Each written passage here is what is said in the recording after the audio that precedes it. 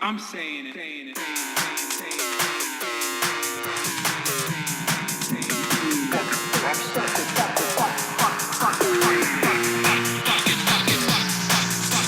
America deserved 9/11.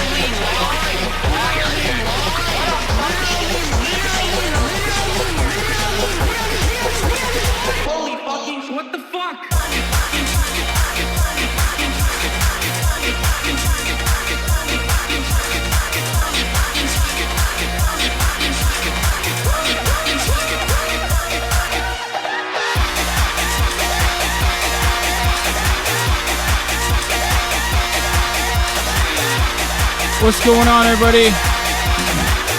I hope everyone's having a fantastic evening, fantastic afternoon, fantastic pre-noon. No matter where you are in the world, I'm Hassan Piker. And this is the HasanAbi broadcast coming to you live from sunny and absolutely beautiful California, Los Angeles, folks. We're live and alive, and I hope all the boys, I hope all the girls, I hope all the MBs are having a fantastic one, because today's a beautiful day. Today's a wonderful day. Today is yet another Monday. That's right. I'm here to fill your ears and your brain with some motherfucking news, of course, as always, because Mondays are news days. Monday, February 20th, 2023, 11:27 a.m. And I guess I'm a tad bit late, I'll admit. Tad bit. Just a little bit. You will notice some eye bags that I have under my eyes, noticeable eye bags, and there's a reason for that. It's because I didn't sleep too well last night. I will just straight up say that ahead of time before people go, oh man, you know, you look tired. Well, I'm tired. I am tired. It's because deprem oldu. Ne?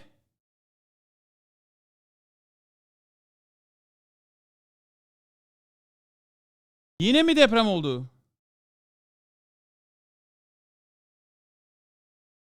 You're so brave, says JFK Rowling. Thank you, JFK Rowling.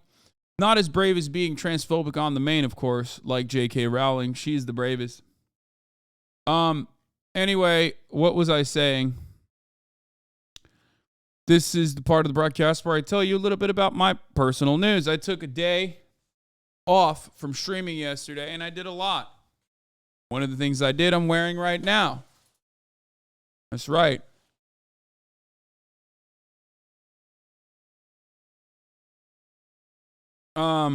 You guys already know this. Hatay'da deprem mi oldu bilmiyorum. Bakarız yani birazdan. I'll cover it in a little bit. Okay. Anyway, folks. I'm live and alive, and you know, I got to give you guys the juice, the updates, everything that happened in my life in between the time I hit stop streaming and the time I hit start streaming. And let me tell you, okay? Let me tell you. First and foremost, let me put the glasses on. So, I don't even remember what the fuck I was doing Saturday night, because I feel like it's a lifetime ago. Okay, but I was feeling very tired on Saturday. Ended the broadcast early. And that was basically one day after I had, injured my back while doing Pendlay rows. For those of you who don't know, Pendlay rows, invented by Glenn Pendlay, are basically bent over rows for your upper back. It's an upper back workout, but of course you can activate your legs a little bit while you're doing it. Get a little bit of the legs in. Problem is, I fucked it up. I tweaked my back a little bit, and that's fine. That's okay. That's not the end of the world. It's okay. It's not as bad as like last time when I actually snapped my back while I was doing a deadlift.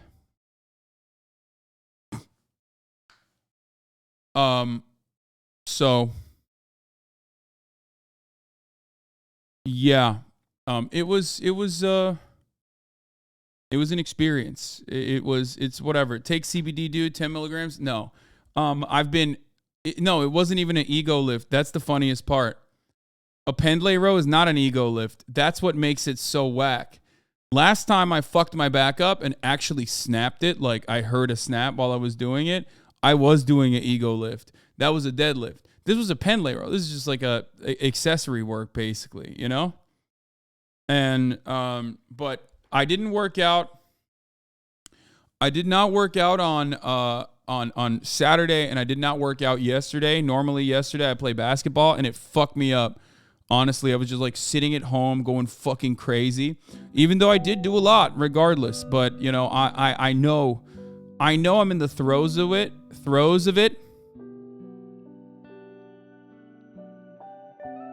When I get like really, really, really uneasy.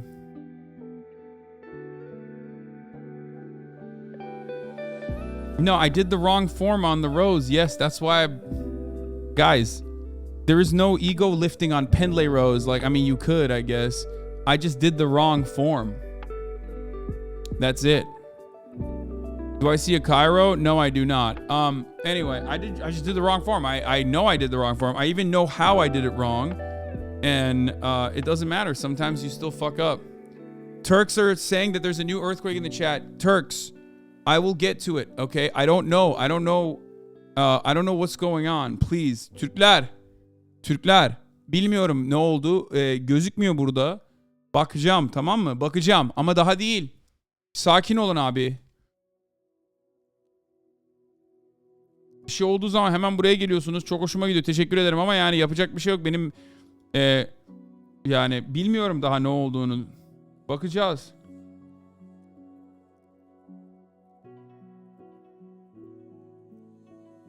Apparently a new earthquake has struck Hatay, the same area, the exact area that was like most devastated by the previous earthquake at 6.4 or a 6.8 magnitude. And it's pretty fucking devastating, apparently. So we'll see what happens. I mean, they're literally at like 46,000 dead. Anthony Blinken is there too, so we'll see. I will cover it in a second, okay? When I get more details. I am unfamiliar with what's going on. It just happened, okay? I will get to it. Don't worry. I will obviously, of course, talk about it. Anyway. And it's not an aftershock. Like, this is straight up a earthquake in its own right, I think. It was two more, yeah. Okay. Back to my personal news. What is this? Okay. Maya's honest opinion on Cutie. I hate her. I hate her. That's crazy. Okay. So there's beef. Got it. Yeah, I hate her. That's crazy. I mean, I knew it because like Maya is, an evil person, like a very, very, very aggressive person, famously.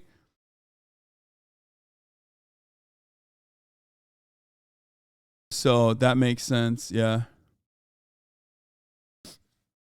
Okay. Yeah, there's drama. There's big drama. How dare you? We are Maya Higa. I am Maya Higa. You are Maya Higa. We're all Maya Higa.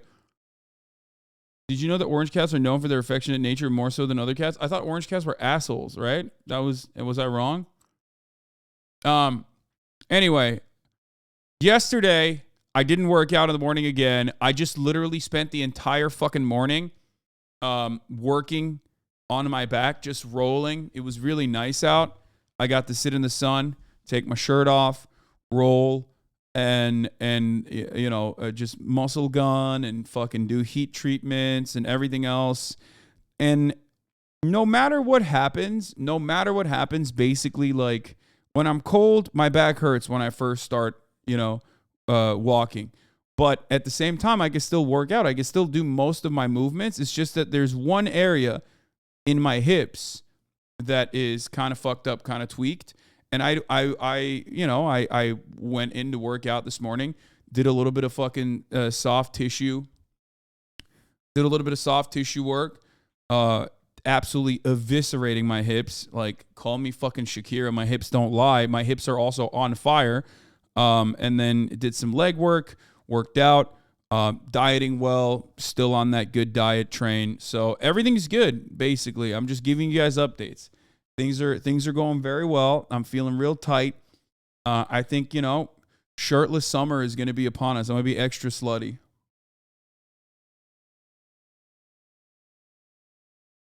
That's where I'm at. That's how I'm feeling. So would love to see some coverage of the book bans in Florida and DeSantis' pathetic backpedaling. Hair's looking great today, bro.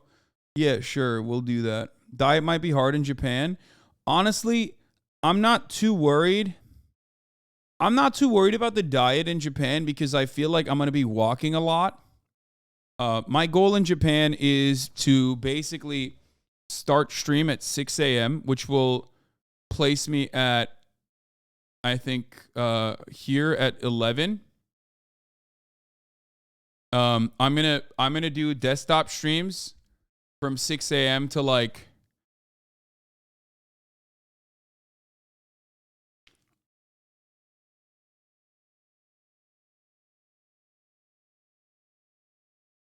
we are 7 hours ahead. Isn't it 17? It's plus 17, right?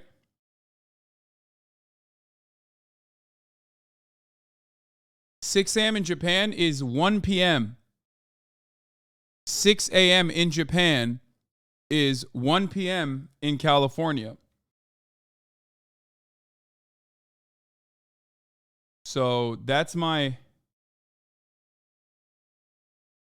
what I'm going to be trying to do there. It's 4:30 there right now. Yeah, like 4:30 in the morning. Like right now it's 4:30 in the morning. Yeah. Yeah.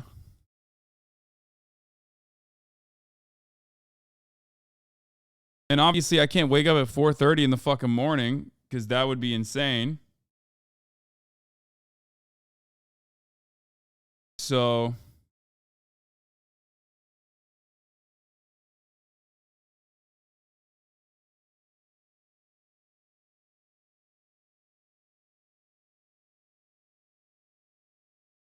no shot you're going to be a 6 a.m. streamer. 6 a.m. in Japan would put me at 1 p.m. And I think that's like basically the best time for me to be able to do that. I'm going to try to do it at like 6 a.m. so I have like at least 3 hours, 6 to 9. At least 3 hours of like desktop streaming, and then afterwards I'm probably going to do an IRL stream, in the morning. And then afterwards, I'll probably just do my own thing, fuck around.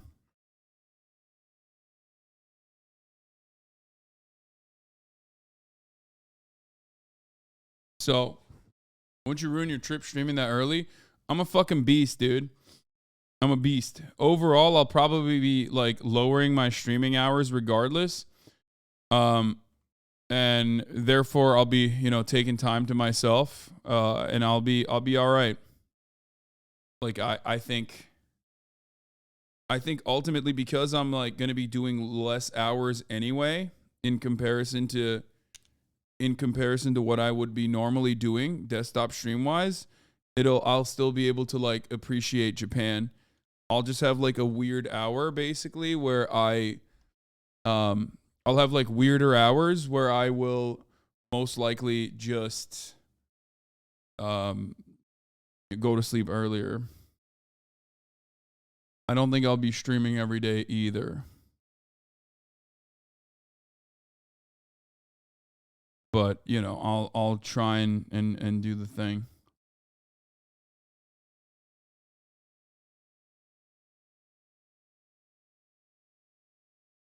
Are you going to be hanging out with AOC? No, unfortunately, I have been talking to AOC. She's literally not going to be in Japan. Like they're leaving the day that we're getting to Japan, her delegation. Which, I mean, why the fuck would I hang out with AOC in Japan? I could just hang out with her here in America. That's the other funny part of this is like, I could just do that. You know what I mean? I could just like hang out with her here. I was thinking about that. I was like, oh, it'd be cool to have her on like the podcast or something in Japan. And then I thought about it and I was like, why the fuck would I do that in Japan when I could just do that in America? Will you be doing stuff with the Trash Taste Boys? Yes. Connor, I believe, has my computer that Ludwig graciously donated to me. It's a Starforge computer that will be getting passed down to me. Connor currently is holding on to it. I will see him. I will have some fun with him as well, with the Trash Taste Boys in general. I am obviously uninitiated in the world of anime, so I don't know if they would want me to be on the podcast. I feel like Trash Taste has like a very... they have a very like no politics type thing. I don't know. Their fan base is like interesting. So I don't know if they would want me to be on it. I would love to though. I mean, as someone who's like, I would love to talk about like Oda's background in general.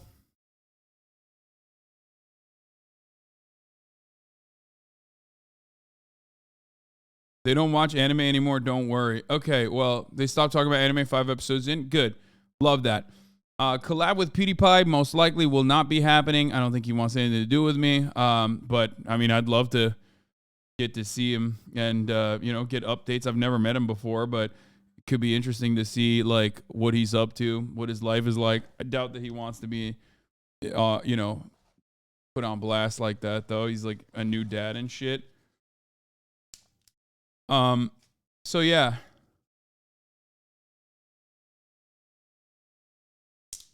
Yeah, if you guys already watched the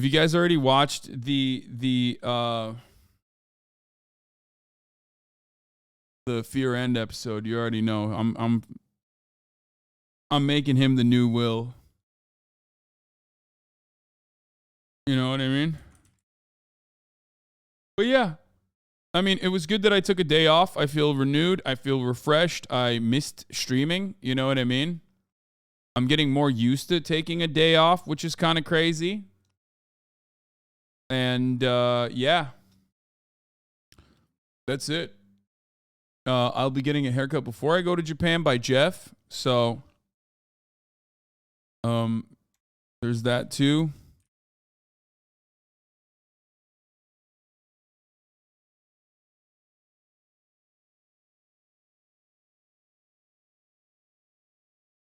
So let's just let's blast out. When you're in Japan, go here. Okay, I got a lot of Japan suggestions. I'm going to be fielding them later in the day.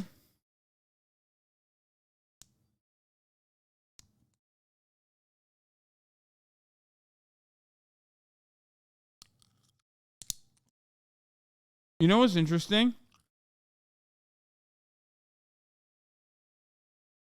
Yeah, we'll look at the Streamer Awards nominations. Of course, I will do that in a little bit.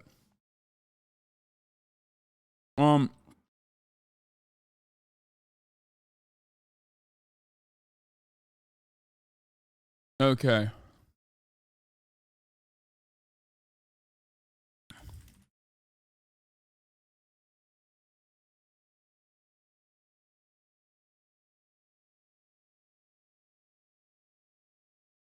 Another. I don't know what's interesting. I don't know why I said, you know what's interesting, and then I stopped myself because I forgot what I was going to say. But yeah, I would love to hang out with Rob CD. I'd love to, follow Jake's suggestions. I'm going to try my best. I also watched the Last of Us episode, the last of Us episode. It was pretty good. I can't be alone in this. I know a lot of people have been like shitting on Ellie, but I just don't really like Ellie. I'm not gonna lie. Maybe people, I don't really, it's not like annoying where I just like don't like her. I'm not gonna say I despise her, but I do feel as though like Joel is so good. Pedro Pascal is so fucking good at being Joel. Like, there's a moment where he's being a fucking asshole to his brother, and you're like, God, I know Pedro Pascal is such a nice guy. What a great actor he is that, like, he really sells you, like, Joel being a fucking douchebag. But, yeah. I'm just not the biggest fan of Ellie, okay? I just don't know what it is. Maybe it's, like, the fact that it's like the juxtaposition of having the GOAT, you know what I mean? Like, then you have to have an even more goated fucking actress play that role. You know what I mean? Because Pedro's so good. Bro, Bella is literally the perfect Ellie. The cadences of her tone are 1-to-1 to the game.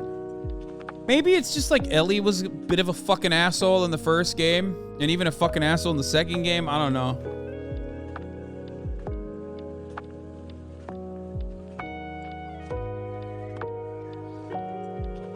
Yeah, you're comparing Pedro fucking Pascal to a teenager. I don't think Ellie's a fucking teenager in real life, dude. I think she's like 20, no?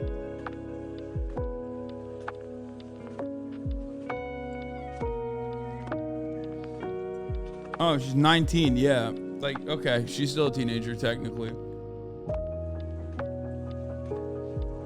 People finding out that, like, actors are older than the age that they represent on screen is so funny. They're like, dude, you're dunking on a fucking 14-year-old, dude. It's like, no, this is an adult still. I thought she was 20. Regardless, though, I mean, look, I think maybe it's because it might be the lines, you know what I mean? It might be the lines. That's what I'm thinking. One day you'll have the Riz. What is this? Did you just? Like, it could potentially be. It could potentially be that, like, Ellie as a character, especially in like the first game, is like kind of annoying. So maybe that's what it is. You know what I mean? From what I understand, the actor that plays Ellie, Bella, is non-binary, is what people are saying, but she uses all pronouns, so it's not a big deal, if I'm not mistaken. So everybody calm down in the chat. Okay.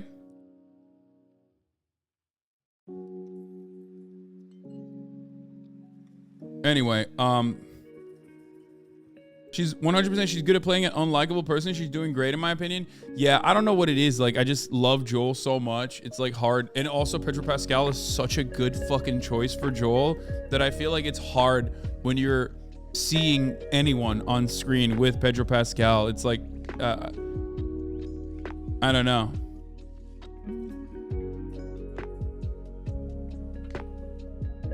Anyway, did you finish Thriller Bark? I did, yes. I finished Thriller Bark. I'm in the Laboon arc, the Laboon stuff, and now I moved on to the next season. But I haven't gotten fully into it yet. Just like Fish Island, clearly is going to be an arc that revolves around like human trafficking and slavery, very obviously. So that's kind of cool. That's going to be interesting to see. Speaking of slavery, as a matter of fact, another anime that is surprisingly, I'm not going to say Marxist, but like literally recognizes the concept between indentured servitude and wage slavery is Vinland Saga, which I never would have guessed would be the type of anime to address such an issue. I'm on Vinland Saga season 2, and honestly, it's kind of slow. It's kind of hectic. It's kind of traumatic. It's kind of hard to watch. Okay? I'm going to give you guys this. I'll tell you this much. If you watch Vinland Saga season 1 and you think Vinland Saga season 2 is going to be similar, well, you got another thing coming your way. Okay? It's going to fuck you up. It's going to be hard as fuck to watch at first. Like, it literally is hard to watch. I think ultimately it will be worth it though, because I do love Thorfinn, so we'll see what happens. I assume it's worth it. I assume it's worth it, but like there is a lot of like farming simulator shit going on, which will piss you off. But there are points. Hard to watch as in gory or boring. No, hard to watch as in like literally no gore happens for a while. It literally went from like berserk style murder porn to fucking farming simulator, Animal Crossing with slavery, which is like such a wild shift and a change of pace from one season to the next. You're like, what the fuck just happened? Why did you just like slap me in the face with this Stardew Valley shit, you know? And honestly, I think it'll get good. But there's a couple lines where like literally a slave, they show you from the perspective of like, perspective of slaves, how even though this master technically is like very nice to them and says like you can buy out your indentured servitude and is like significantly nicer than the expectation, the farmhands that work under the master literally mistreat the slaves worse than the master does. And very quickly the slave finds out, like one of the two slaves finds out, like it's like they're doing this to us because they themselves are no better than we are as far as their class position, but they're doing this to us specifically so that they can feel like there's someone underneath them, which is something that even liberal academics have talked about as far as what's his name? I can't believe I'm forgetting. I'm blanking out on his name now. God damn it. Obama's like favorite author or whatever, favorite black author, one of his favorite black authors. No. He's no, not Baldwin. No, it's a fucking liberal. God damn it. Oh, Ta-Nehisi Coates. Thank you. Ta-Nehisi Coates famously wrote about this exact, I mean, many people have, but Ta-Nehisi Coates famously wrote about this as far as like in the Reconstruction era and how, white working class people were pinned against recently freed African men and women. And the concept was, at least I'm not an N-word.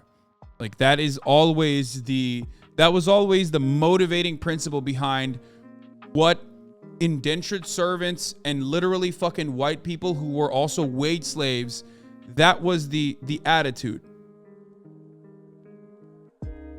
Which is how, racial dynamics utilized by capital owners have oftentimes destroyed class solidarity among the working class, which is, that is very prescient to this day.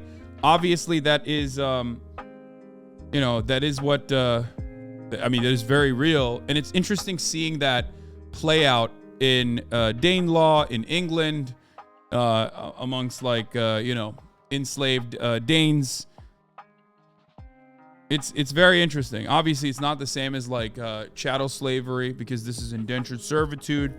There is there's a prospect of liberation at the end of it. You can buy your way out, even though the conditions are still awful, and they show that very well. So Vinland Saga season 2, surprising, shocking, wonderful as well.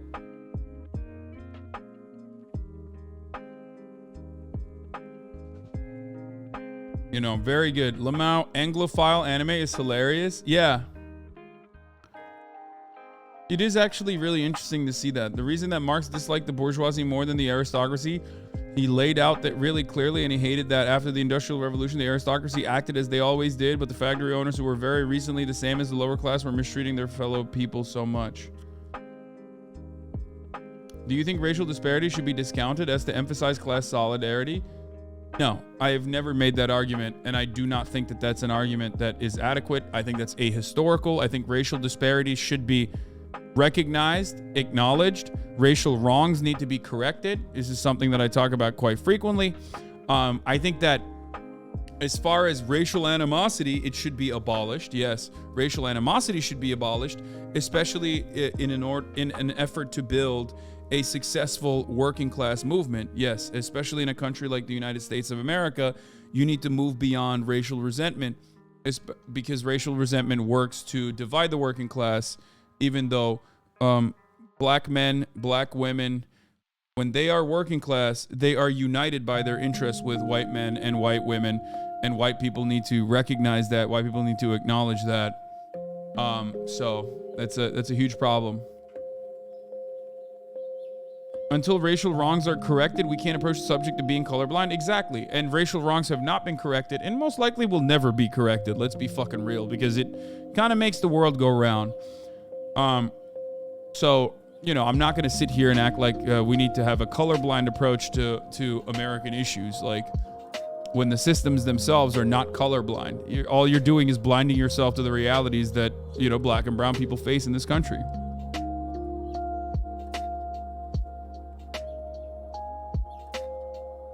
Anyway, okay, let me blast off. I keep forgetting.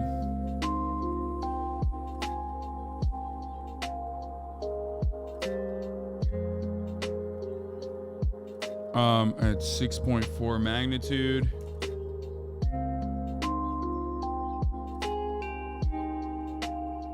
Are you planning on playing Atomic Heart? Saw someone playing it on stream and it looked pretty good. Yes. Is that out today? Is that already out? I haven't really been keeping up to date with like games and whatever is available and shit, so I don't even know.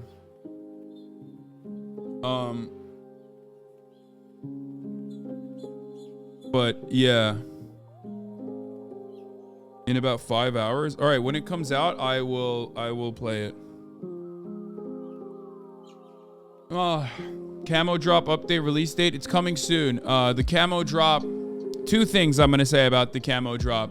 The John Brown Hunters Club merchandise is domestically manufactured in Los Angeles, but it's not union made because we couldn't work with Bayside. But there's still T-shirts that are union made in Bayside that aren't Realtree. We made this Realtree pattern ourselves. So all the Realtree shit is still domestic manufactured, still Los Angeles manufactured. The dude who owns the company is literally a fucking labor rights advocate. He's the one who, but he works with everyone on a contracting basis because they don't get a lot of work, is what he described to me. He's the reason why, like, the garments industry was, I forget the bill he pushed, the bill he co-sponsored, but the bill he co-sponsored basically eviscerated undocumented immigration. Well, not undocumented immigration, but like the fucking low-cost sites that they had for what's it called? LA Apparel, American Apparel.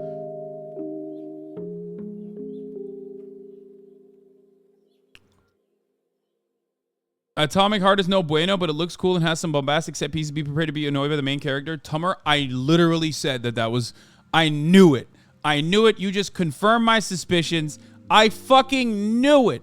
I knew it was going to be booty. I watched the fucking game. I wanted it to be so good. But of course, I can't have nice things, okay? I can't. I mean, I called it. I literally called it. I was like, this is going to be fucking annoying. It's going to be like...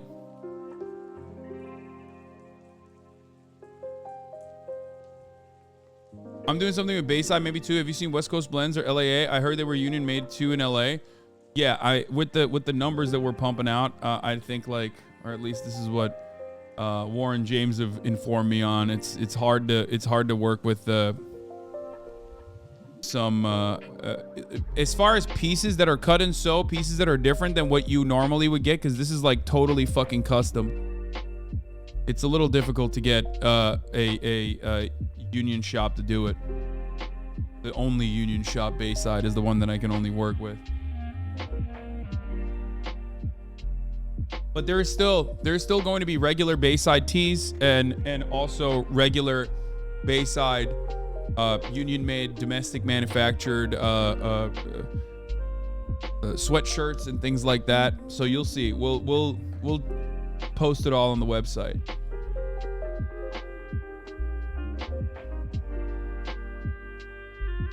Anyway, we'll see what happens with this manufacturer. They're sizing some stuff up. I did another fitting with them. But yeah, I keep fucking forgetting. All right. No, it's coming out. The clothing and stuff is going to be coming out soon, very soon. This merch drop is going to be the AmeriCorps collection, and it's going to be coming out very soon. There's a lot of pieces in there. If you don't want Realtree, there's more. It's not just camo. Do not worry.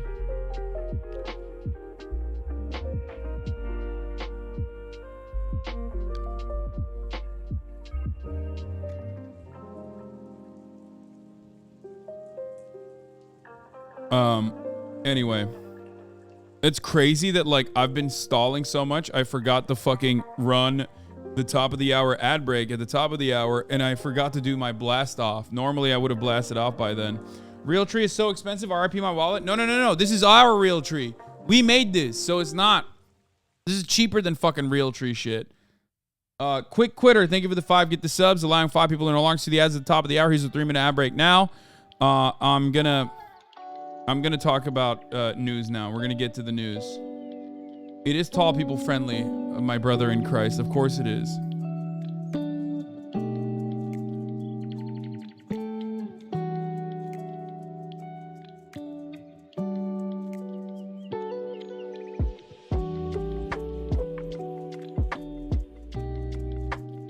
James O'Keefe kicked off Project Veritas. Child labor pops off in the U.S.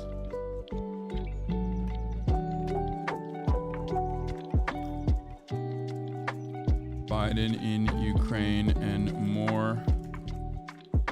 Oh, I'm going to Japan soon. And new apparel.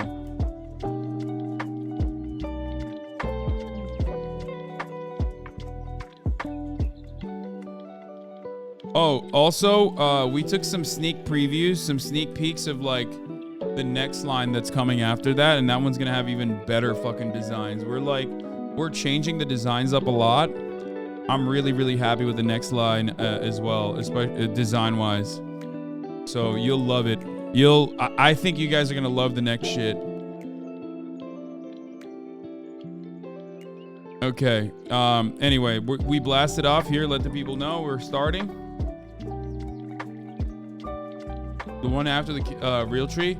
Yes, Realtree is not just Realtree. We're not doing just camo. Okay, this next line is not just camo. Here, this is from the next line, and this is not camo. I'll show you. This is Bayside.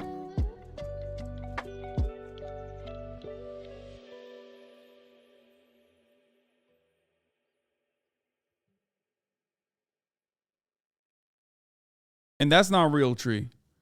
It's Bayside, and it's not camo. It's a NASCAR. It's like a faded, worn out NASCAR crew neck. Okay. What kind of truck I got on that bad boy? A motherfucking Hilux, baby. You already know. You already know what kind of truck I got on it. I got two. I got two Hilux. What the fuck is this? I had to see this so you do too. What the hell is this? Relax.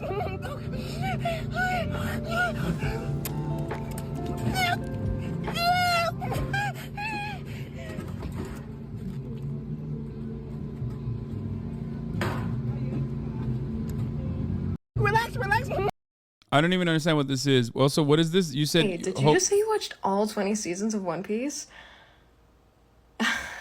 So, you like commitment. That's fire. Hey, did you just say you watched That's funny. That's funny. Anyway, see, I hit you with a bad TikTok and then I hit you with a good one. What is this?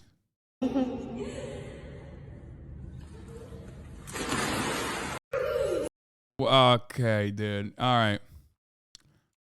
All right, here you go. I know there's another earthquake in Turkey, in Hatay. I know.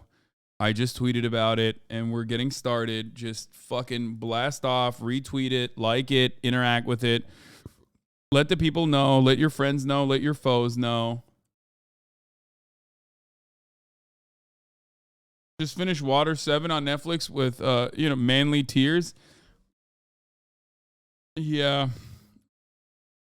I just wish the rest of the fucking seasons were also on Netflix. Like, it's just annoying.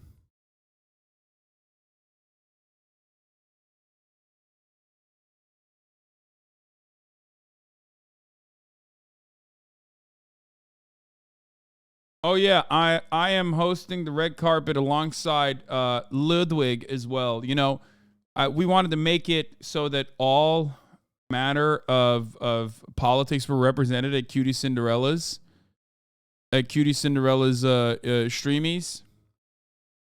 So I'll be representing left-wing politics. Ludwig, of course, is a right-wing commentator. He will, because he's a YouTube guy, so he'll be representing right-wing politics. Horseshoe theory, alt-right, alt-left. You already know. You already know what it is. So, okay.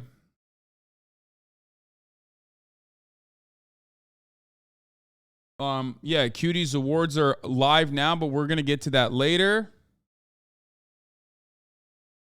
We're going to get to that later. We're not going to do that right now, but the voting is open now. We're going to get to that later as well. New nomination just dropped. That's not true. Stop saying that I was nominated for Best Valor Streamer. I was not. I'm pretty sure I wasn't, actually. I haven't looked at it yet. So can you recreate this? Possibly. Where can we watch? Brother, this is not happening until like March 11th. Okay. Calm down. There's like the Streamer Awards, not the Streamies. Sorry. I can't believe I said the Streamies. Fuck. I'm literally hosting the fucking thing.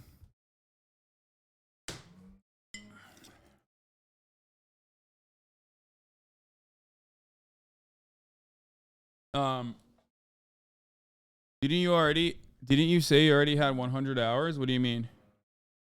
Will you vote on stream? Yes, I will vote on stream, of course. Someone's going to sue you and use your mistake as evidence? What? No, I'm not hosting the entire thing. I will not be hosting the entire thing. The fridge is not new.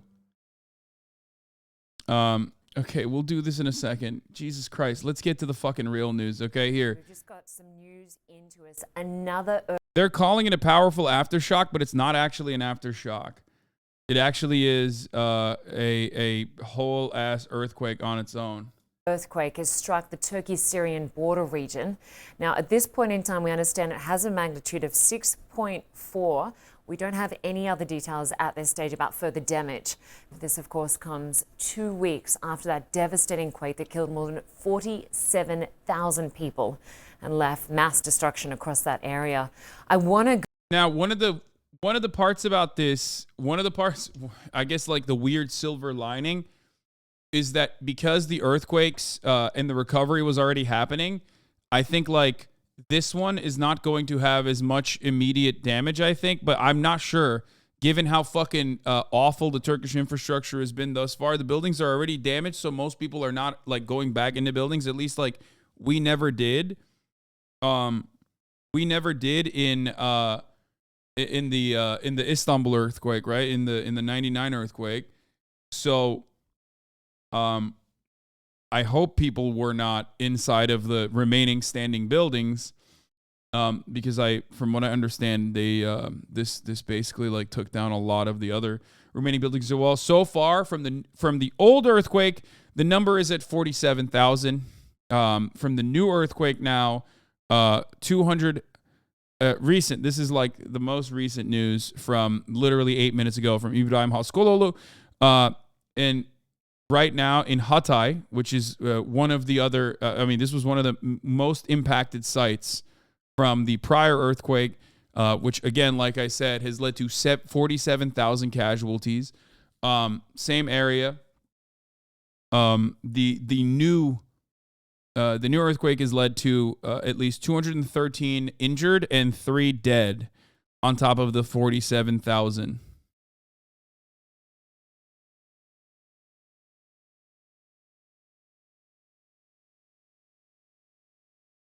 So, yeah.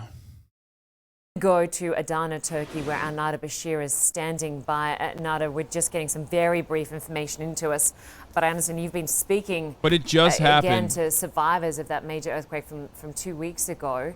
I can't imagine how traumatized many more people are with another earthquake having just hit.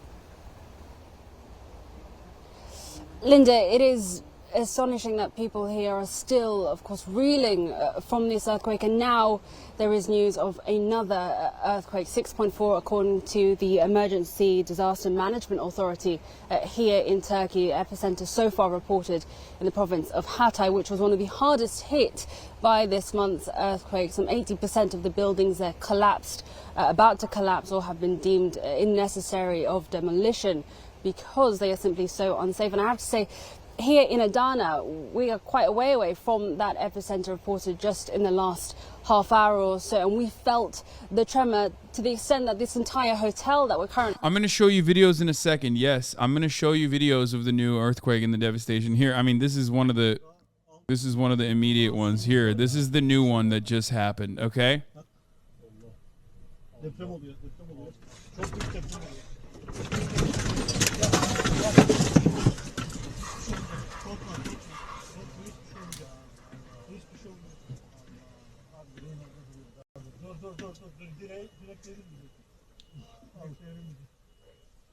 Allah. Son. Abi bu neydi ya? Artçılar olabilir. Devam ediyor çünkü. Mustafa. Yola çıkalım abi. Dur bu.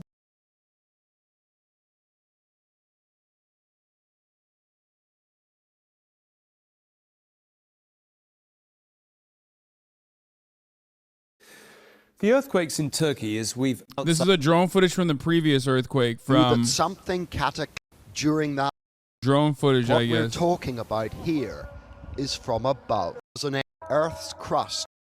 The local people said that at the time they thought... The earthquake ripped a huge chasm in what was once an olive field near Antakya. Look at this shit. Thought it was outside Antakya. There is a very good example of that. This is the world's newest valley. During that awful night, as they cowered in their homes, the locals knew that something cataclysmic had happened. But imagine their surprise when they first saw this chasm.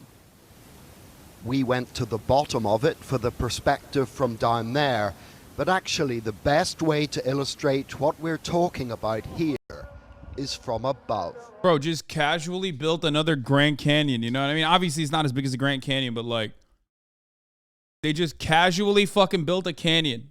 You know what I mean? They're like, hey, what's up? Here's a valley. Here's a new valley in the middle of your fucking olive field. You know what I mean? This shit is fucked up. And this is the first one. This just basically shows you how devastating the first one was. That at the time, they thought it was an air raid. The sound of explosions created by cracking rock, the flashes by the sparks that flew as the Earth's crust was torn apart.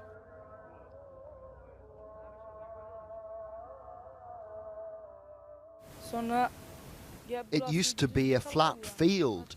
I would ride my motorbike on it, said this boy. It was all an olive grove, which is now bisected by a gorge that in places...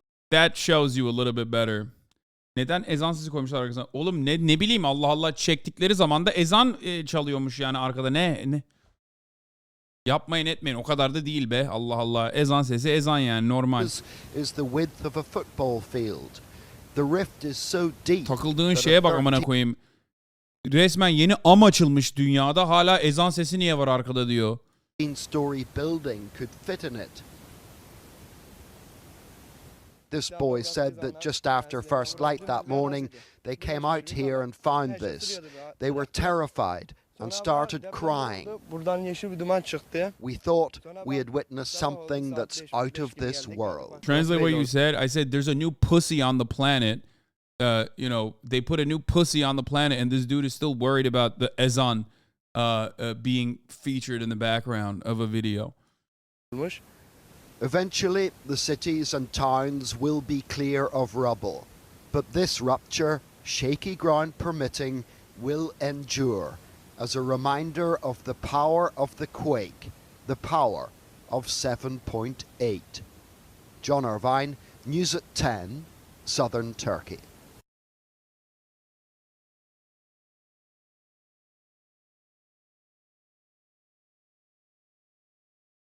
Anyway, new pussy just dropped, pussy 2. So, I mean, this shit is, I mean, that was from the previous earthquake, just to show you how massive that was, just to show you how insane that was, just to show you the magnitude, the impact. We're going to talk about this in a second. Don't worry. The Jordan Peterson, they, them conundrum. And at the moment evacuated the building, many rushing out, children being pulled out of fear. And you can imagine the trauma, the emotional trauma that these people in southeastern Turkey have already been through. So much loss, so much destruction. There is still so much fear here in southeast Turkey. So to go through that again is difficult to explain, and we felt it over here, but of course it is reported that that epicenter, that the worst of the tremors was felt further east towards Gaziantep and Hatay. And we are still learning more details about this, still waiting for more information from the authorities regarding the extent of this latest quake, regarding the extent of the potential destruction and damage this may or may not have caused. But of course there is a real sense of urgency, growing pressure on the Turkish government and authorities, a real sense of fear here amongst the Turkish population. And of course there's already been so much devastation, so much destruction, and we are learning that the Turkish authority is trying to step up calls for accountability. They are carrying out investigation into reports of building codes not being respected or enforced properly. So far, more than 400 people identified as potential suspects, at least 120 people arrested. And when we're talking about the destruction and the devastation, more than 100,000 buildings have been so far examined and have been deemed as requiring either demolition or have already collapsed. And there are still hundreds more thousands of buildings to be assessed and evaluated. So this is a significant feat for the Turkish government, and this latest tremor, this latest quake is only going to add to that. Now, we've been speaking to some of those impacted by the earthquake. Some of them have already been evacuated to other parts of the city, including in Istanbul, where we were able to meet with some of the children who have sadly lost their loved ones, been separated from family. Some have lost their parents, and their names still aren't known. Take a look. Their laughter hides their loss. Pulled from the rubble, their parents still missing. The identities of some, a mystery. This orphanage has become home to some of Turkey's youngest earthquake survivors.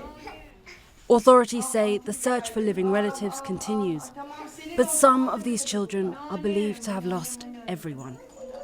When we first received these children, we observed signs of post-traumatic stress disorder. The children were very fragile. So, as well as providing shelter and security to these kids, we also began providing psychosocial support. The devastation wrought by the earthquake has left countless children orphaned or separated from their loved ones.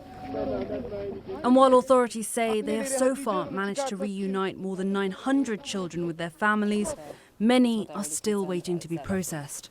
And NGOs fear that millions could be at risk of acute psychological distress. They already have their loved ones lost. They already have their homes lost.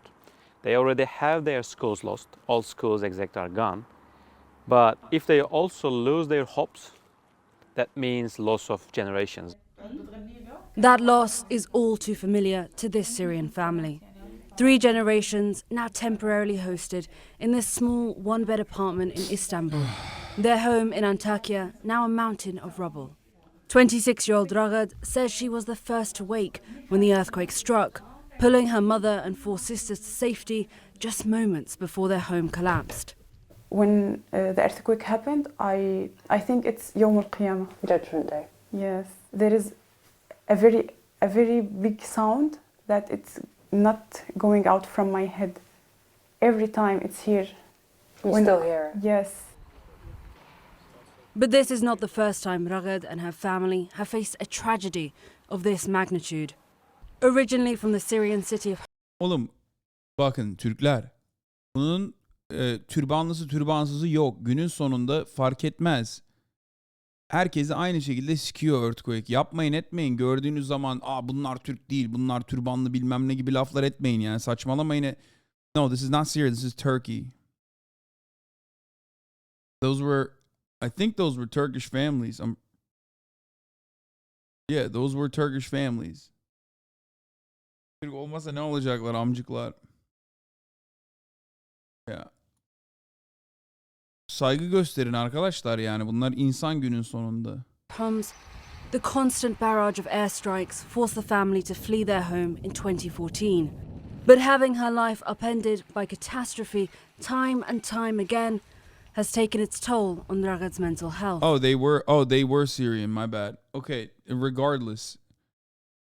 Suriyeli de olsa, Türkiye'de yaşayan Suriyeli de olsa ne fark eder? Günün sonunda insan yani. Türbanlı Türk olsun, türbanlı Suriyeli olsun, türbansız Suriyeli olsun. Ne fark eder? Günün sonunda insan. Evi, ailesi ölmüş, evi yıkılmış. Ne fark eder? Hiçbir şey değiştirmiyor yani. Yapmayın etmeyin böyle laflar. Yeah, no, she is Syrian. And every time I living say in why. Turkey. And now I'm asking myself why I'm alive. Maybe it was easy if I'm not. Yeah. Easier than going. What is turban? Yes, turban. It's not They're my wearing first time that I'm headscarves, which is a big zero. point of political contention in Turkey. Starting from zero for these children may not be as challenging. It's a catastrophe they are simply too young to understand. But just like Ragad and her family, their lives have been changed forever by the earthquake. And look, there is still mounting pressure on the Turkish government. There are still further calls for international support. And just over the weekend and today, US Secretary of State Antony Blinken was visiting those affected areas, announcing further funding support for that humanitarian relief effort from the US government, now totaling about $180 million to both Turkey and Syria. Why is it controversial? Turks are Muslim too? Brother, that is the most American ass fucking take I could ever hear in my entire life. This is like, no disrespect to this person. Don't make fun of this person. But this is why you will truly never understand it. Okay? You think even Muslim nations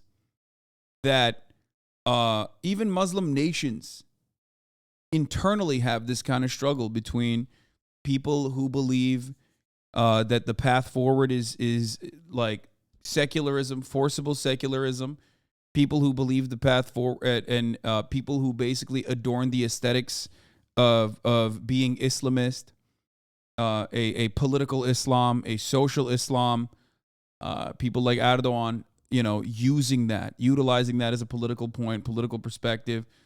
There's a lot of internal struggle in Turkey, historically and to this day, especially so. Okay? And then on top of that, there's a lot of additional political issues amongst, Muslim nations, amongst Muslims in general.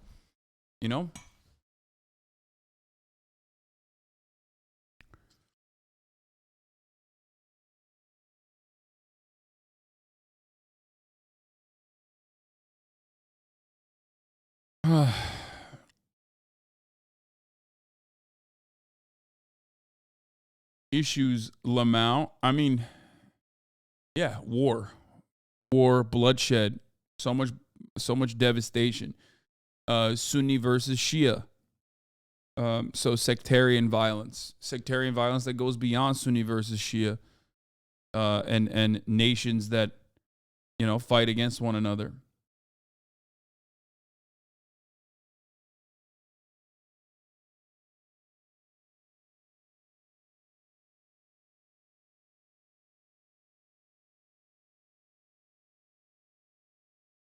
The point I'm trying to make, and the point I always try to make, is that Islam is not a monolith, okay? And nations with a bunch of Muslim people living in it are certainly not monolithic. There is always the same exact international nation-to-nation division that you see in Christian nations. There's always the domestic disputes internally. That's how it is. So, one thing for Americans and for the Westerners who watch this kind of stuff, for you to develop a better perspective, one thing I always tell you, okay? Look within. It's no different. Okay? It's no different. Look within and look at your own country and look at your own history. If you understand the never-ending struggle between conservatives in your country, like conservatives here in America versus leftists here in America, conservatives versus liberals, Republicans versus Democrats, and the many different kinds of never-ending conflict, understand that the very same type of conflict, conflicting worldviews, happen internally in Muslim nations as well. They are not united under the umbrella of Islam. That's not a thing. The unfortunate byproduct of, or one of the many unfortunate byproducts of America's war on terror was this wide paintbrush that they claimed all nations with Muslims were like. And it's just not true. That has never been true. It's a laughable concept. That's why I always used to say, whenever people talk about like ISIS and then try to claim that, like, you know, everyone is like ISIS, every Muslim nation is like ISIS, okay? Like, they throw gay people off of fucking rooftops. I'd be like, who are the gay people? You think they're gay Americans? No, they're also gay Arabs, you fucking idiot. Some of which also consider themselves to be Muslim. They are still under that Muslim umbrella. And yet they're fucking getting murdered. Like, that is literally, you're watching internal conflict happen in front of your eyes and, like, refusing to recognize that, you know, people might have different perspectives living in these countries, you know? The women that get stoned in a fundamentalist nation are still Muslim women, you know? If you can't realize that is a victim, but very much doubly a victim as a consequence of American imperialism on top of the fundamentalist internal structures within the government, I don't know what to tell you.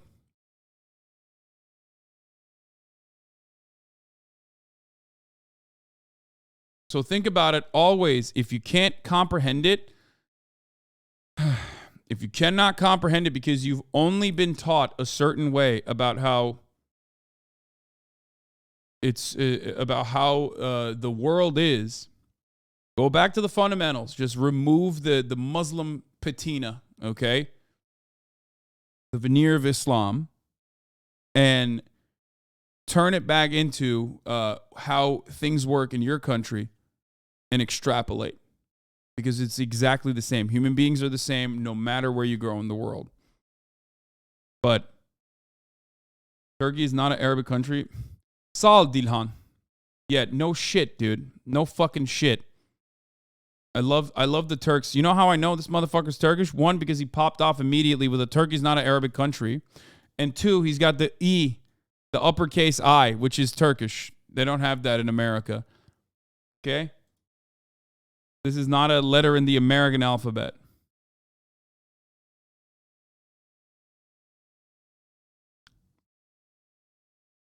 Dilha. Calm down. I know. Abi sen gittiğinden beri çok değişti. Yeni nesil 90% ateist. Nefret ediyorlar bütün dinlerden. Tabii mültecilerin etkisi de var. İnsanlar nefret ediyor şu anda dinlerden. Biliyorum abi, biliyorum. Biliyorum. Benim perspektifim biraz daha değişik.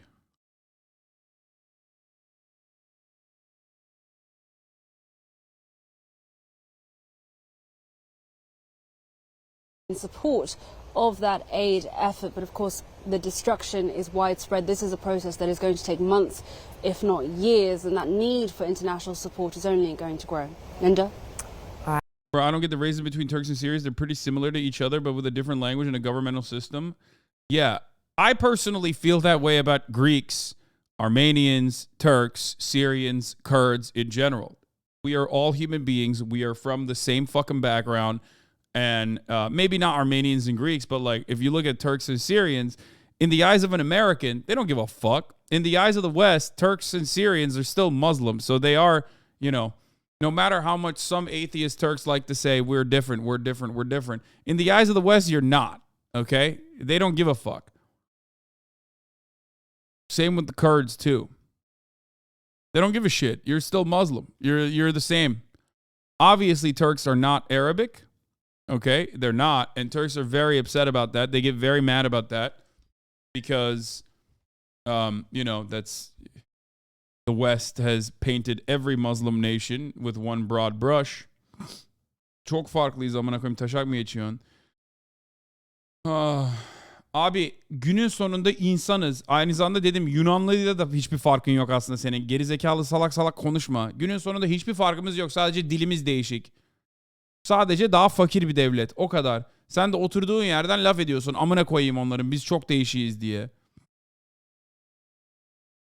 Hiçbir değişiklik yok aslında günün sonunda. Ne değişikliği var abi? Güneydoğu'da yaşayan adamla mesela Suriye'de yaşayan adam. Benim ailemin ana tarafı Kilis'ten. Biliyorsunuz. Söyledim size daha önce. Baba tarafı Yunanistan'dan. Selanik ve Girit'ten. Tamam mı? Ne farkı var benim ana tarafının Suriye tarafında olan aileyle? Hiçbir farkı yok amına koyayım. Dayımı görmüyor musunuz? Cenk. Resmen kara kuru adam yani. Ne farkı var aslında günün sonunda? Amerikalıların gözünde hiçbir fark yok zaten.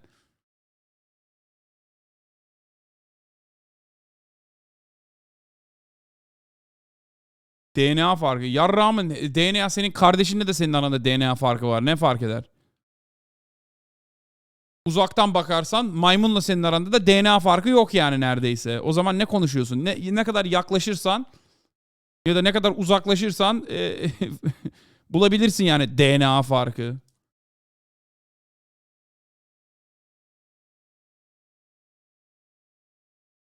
Anyway.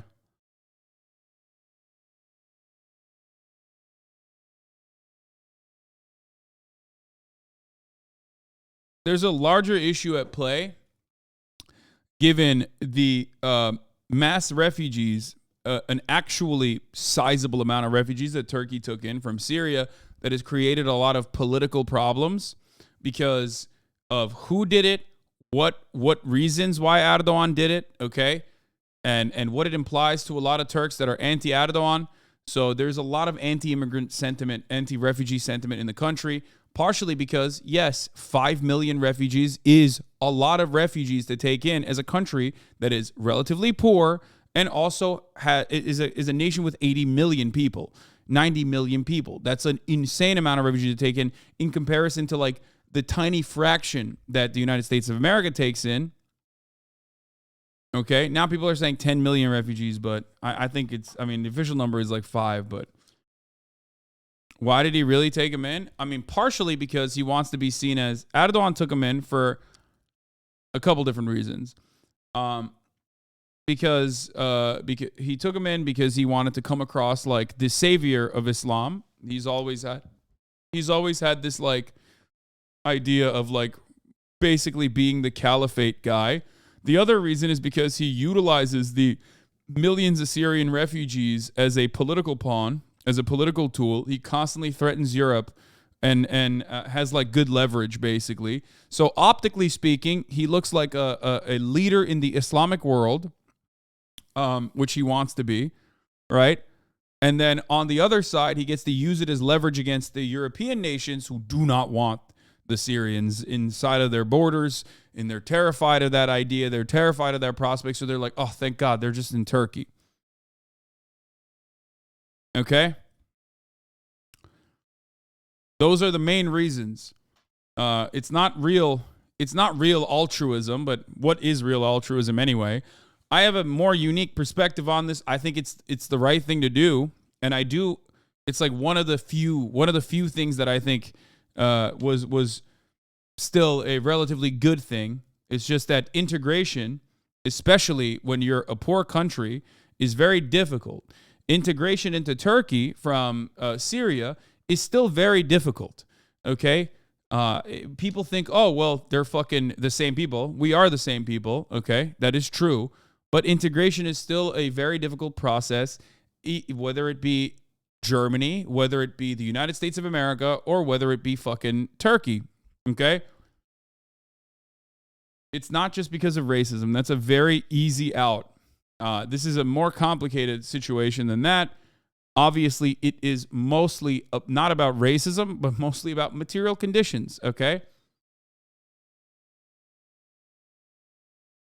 Ama komik. Türkler burada diyorlar Suriyeliler ülkemize geliyor amına koyuyorlar diyorlar ama aynı şekilde sen de Amerika'ya gelmek istiyorsun. Amerikalının gözünde senin hiçbir farkın yok, haberin olsun yani, onu söyleyeyim size. Suriyeliymiş, Türkmüş hiçbir sikinde değil Amerikalının. Onu anlayın. Ama sen nasıl Amerika'ya gelmek istiyorsun ve entegre olmak istiyorsan burada Amerika'ya, Suriyelinin de aslında her Suriyeli senin sandığın gibi değil. Nasıl ki Meksikalılar da buraya gelip entegre olmak istiyorlarsa Amerika'da ve ben inanıyorum yani gelip entegre olabiliyorlar normal bir şekilde. Suriyelilerin de Türkiye'de entegre olabilme ihtimalleri var ama günün sonunda zengin adam hoşuna gidiyor. Güzel 5 milyon 10 milyon Suriyeli geldiği zaman amına koyabiliyor. Suriyelileri kullanıyor şey için, iş için. Para vermeden.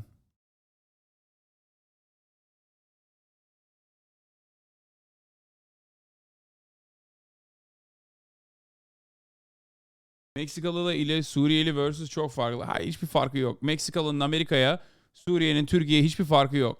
Bu günün sonunda bu doğruya doğru. Burada Türkiye'deki liberaller ama sadece şey olduğu için Erdoğan'ın yaptığı hareketlerden dolayı böyle görüyorlar. Anlıyorum neden böyle gördüğünüzü.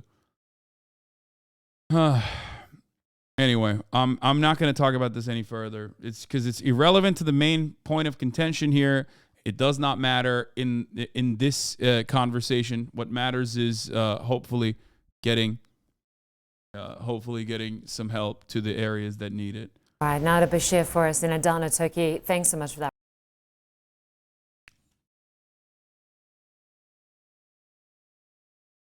Bak Meksikalılara toplu tecavüz gelenek mi? Evet abi, onu da aynı şekilde Amerikalılar da öyle söylüyor. Sağcı Amerikalılar. Aynı zamanda anlayın.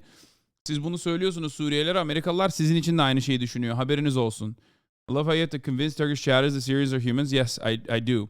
Because liberals, just like liberals in Israel have a dramatically different perspective. Even if you're a fucking liberal or consider yourself to be a pacifist liberal in Israel, for example, you still see Palestinians as like fucking, you know, subhuman.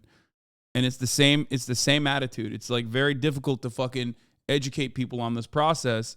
And this is not the best part. This is not the best time to educate people on this process, but I try to explain it by making Turkish people who all want to come to America and love the United States and think it would be great if they got here, that like in the eyes of Americans, there is no difference between them and a Syrian person. And Americans also treat Mexican people like a lot of Turkish people treat Syrian people, as though they are, not supposed to be here. But I'm not going to sit here and act like it has been a wonderful experience for Turkey in general, because I understand when you put a very poor country, when you migrate millions of people, almost 10 million people to a very poor country that is only 80 million fucking people, that's a little bit different than America's immigration policies.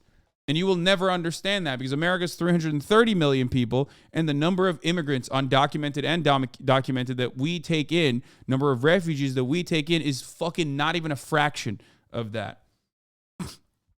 So even if it was done under like the most pacifistic, humane conditions and humane interests, which it wasn't, certainly, it still doesn't change that reality because it's a very complicated process, especially when the country doesn't have enough money, especially when the funds that the European governments are giving to Turkey for that integration process to keep the Syrians at bay, to keep the Syrians inside of Turkish borders. God forbid they immigrate to God forbid they immigrate to EU. Okay. All that money is going to the fucking Erdogan's pockets anyway. None of the money that the government receives ever goes to the fucking actual people that need it, to the actual initiatives that need to be set up. That is a gigantic issue. Anyway.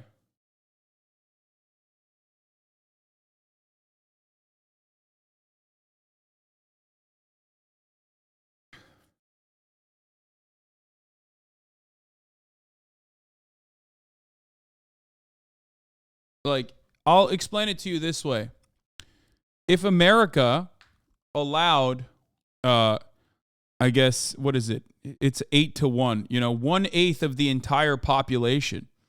If America allowed 1/8 of the entire population of the United States, okay, what would that be? That's like 330 million.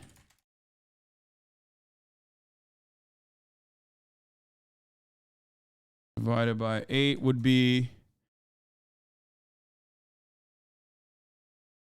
Oh, wait, what the fuck? Divided by 8, not 8 billion.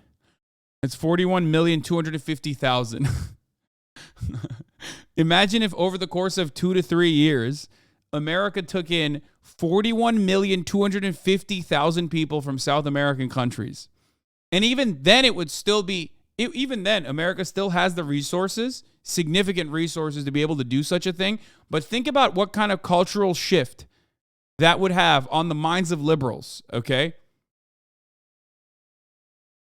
That'll help you make a better assessment, especially if it was like, yeah.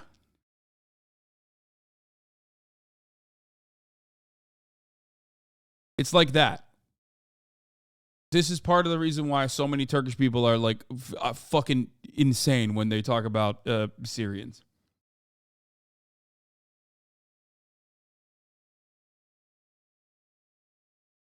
Meksikalıların şeriat isteme ihtimali yok. Oğlum saçma sapan konuşmayın ya. Meksikalıların şeriat isteme dediğin zaman zaten onu aynı şeyi söylüyorlar Amerika'da da. Salak salak konuşmayın arkadaşlar. Aynı şeyleri söylüyorlar. Sizin Suriyelilere söylediğiniz şeyi aynısını Meksikalılara söylüyorlar burada. Yapmayın etmeyin. The Republicans who scream is white genocide. It wouldn't be just Republicans. And also it's not a Republican liberal thing either. Anyway. Also, you should mention that these refugees are the lowest income part of the Syrians. Yeah, of course. I mean, but same with America. It's not like, yeah, refugees are refugees, my friend. Ya yarrak kafaları, Meksikalılar da çocuklarımızı uyuşturucu bağımlısı yapıyor diyor Amerikalılar. Aynı hikayeler. Aynen öyle, aynen. İnsan abi bunlar, insan. Okay? Nasıl Amerikalılara öğretiyorsam, bunu insanlığı öğretiyorsam, aynı şeyi size de söylemeye çalışıyorum. Okay?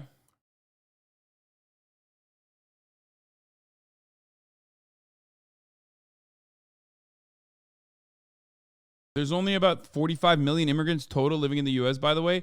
Yeah, you're talking about documented immigrants living in the United States right now.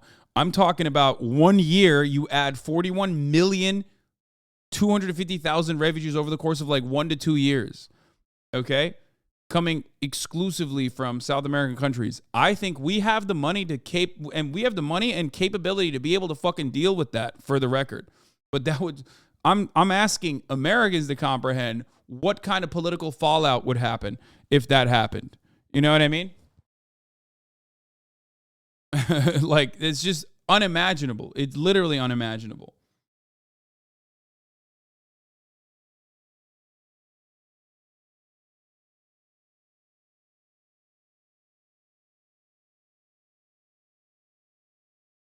Anyway.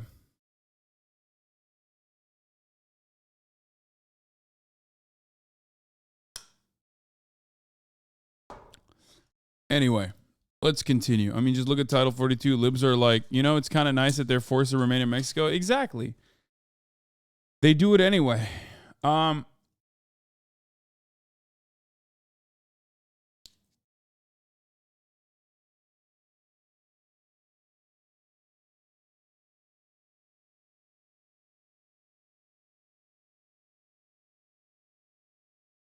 Now imagine if the American government also like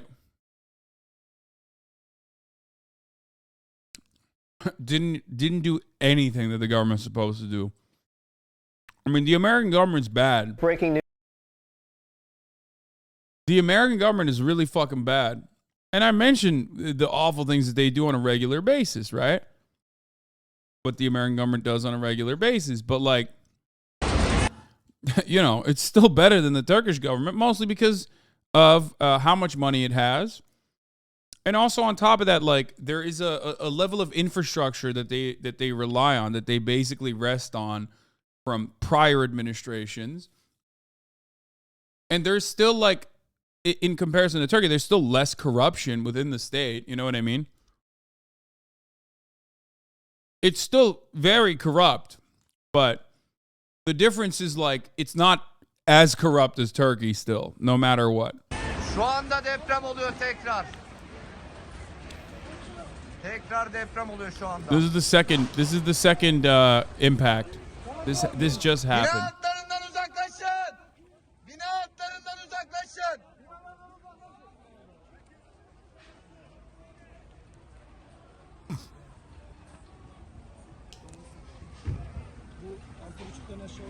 Yok efendim, bu çok yüksek. Çok yüksek bu. Başkanım, bu çok yüksek. If that would happen, I mean, 40 million for South America would you support it? Fuck yeah. Dude, we have money, man. We have enough money. The problem, here's the thing. Turkey, if Turkey used their fucking limited funds that they have correctly, even Turkey would be able to support integration programs. The problem is they don't. Okay? And we will never experience that. We will never know, because adequate integration measures literally are not good for the capital owners, the bosses. People who own businesses rely on a steady pool of undocumented labor. Okay? It's a nearly identical issue. So it hasn't even been tried. Even wealthy nations like Germany, who still took a relatively larger amount of Syrian refugees over the course of many years, had issues with integration. Okay? Like, they tried. I know they tried. I remember reading up on it. I remember fucking looking into what they were doing. Okay? They tried. And even then, it was not good. It was not enough.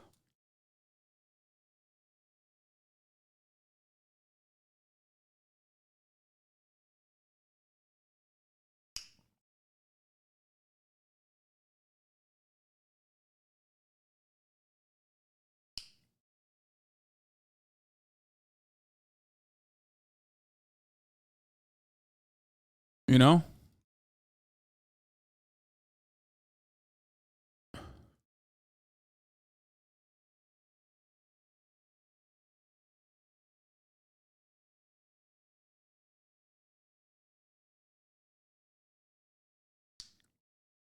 What is this? Jihan Tugal says the Anglophone. Oh, fucking Berkeley sociologist. Says the Anglophone coverage of Turkish Syrian earthquake is upsetting. The crushing majority of reporters and commentators, including Turkish ones, focus only on the national and ignore the global making of the catastrophe. Below, the anchor asks, how do you explain people getting angry at an earthquake? The commentator explains, because the destruction is political. It's due to inequalities, and it wouldn't be at this scale in another country. That's true, though. This kind of coverage expects us to believe that causes of response to disasters in good countries are not political. Want to look at the facts? Do you remember Hurricane Katrina, the thoroughly racial causes and consequences of destruction? Well, this is actually a really good example, because I literally used this exact same example when talking about how American disaster relief is also, definitely identical in the same way, even though it's marginally better, and therefore it will still be a little bit better. The reaction will be a little bit better. This is exactly what I'm talking about. The lack of planning. Levees being built specifically in Louisiana to protect wealthy neighborhoods. Levees being built higher than they're supposed to be in wealthy neighborhoods was a major reason for why poorer neighborhoods were flooded. Because levees are supposed to be built a certain way so that like there's mass dispersion of water. Okay? But they didn't do that. Right? That is environmental racism. That's systemic racism. That's structural racism. They did that on purpose. They did that deliberately. Wealthy neighborhoods are neighborhoods where white people live for the most part. Poorer neighborhoods are neighborhoods where white people still live, but mostly black and brown people. California wildfires. Do you think they're not political? Yes, in California, I do feel safer in regards to earthquakes because of many reasons. Chief among them is the proper use of technology. Okay. When you admit that, though, you have to admit that Turkey doesn't do that. But I also know the global background of this development. Have you ever checked out a carbon map? The core capitalist countries have been destroying nature for centuries, and the poor ones bear the burden. That is to say, the ecological cost of our comfort in the West has been externalized. That is an ongoing process. I know things look cleaner here than in Turkey, yet it is the plunder of Africa and South America. I mean, this guy's right. He's not wrong. I mean, this is the same old, this is literally the same old process over and over again. He's not wrong. Our relatively clean existence here is political. It is based on inequalities, and it is at the expense of nature and other people. Less of us die here in ecological calamities because other people are already dying for us. You might still say there are many less advanced countries where things aren't as bad as Turkey. Why is that? And don't even ask me about Syria, since you already know what your proxy war put in the situation. Countries like Turkey appear to have two choices. They either accept their middling place in global hierarchies, or their capitalism becomes as wild and destructive as the European capitalism of the mid-19th century, but now equipped with state capitalist tools in order to catch up. Erdogan is used, especially the construction sector, in this game of catching up. Oh, this is very good, actually. Okay. No, he is so right about this, but this is literally what this is. He's basically describing this. When Turkish people talk about the inequality in the country, when Turkish people talk about like the lack of support and the government in this country and why it wouldn't happen in another country in a similar capacity, they're basically comparing the United States of America to Turkey and saying that it's literally this, what he's describing here, that like Erdogan's development projects were on overdrive because it was politically fashionable for him to do so. That is precisely why Turkish self-destruction is also coming through poorly constructed airports, roads, and buildings. Turkey stuck to the first path before 1980 and fully embraced the second after 2002. Things would have been better if it had struck so its servile ways, but not much better, as the 1999 earthquake shows. Yeah. Forcing Turkey to revert to its pre-Erdogan path, as the commentator below suggests we should, would give the West ease of mind, but would not go to the root of problem. The change has to be global. While we are fighting for global change, I hope Turkey gets rid of these rapacious developers at the top, but doesn't replace them with milder developers who produced the 1999 calamity. The latter are the mainstream West candidates for perpetuating business as usual. Okay, I do like it. I take it back. He spat by the end of it. At first, I thought he was just going to be like a semantics, like annoying and talk about like the semantics of the situation, but he's just looking at it as a from a anti-capitalist perspective, which is that these issues are global. You will not be able to you will not be able to like find a perfect solution, especially because at the heart of the problem is capitalism, and that a social democratic liberal party that comes into power is probably going to revert back to the 1999 pre-Erdogan days of development, which, as we all know, as you guys know in the chat, because I talked about my own personal experiences from the 99 earthquake, was still genuinely a calamity and was devastating. It's just things have gotten even worse. Things have only gotten worse. But the solution, of course, will not be the Social Democratic Liberal Party. The solution would only come through a genuine change, a dramatic change in the way that the Turkish economy is organized.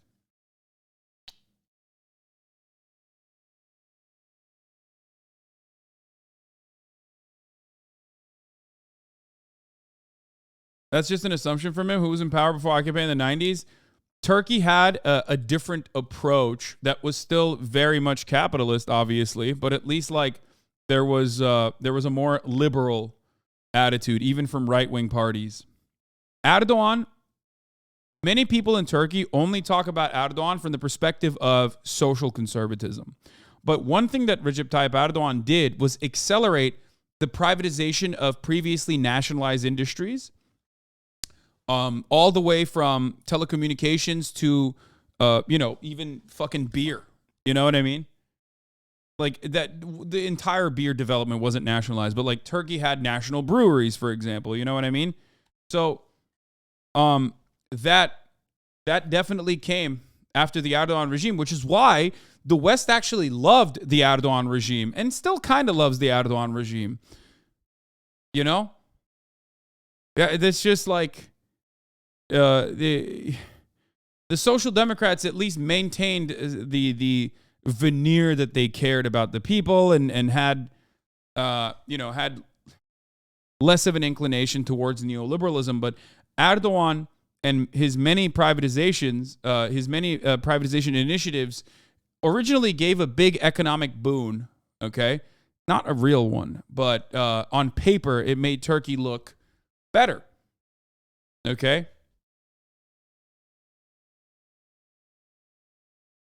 That, especially the rampant privatization,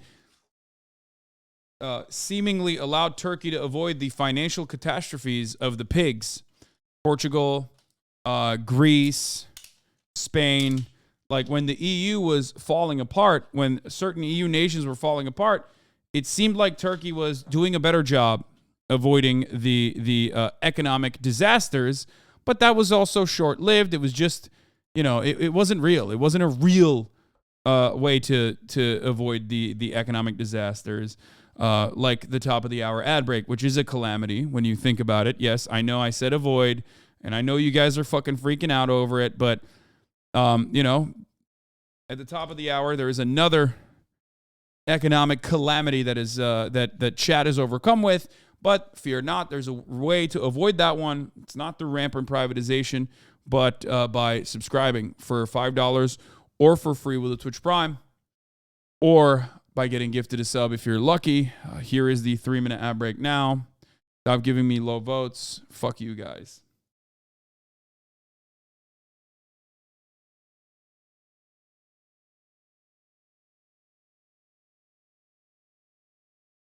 Pigs, Portugal, Ireland, Italy, Greece, and Spain.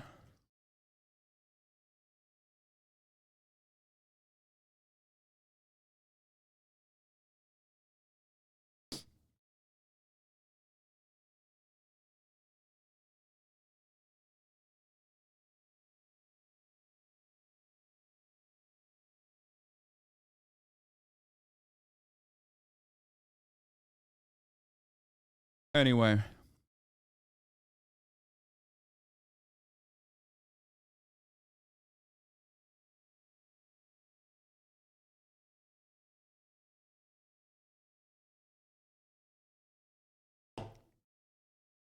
İnşaatların denetlenmesi bile özel sektöre bırakıldı. Müteahhitler kendi denetim firmalarını kurup inşaatları denemiştim gibi yaptılar. Bu Amerika'da da böyle yapıyorlar orospu çocukları, emin olun. People think this doesn't happen in the West, but you're basically also explaining the Australian Conservative Party and how they ran Australia for the last 2 decades straight. Same with the UK. A lot of issues in European social democracies also stem from the exact same problems. It's just a slower burn. You have to realize always that, like, in Western nations, they have more money. Why? Because they plunder the global South in a way that Turkey could not even imagine. Even if Turkey wanted to plunder the global South, they would never be able to, in the same way, in the historic ways and in the contemporary ways that the European nations do. Okay? That props up the social democratic, the social democracies, the economy of the first world. Okay? The Western world. Now, with that plunder, they are able to extend the lifeline of neoliberal capitalism as they still implement austerity measures internally, something that they used to do for other countries. You know what I mean? Like, Neoliberalism was the way of the land and the way to operate the third world, right? Developing nations through IMF loans and sometimes even like direct political pressure in the form of like coups d'etats and whatnot. Now they're basically doing that to their own people. You suck, Hasan. You made me miserable for months when I was a viewer. Your tone is toxic. I can't even stand hearing your voice. Your shit is so gross. You okay?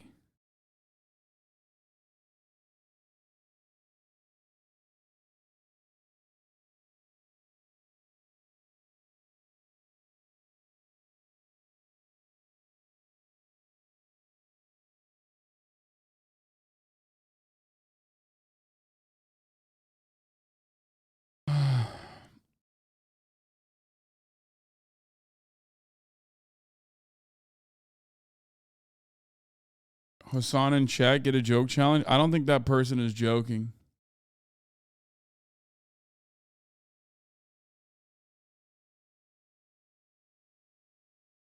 Anyway, I hope you get better. Chatter. Austin said tier 2 keg. Wait, you're not even tier 2, motherfucker. Why you?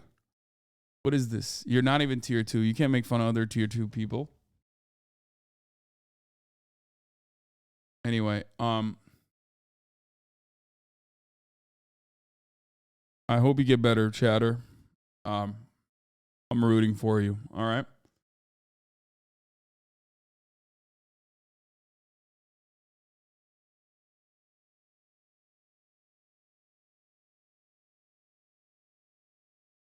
I forgot the ad. No, I don't think I did. I think I ran it. Yeah, I ran it. You just didn't see it.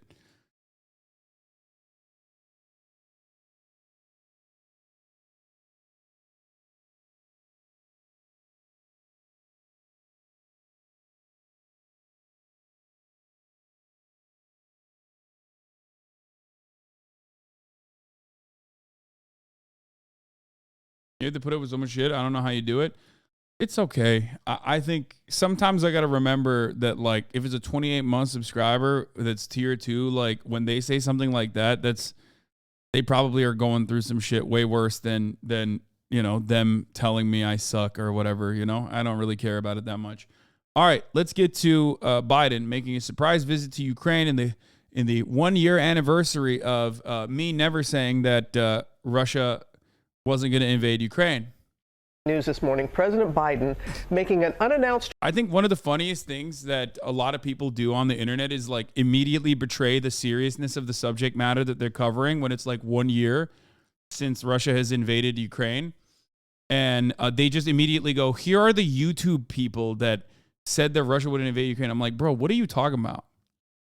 You think like this is your takeaway? Like you are so obviously just trying to fucking farm likes more than anything else. You know what I mean? Like you literally are just like, oh, thank God it's been a year. So now I can like, you know, bring this back up. Who cares? Why do they bring it up? Because they just don't care about anything. They just want to farm. They just want to farm. That's it.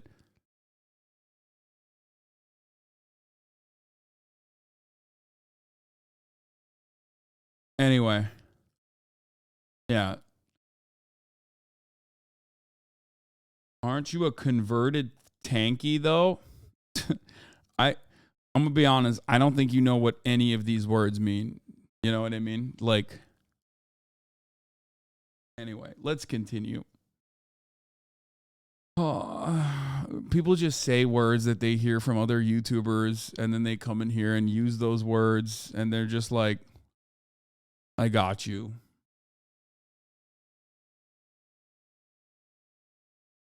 Trip to Ukraine nearly 1 year since the beginning of Russia's full-scale invasion as Vladimir Putin's forces ramp up their offensive and amid concerns that China could start giving Russia significant military aid.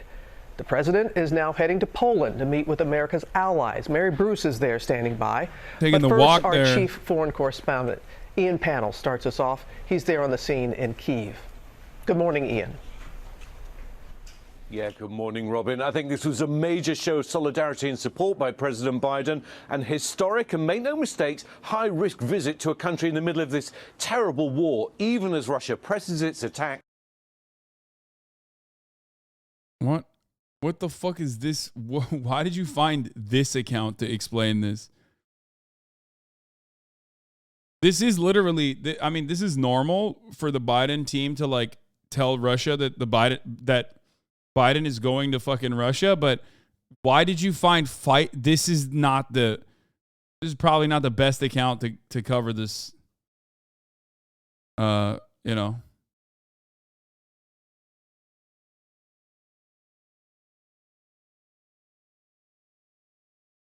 Across the country. This morning, President Biden crossing into the war zone. Unprecedented security in the capital, Kyiv, as all major roads are sealed off. Hundreds of armed police and army lining the streets. Air raid sirens ringing out as the president walked alongside President Zelensky. A reminder of the dangers Ukrainians have faced every single day for almost a year. Kyiv stands, and Ukraine stands. Democracy stands. The Americans stand with you, and the world stands with you. President Biden and Zelensky paying their respects at the Wall of the Heavenly Hundred to commemorate those who've lost their lives in the protest for freedom in 2014, and a place that also honors Ukrainian war dead. Thank you very much for coming, Mr. President. It's a huge moment of supporting the Ukraine. As the president spoke, in the east of the country, intense battles raging, especially around the key city of Bakhmut. Unchecked aggression is a threat to all of us. Russian forces are now engaged in intense street-to-street battles as the death toll rises on both sides. Ukraine low on ammunition and firepower. Today, Biden announcing more military aid. Russia also looking for military support. Secretary of State Blinken warning his Chinese counterpart to not supply lethal military aid to Moscow. And this morning, the Chinese hitting back, accusing the US of pressing lies and saying it was America sending weapons, not China. Freedom is priceless. It's worth fighting for as long as it takes. And that's how long we're going to be with you, Mr. President, for as long as it takes. We'll do it. Thank you. Well, this was a defiant message today from President Biden, aimed a lot at President Putin, though, that his aim to wipe Ukraine off the map, his war of conquest, as he referred to it as, is failing.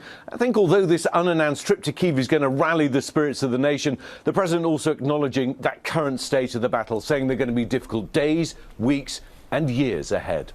Oh, my. Robin. As always, Ian, appreciate your reporting. Hi, everyone. George. Yeah, Jake Sullivan, President Biden's national security advisor, told reporters that the White House alerted Russian officials of Biden's trip to Kyiv several hours before he arrived for deconfliction purposes. Yeah, no shit. Of course, dude. Can you imagine Russia fucking lets loose a stray rocket like they do regularly while fucking Biden's in Kyiv? Holy fuck, that's it. Is nuclear holocaust. Instant World War III. Like, instant. So, of course they did that.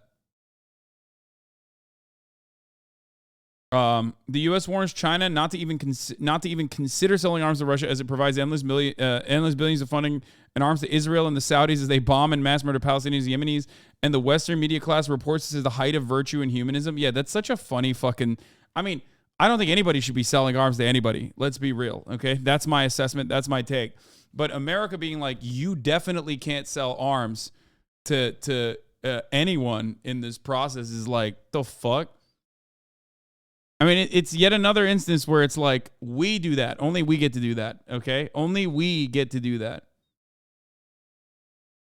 You know what I mean? The BBC, New York Times, Guardian say in unison how the U.S. has shown its devotion to peace, human rights, and territorial sovereignty by warning the evil Chinese not to sell weapons to Russia, something they would, of course, never do. Being a propagandist means living in an alternate universe. The thing that never ceases to amaze me is how all these people from Blinken to Jake Sullivan to all the scum at the New York Times and BBC who regurgitate this deranged bullshit have no shame. They just say it without even a hint of embarrassment. Their pathological depravity knows no bounds.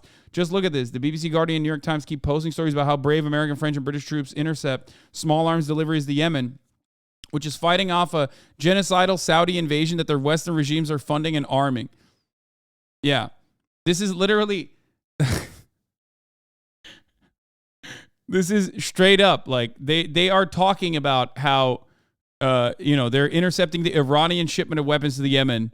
French forces see shipment of weapons headed from Iran to Yemen. Another dub. They write stories about how awesome it is that they're intercepting small arms sent to help Yemenis fight off a genocidal invasion supported by their own regimes. Then right after, Slava Ukraini, we have to spend more weapons for self-defense. Peace is just the purest scum. By the way, they called this the free press in the West. Yes, formally you're allowed to ask Blinken and Sullivan and all these depraved scumbags any questions you like when you work for the BBC, Guardian, New York Times. But, of course, the only reason you work there is because you won't. And, of course, it would not be a fucking squirrel thread without Noam Chomsky manufacturing consent. By the way, I'm surprised that they didn't mention this, but we also give arms to the other side. Not just small arms, by the way, but like, laser-guided missile systems and refueling systems to the Saudi Air Force that we openly sell weapons to. So just remember that as well. We arm one side of the conflict and stop the other side of the conflict from getting arms. Which, of course, because they are enemies and, we are the good guys. So...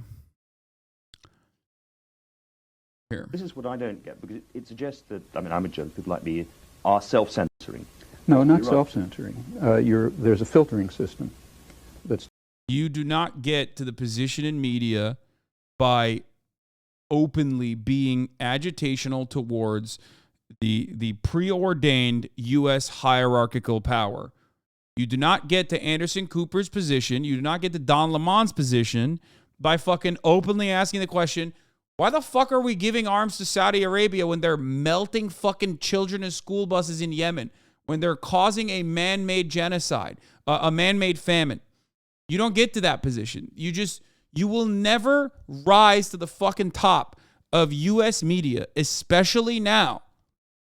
Maybe back in the day, you could do a little bit of a stint, covering the State Department or whatever, and you could be a little bit more antagonistic, especially as it pertains to like domestic policy. You got the Pentagon Papers like that. Back in the day, that happened. Okay? You don't get that anymore. You only get like externalities. You'll have like Abu Ghraib, right? Which is so openly gross and insane and inhumane that like you have to fucking cover it. You know what I mean? But the underlying fundamentals of why we have to be in Afghanistan, why we have to be in Iraq, will not be questioned. You can question it now, question it 20 years down the line, but immediately as it's happening, no shot. It doesn't happen like that. Okay?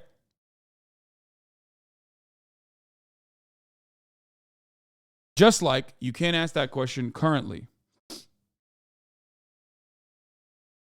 Just like you can't ask that fucking question.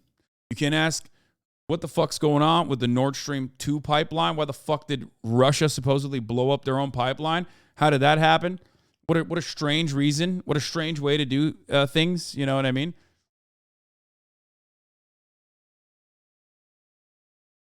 Okay, I'm not going to cover that right now. Kindergarten. It goes all the way through.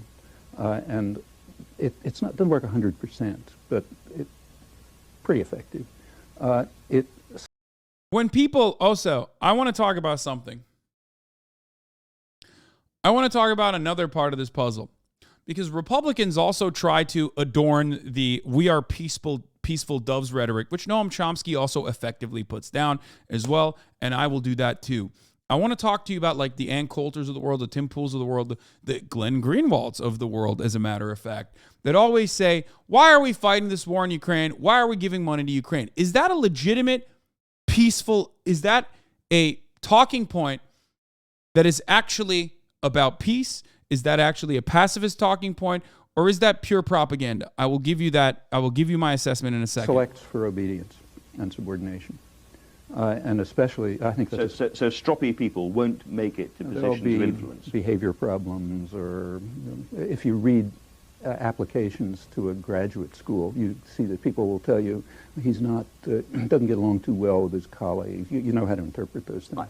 I'm just interested in this because I was brought up, like a lot of people, probably post-Watergate film and so on, to believe that journalism was a crusading craft and that there were a lot of disputatious, stroppy, difficult people in journalism. And I have to say, I think I know some of them. Well, I know some of the best and best-known investigative reporters in the United States. I won't mention names because I don't want to, whose attitude toward the media is much more cynical than mine. In fact, they regard the media as a sham, and they know and they consciously talk about how they try to play it like a violin. If they see a little opening, they'll try to squeeze something in that ordinarily wouldn't make it through. And it's perfectly true that I'm sure you're speaking for the majority of journalists who are trained, have it driven into their heads that this is a crusading profession, adversarial, we stand up against power, a very self-serving view. On the other hand, in my opinion, I hate to make a value judgment, but the better journalists, and in fact the ones who are often regarded as the best journalists, have quite a different picture, and I think a very realistic one. How can you know that I'm self-censoring? How can you know I don't say that you're journalists self-censoring. I'm sure you believe everything you're saying. But what I'm saying is if you believe something different, you wouldn't be sitting where you're sitting. I mean, it's great. Of course, you know, it's a lot of people in media fucking despise that because it kind of strikes at the core of the problem, which is you wouldn't be in that position that you're in if you were truly contentious to the powers that be. If you were truly covering, you know, things that you are not supposed to be covering, then you would not get to the position of interviewing people. You know what I mean? You wouldn't be a fucking host. Anyway, so let's talk about dude, this is so funny. Isn't Noam Chomsky a lib? He's a libertarian. Chomsky, the first thing I do in the morning is read the New York Times. It's the best newspaper in the world. You want some general sense of what's going on? That's where you go. I mean, he's not wrong. That's still true. The reason why we're hypercritical of the New York Times, especially as it pertains to State Department propaganda, is that because it's like literally it's supposed to be the gray lady. That's the point. I tell you this all the time. When I am skeptical of mainstream media narratives, notice how I never talk about certain narratives that like the right wing is hyper focused on. Okay. There's a reason for that because I understand that the underlying material interests of why the New York Times is covering certain stories over others is sometimes valid. Okay. It doesn't mean that like everything that every moment, every letter that they ink on the fucking paper is literally false. Okay. It's not riddled with falsehoods. It's not.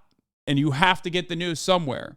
And they do a profoundly important thing, you know, Associated Press, New York Times. It's just that when you're consuming it, you have to be critical of what you are consuming. You have to be a little bit better with your understanding of what their perspective is, where their biases lie, okay? And the unfortunate reality is that, like, there is no... Media literacy, unfortunately, is not taught in a Marxist sense. You will never learn media literacy from a Marxist perspective because you're going to a neoliberal institution of learning. So when you learn about media literacy, you're learning a liberal understanding of media literacy.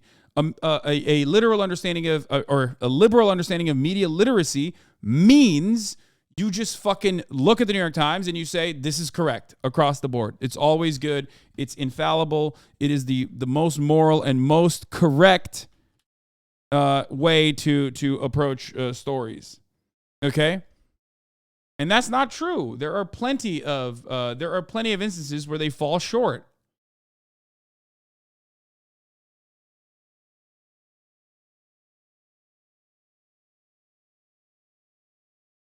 What are some key points of leftist media literacy?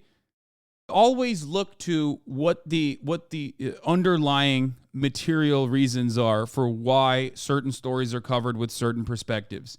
One thing that I can give you, it's like building biases basically, but if you want to understand like how an article is covered, always look to what sources they're covering. For example, when you talk about police brutality, I mean, I say this all the time. It's not just the New York Times. It's not just NPR. It's all of mainstream media, that outlets that you consider to be otherwise very good outlets, right? When people cover police brutality, they always go to the police. When people cover police brutality, why the fuck are you going to the police? Why are you asking other former policemen, police chiefs, and people that work for, security contractors and whatnot, what their perspective is, when you should be only talking to victims' families, okay? And you should only be talking to like public defenders and activists. But they don't do that. They talk to police officers. They talk to ex-police officers. They talk to police chiefs. They talk to people who still have contracts with, police departments all around the world sometimes. That is a bias. Why do they have that bias? Because they work in line with the police. They are defenders of capital. Police protect and serve the interests of capital, and so does the New York Times. So whenever there's an issue of police brutality, their job is not to put it on the paper and give you the actual fucking truth of it and tell you exactly what ways to modify or fix the problem. Their job is to normalize that violence. And sometimes normalizing that violence also means looking at the tip of the iceberg and saying, that's abnormal, but that's very different than the rest of the violence that continues on a daily basis as police operate like occupying forces in black and brown neighborhoods. This was a very apparent thing that I tried to pummel into your fucking brain when we were talking about the Cobra unit, right? With the execution of Tyree Nichols. Everyone immediately rushed and said, these 5 cops, they're bad. And the second thing that they said immediately after that was, or not Cobra, sorry, Scorpion unit. I apologize. I fucked it up. It's another comical 80s fucking supervillain named unit. It was the Scorpion unit, not the Cobra unit. But they did that with a purpose. They immediately banished these 5 cops as though they were like totally operating outside of the boundaries of normal policing when they clearly weren't. Okay? And that's something that you need to remember. They were operating within the boundaries of normal policing. It's just that, it was on camera and it was pretty gruesome. So they had to make it seem like this was totally different. That's why they went to other cops and they asked them, like, is this normal? And all the other cops said, no, in all my 30 years of policing, I've never seen that. No, it wasn't just because they were black. Stop. We're talking about something that is more important than black or white, okay? Because there is one additional layer. Ask any black person and they will tell you, when you are a cop, okay? You're not a black cop or a white cop. You're a cop. You're working for a white supremacist institution, whether you agree with it or whether you even recognize it or not. This is not colorblind Andy. This is straight up just the truth.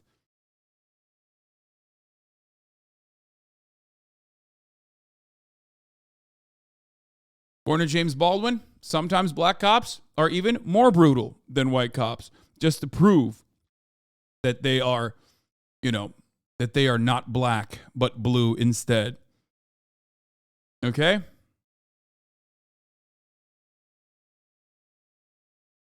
Anyway.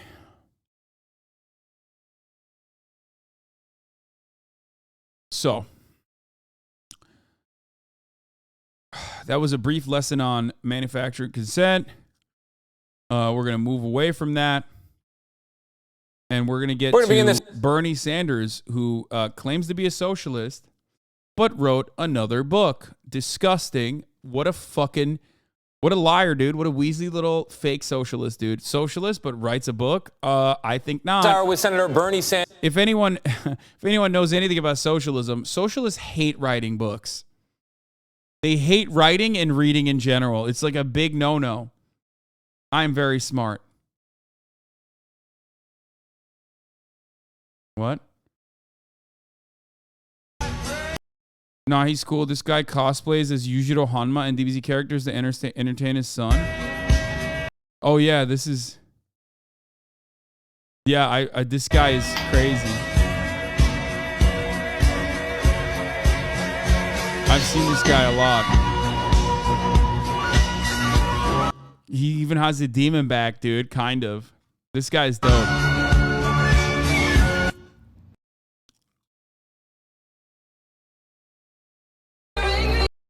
My TikTok just suggested this to me. The caption was just Sigma. Oh, I forgot. We're going to talk about the conservative critique of war. Good fucking call. Thank you. Before we get to Bernie Sanders and him being a fake socialist, one last thing I wanted to say about the war in Ukraine. A lot of people regularly talk about how much money we're fucking sending over to Ukraine, and some of the perspective is valid. But a lot of what conservatives talk about with respect to why or how much money we're sending into Ukraine is just bullshit. What do I mean by that? Always make note of people who say, why are we sending this money to Ukraine when we can instead be using it elsewhere, and what they are saying? Because if they are like, why are we sending this money to Ukraine? Why can't we beef up our borders? Or if they're Marjorie Taylor Greene and they say, why are we sending this money to Ukraine when we could be bombing Mexico? Which is a thing that Marjorie Taylor Greene said. Or Ann Coulter saying, why are we sending this money to Ukraine when we could be invading Mexico like we did with Panama? A real thing that she said on the Tim Pool broadcast. I saw that earlier this morning on the Majority Report. Shouts out the Majority Report. Remember, when people say, why are we sending this money to Ukraine when we can be using it in other violent ways? Yes, she did say that, by the way. Both of these things I said are correct. Okay, let's see if we can, maybe you guys can send me the links. I know Marjorie Taylor Greene said it. I know Ann Coulter said it on Tim Pool. Understand that they're not anti-war, okay? They're not anti-war. Because they're just saying, that's not a good war to fight. We got a better war to fight. And if you are anti-war, you don't say shit like that. And this is basically what Glenn Greenwald advocates for as well.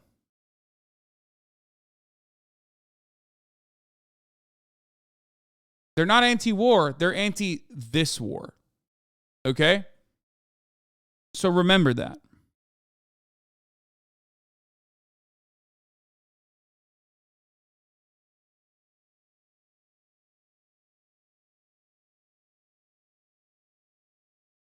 Here it is. Marjorie Taylor Greene says, President Trump was right. We should bomb the cartels because they are an international criminal organization murdering our people by lacing deadly fentanyl from China in drugs they illegally sell across our border to U.S. citizens. Not Mexico or its great people, the cartels. The Biden admin and U.S. Congress has invested 111 plus billion taxpayers' dollars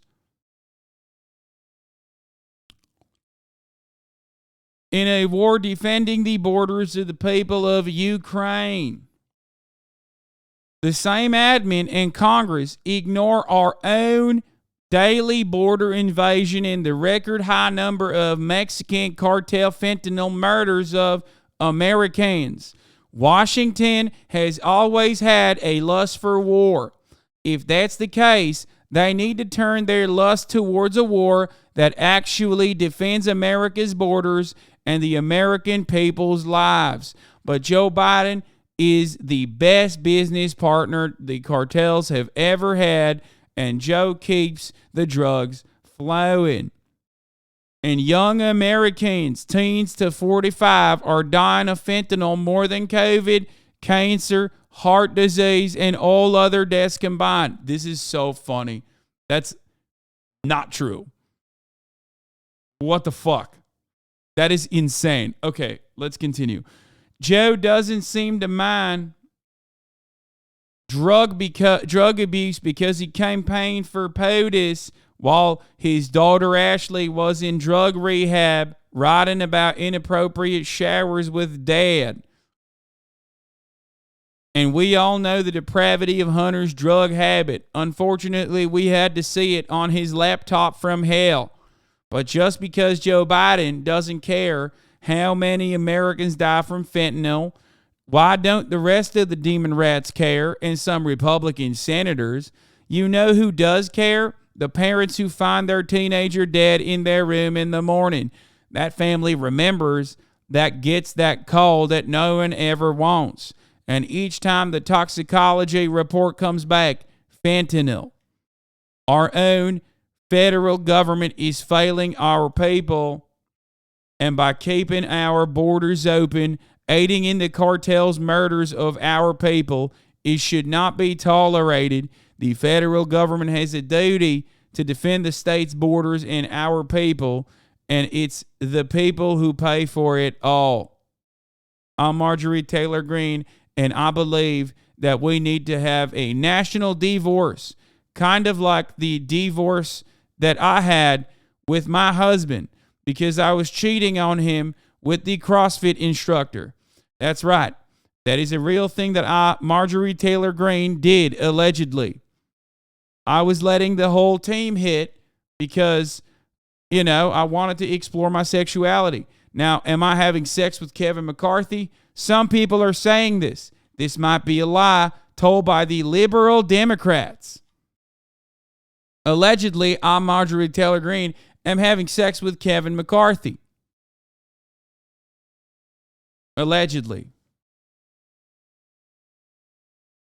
Anyway, we need to have a national divorce, kind of like the Confederates did, but this time successfully.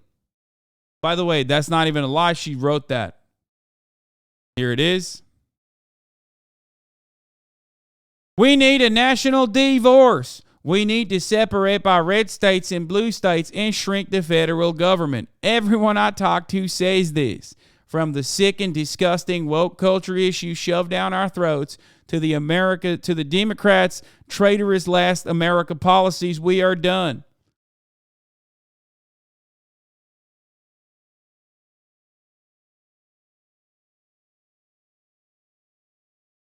That's right. We need to balkanize the United States of America, more like the non-United States, the divided states of America. I'm Marjorie Taylor Greene, and I know nothing about American history, and I will tell you that this will probably be a good thing.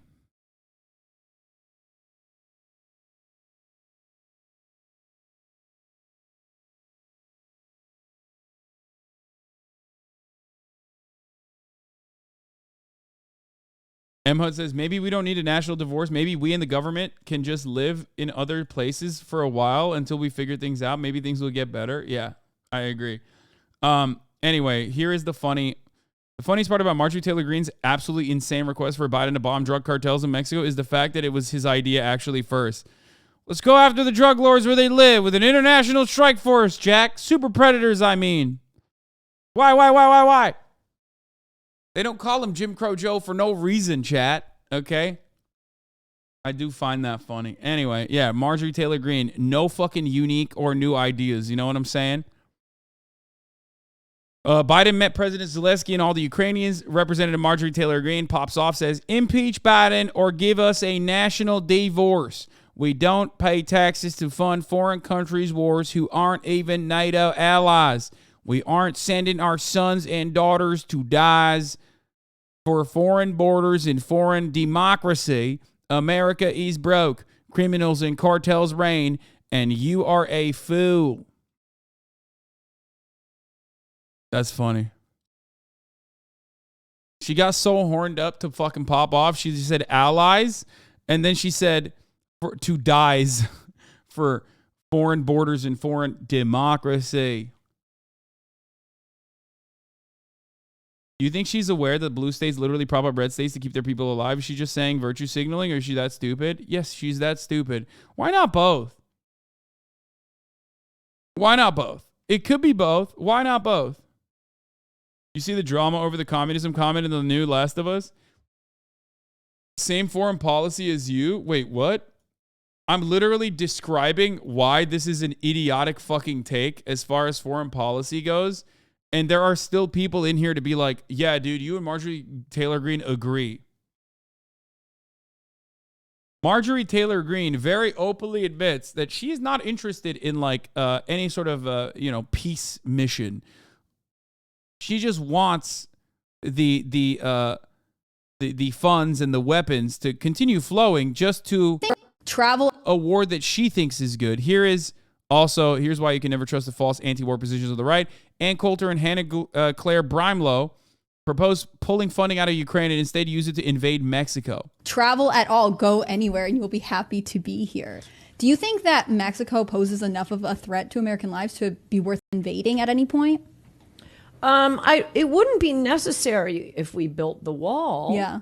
But yes, to take out the cartels, I mean, it's certainly more of a threat to us than Ukraine. Right. I mean, we sent a ton of money shipping goods and resources to Ukraine. Why wouldn't we just spend that money on the wall? Well, not only the wall, but as for, going into their country, I mean, I don't know, this is kind of racy, but yeah, take out the cartels if they can't do it by themselves.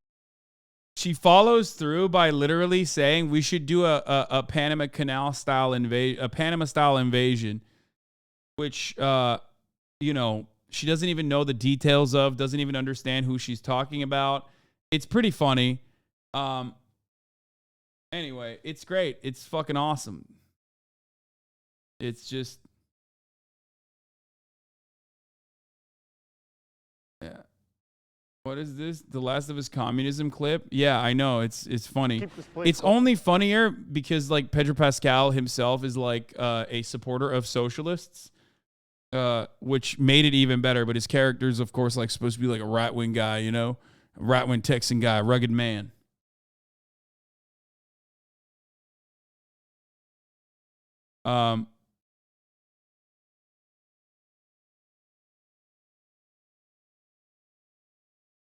There's more gun deaths in Mexico come from gun manufacturers in the United States. I guess Mexico is a pretty compelling reason to do some strategic strikes in the USA. Yeah, good luck to that. Okay, here is Ron DeSantis saying the same shit. By the way, this is now going to be the new right-wing talking point. That's why, get ready for this. First, on the president's unannounced visit, is this a good move? Well, Brian, I'm reminded of when he was vice president. Obama and Biden opposed providing lethal aid to Ukraine during those years. And then I'm also reminded that I don't think any of this would have happened but for the weakness that the president showed during his first year in office, culminating, of course, in the disastrous withdrawal in Afghanistan. So I think while he's over there, I think I and many Americans are thinking to ourselves, okay, he's very concerned about those borders halfway around the world. He's not done anything to secure our own border here at home. We've had millions and millions of people pour in, tens of thousands of Americans dead because of fentanyl. And then, of course, we just suffered a national humiliation of having China fly a spy balloon clear across the continental United States. So we have a lot of problems accumulating here in our own country that he is neglecting. First things first, on the president's unannounced visit, is this a good move? Well, Brian, I'm reminded of when he was vice president. Obama and Biden opposed providing lethal aid to Ukraine during those years. And then I'm also reminded that I don't think any of this would have happened but for the weakness that the president showed during his first year in office, culminating, of course, in the disastrous withdrawal in Afghanistan. So I think while he's over there, I think I and many Americans are thinking to ourselves, okay, he's very concerned about those borders halfway around the world. He's not done anything to secure our own border here at home. We've had millions and millions of people pour in, tens of thousands of Americans dead because of fentanyl. And then, of course, we just suffered a national humiliation of having China fly a spy balloon clear across the continental United States. So we have a lot of problems accumulating here in our own country that he is neglecting. First things first, on the president's unannounced visit, is this a good move? Well, Brian, I'm reminded of when he was vice president. Obama and Biden. Little Rhonda, meatball run. DeSantis downplays the threat of Russia poses to other countries. Of course, Aaron is gonna like fucking not let that happen. And to point out, I mean, you know, the fear of Russia going into NATO countries and all that and steamrolling that is not even close to happening. I mean, that part is true, by the way. I don't know why like liberals make it seem as though Russia has this capability when they're getting their shit pushed in like the most destroyed eastern Ukrainian towns by the Ukrainian army that is being funded by the rest of the planet. So, you know, good luck to them going into a fucking NATO country. Okay, come on. Is those woke approach to crime and law and order and being... Okay, I can't. Yeah. Little Rhonda. It's not about capability. It's about the Asiatic horde narrative. Yeah. You don't have to win to cause immeasurable damage. This is true, which is why I originally had that famous take that I had that was wrong. But, you know, of course, that never happened. So. I absolutely love how you ignore Jimmy Dore. Please keep not giving me any clout and relevance. I feel like he's exactly the kind of... Yeah, okay, stop. Just stop saying anything. Just don't even write shit then in the chat. Crazy.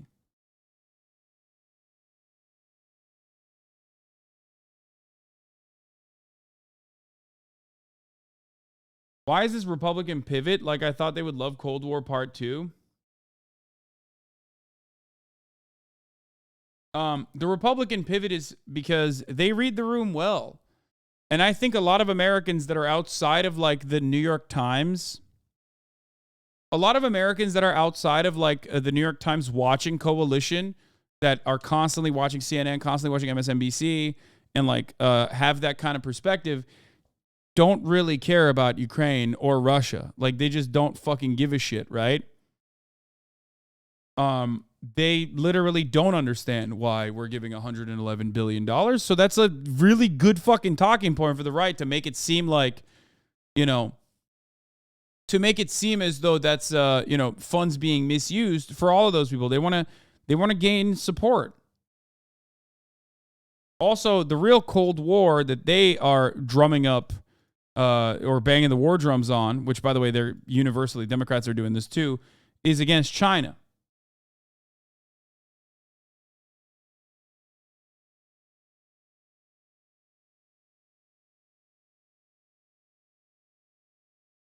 That's actually really good. It's where is it? It's the same as the Ohio derailment. They don't have solutions, but just because they don't have solutions doesn't mean they can't cut good fucking propaganda.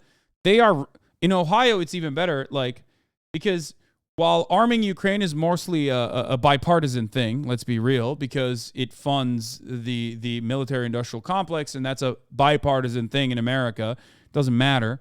Some edge cases will claim that it's bad or whatever, but ultimately everyone is going to fucking, at the end of the day, everyone's going to fund it.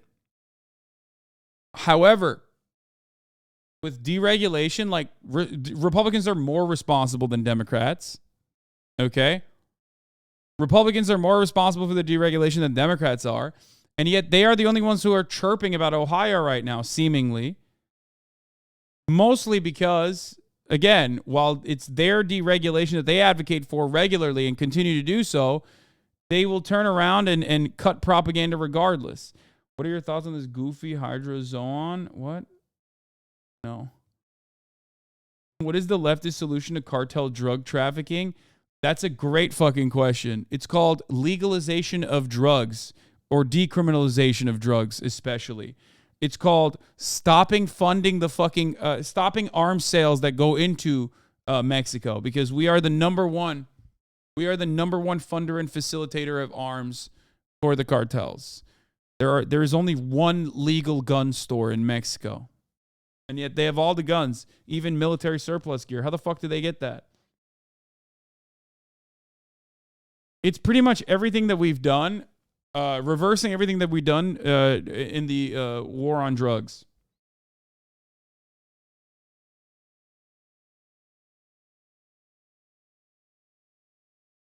Oh, Mehdi did a 2-minute, Elon Musk is right-winger takedown. We'll cover that in a little bit. You know what? Let's just cover that now, actually. I kind of want to talk about this dude who's like, who apparently had a JCS React Lord style interrogation where he literally fucking snitched on everybody. Like all over the rap news.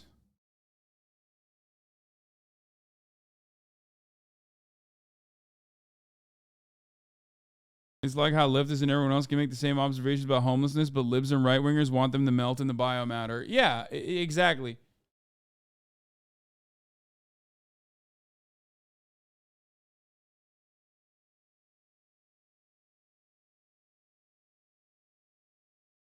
Okay.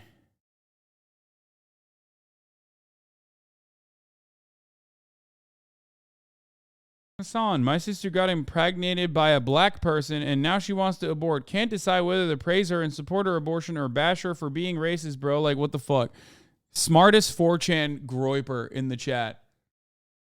Like, literally, this is, oh man, the liberal conundrum that I am facing. I am a liberal, of course, and not some fucking racist Nazi piece of shit that came in the chat to portray myself as a libtard.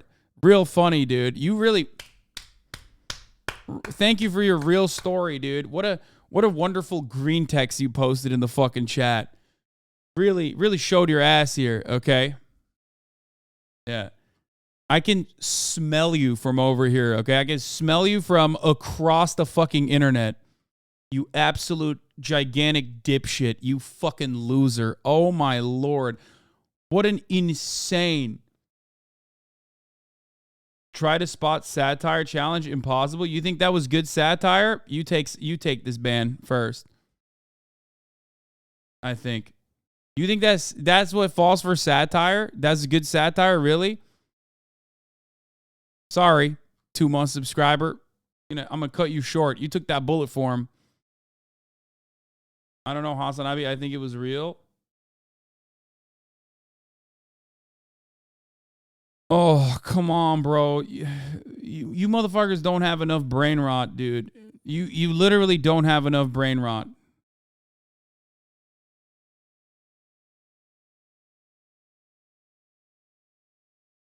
How much you want to bet that this is a white tech bro chud who's on his lunch break eating $1,000 meal when he wrote that? No, dude.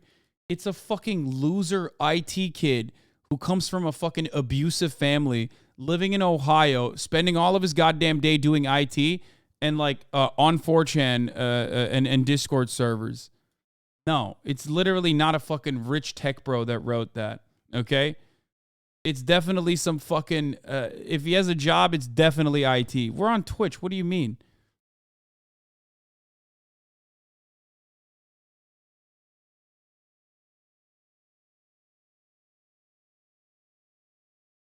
Where's the guy? What did he say? I found the chatter. Okay, bro, chill. What the fuck is that? Where's the main chatter? I think there's a lot of that on Radlib Twitter, bigot bait. Yeah, it is. It's so stupid. Especially because, like, here's the thing, okay? Here's the problem. A lot of people, a lot of like you know, liberal people genuinely cannot parse through this shit. I mean, yeah, fucking dude, literally, come on, I didn't even have to see this.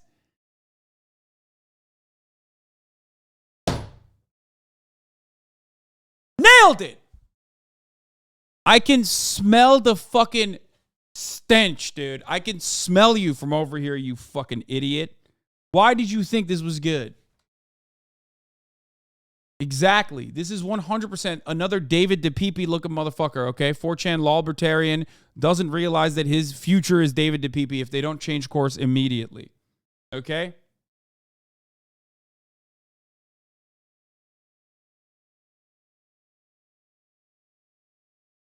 They're so fucking predictable. But what is awful, and the reason why I banned the other person and not this fucking weirdo, the reason why I banned the other person is because the other, why can't you take a joke? Okay, oh my God, dude, because it's not a joke. Do you want me to like literally explain this piece by piece? Or are you, because, you know, for neurodivergent folks who think that this is like, haha, lol, funny time, when it's just a hacky bit that's not even remotely funny. Like, I laugh at edgy shit all the time, okay? Trust me. The reason why this is not a funny joke is because it's supposed to be presented as like a rad lib conflict. Oh man, my sister got impregnated by a black person. That's just racist as fuck across the board, okay? And now she wants to abort. Can't decide whether to praise her and support her abortion or bash her for being racist, bro. Like, what the fuck? This is literally so fucking hacky. It's the 2-button meme, okay? It's the 2-button meme and the superhero that's sweating. Which one do I press? Because normally, in this circumstance, the person being black or white doesn't literally fucking matter at all. It only matters in the form of a 4chan bit. Do you understand?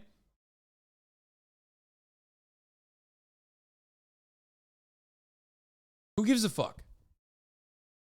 Ultimately, if this was a real situation, no one in the real world would be like, wow, that's so racist. Okay?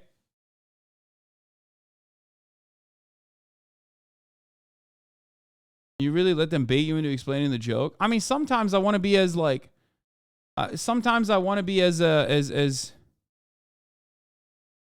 Nazi man has been here. How can you tell? K-on PFP? I don't know what K-on is.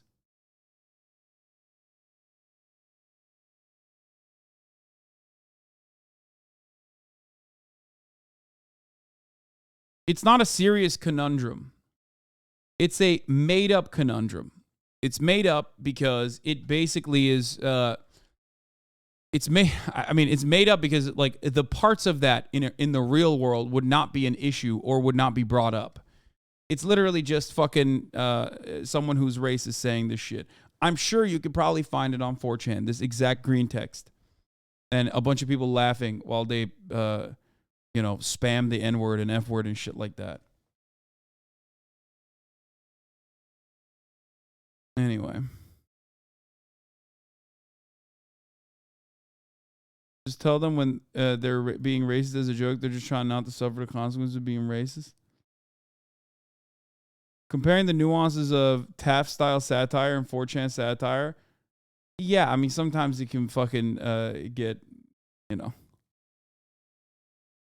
convoluted. But I think the real main problem there is that it's just hacky as fuck. You're a hack. You have no good, you don't have any good fun. You don't have any good jokes. You're a fucking hack. A loser. Unfunny. And it's not because you triggered me and now I feel sad because you triggered me or you intellectually destroyed me. It's just a hacky bit. No one is like that in the real world.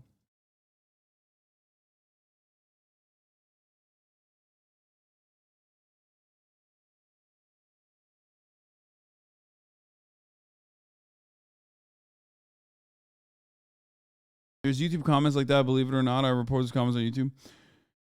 Oh, yeah, it is what it is. Also, you were explaining this so chatters can ID it on Twitter in the wild. Yeah, people do this all the fucking time. And unfortunately, a lot of people that are not fully like, they don't have like a fully flushed out worldview that just want to be like as empathetic as possible get caught up in that. Okay, they get duped into like thinking that sometimes narcissistic people that are actually on the left are bringing up something legitimate, like a valid request. Other times it's just straight up right wingers who like to heighten that narrative, heighten that like internal commotion among leftist movements and shit like that. And most people, unfortunately, especially rad libs, do not understand where these people are coming from. They can't read it. They can't see it. That is an unfortunate byproduct of the way Twitter works, I guess. But it's so easy to dupe a lot of these motherfuckers that some shit like that, which immediately smells like 4chan, can dupe even people in this community. Like, it's basically like, media literacy, but for not mainstream media, but instead for like internet literacy, I guess.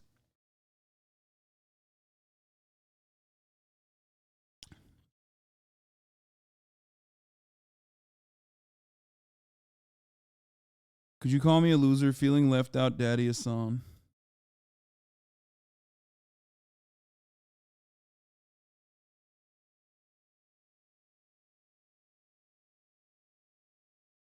They also want to prey on the people who take them at face value and get mad at you for banning them for joking. They take advantage of radlibs and zoomers. Exactly.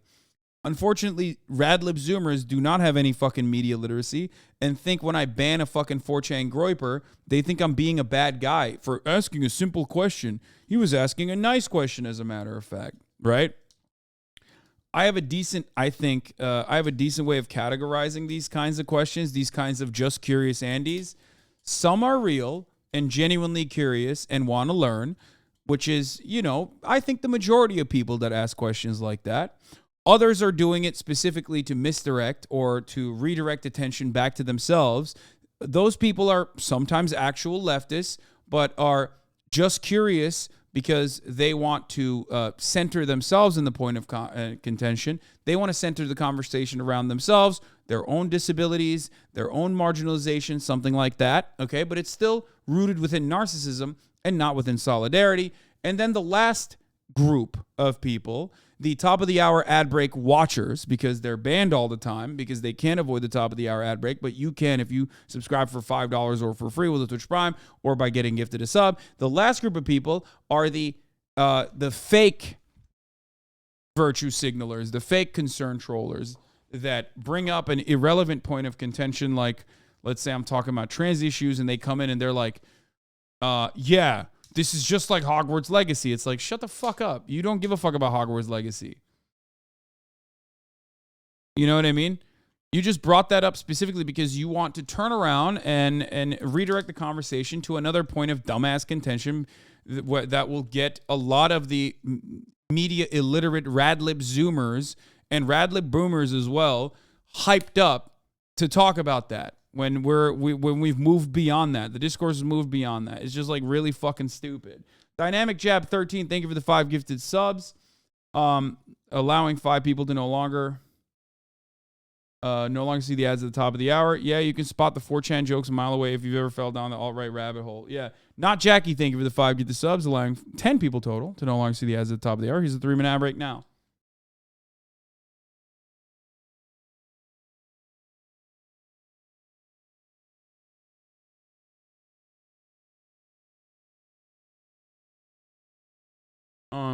Anyway.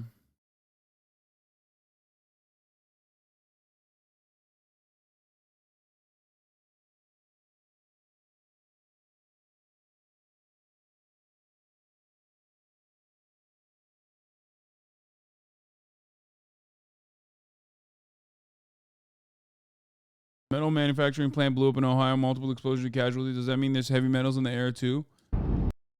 I don't know, but I like that everyone is really hyper-focused on all of these fucking atrocities. I love that. I can't get enough of it. Hopefully there will be a lot of people that like also end up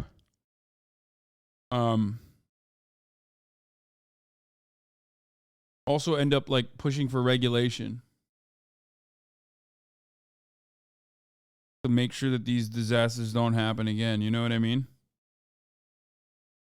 That last one got a 920. Fuck yeah, baby. I think I deserved it. That was a well-deserved one. That was a good one. K on PFP shit started on 4chan too. It's an ongoing meme that K on PFP say the most racist shit imaginable. Okay. I don't care about it. I don't know what it is. I don't give a shit. Okay.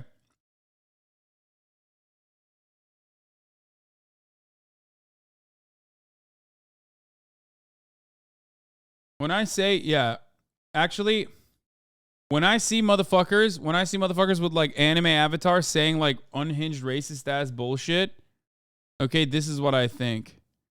This guy blocked me already. Interesting. Seriously? This is a person at an anime convention that has a sign that says fetishizing lollies equals pedophilia. Boom! Ooh, seriously? You in for a fight?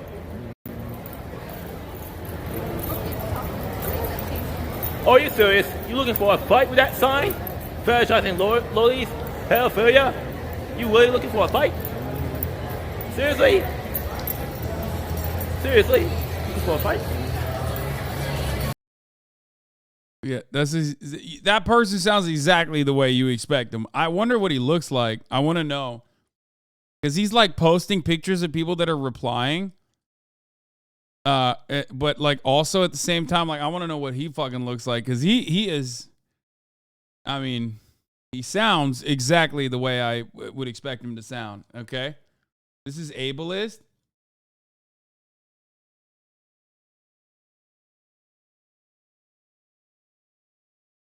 Got a picture of him right here. Okay, stop. He's black, by the way. Bitch, I don't give a shit. What do you mean? Oh, no. Yeah. So what? Automatically, I'm supposed to be like, okay, I guess this like fucking weirdo, pedophile, gigantic goober is no longer someone I can make fun of because they're black. The fuck does that have to do with anything?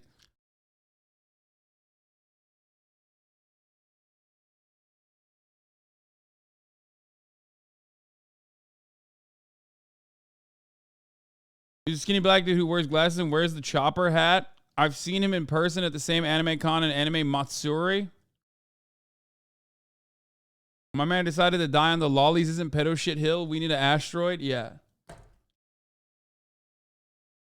You know how I said when you're a cop, it doesn't matter if you're black or white. You're a cop, you bleed blue. It's like fucking lolly defender weebs, dude. Okay? Same shit. If you're a lolly defending weeb, at that point, it doesn't matter what your background is, okay? It doesn't fucking matter what your background is, dude. You bleed for that shit, literally. Anyway, that's a funny little, that's a brief little aside there. My TikTok suggested to me the caption was just Sigma.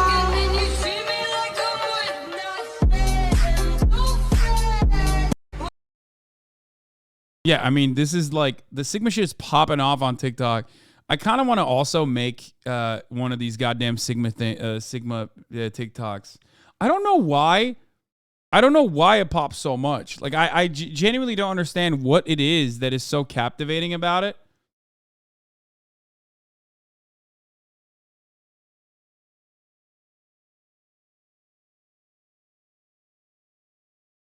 Please don't. You're better than that.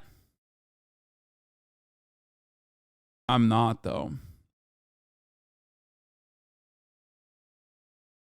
Anyway, people like it when other people make weird faces. I don't know. I haven't been able to figure it out either. Yeah, I don't know what it is. They're going to call you cringe and act like they don't watch all the Sigma vids too. Yeah, I know. But I don't care. No, actually, my TikTok comments are fucking awesome. My TikTok comments are like almost an entirely different world than TikTok comments of people who TikTok comments of people who post TikToks of me.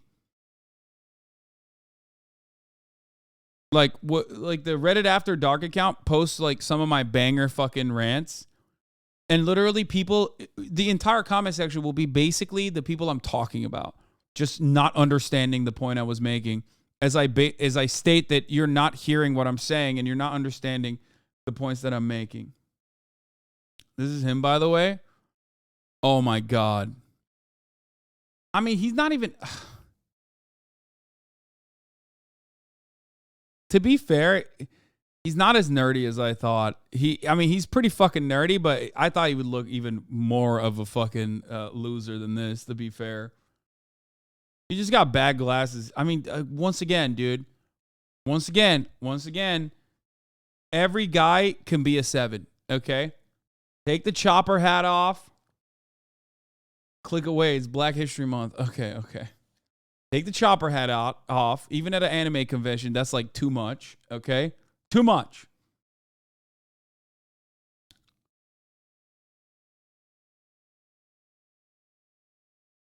Funny face content is constantly popular throughout the time. I'm convinced it's the babies on the internet. Yeah. Never defend Lolly again. Okay. Anyway, let's just move on. Here, Joe Rogan claimed the other day that there are no examples that show Elon Musk is a right-winger. So I couldn't resist responding.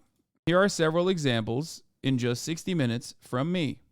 Time for what I call my 60-second rant. This week, Joe Rogan, who wants to believe he's a contrarian, said something very strange and demonstrably false in defense of Elon Musk on his podcast.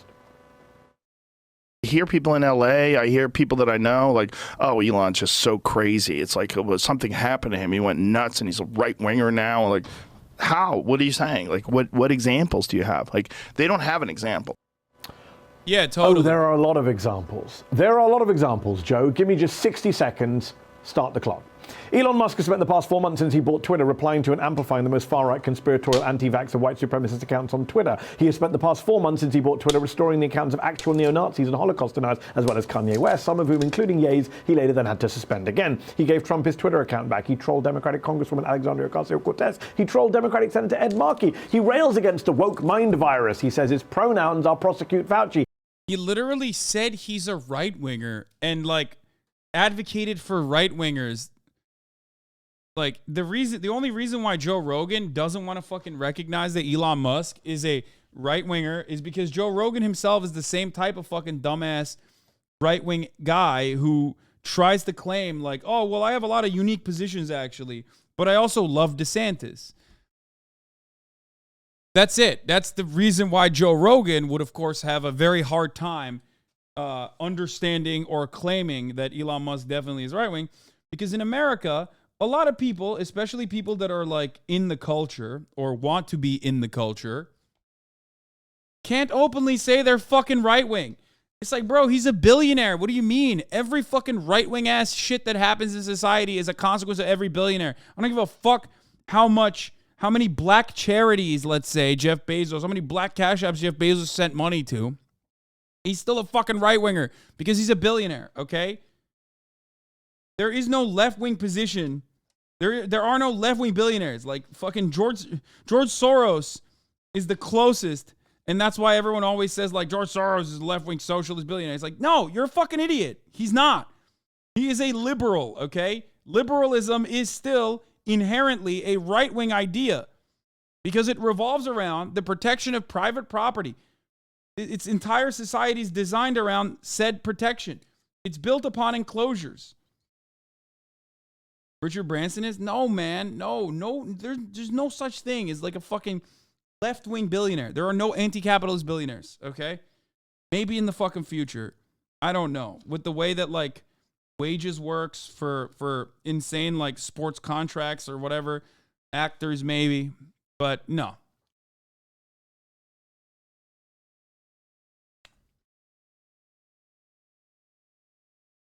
What is this? These comments from the haters? Bro, this has 15 comments. Good enough. Think about shit that I should've known. So I tell him it's one of me. He making fun of me. His girl is a bum to me. This is cool though. I have a Kai Cenat.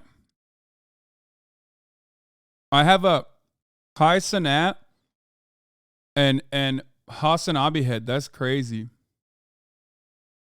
Watching a Hasan stream actively makes me violent. I think a lot of young TikTok brain zoomers have basically decided that, you know, I'm stopping them from having their fun with Andrew Tate. So now they're like, bro, like, fucking, he's mid, dude. He's mid, dog.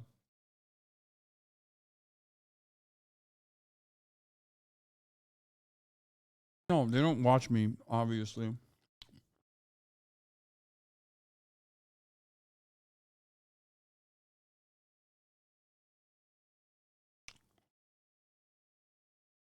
A lot of these little Zoomer kids heard you're lame and they became a monolith. Yeah. He spread a homophobic conspiracy from a fake news website about Paul Pelosi and the vicious attack on Paul Pelosi. He doesn't like regulations. He doesn't like high taxes. He doesn't like labor unions. He hung out with Jared Kushner at the World Cup final. He hung out with Rupert Murdoch at the Super Bowl. He advocated for Kevin McCarthy to be House Speaker. He went to Kevin McCarthy's office on Capitol Hill to wish him happy birthday in person. In fact, he was Kevin McCarthy's VIP guest at his Republican fundraising retreat in Wyoming last year. He said he's leaning towards Ron DeSantis for president in 2024, right-wing Republican Ron DeSantis. Oh, and he told his more than 120 million followers on Twitter on the site he owns to vote Republican just last November. Yes, vote GOP, he literally said. But no, Rogan's right. Musk's not a right-winger. How could you possibly think that? Up next, being a child of immigrants doesn't automatically make you an advocate for immigrants. Just ask Nikki Haley. Nice.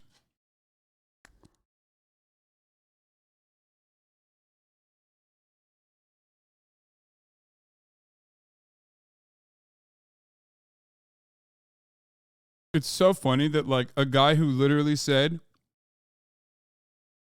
please vote for Ron DeSantis, the Republican candidate, is actually not a right-winger. Oh.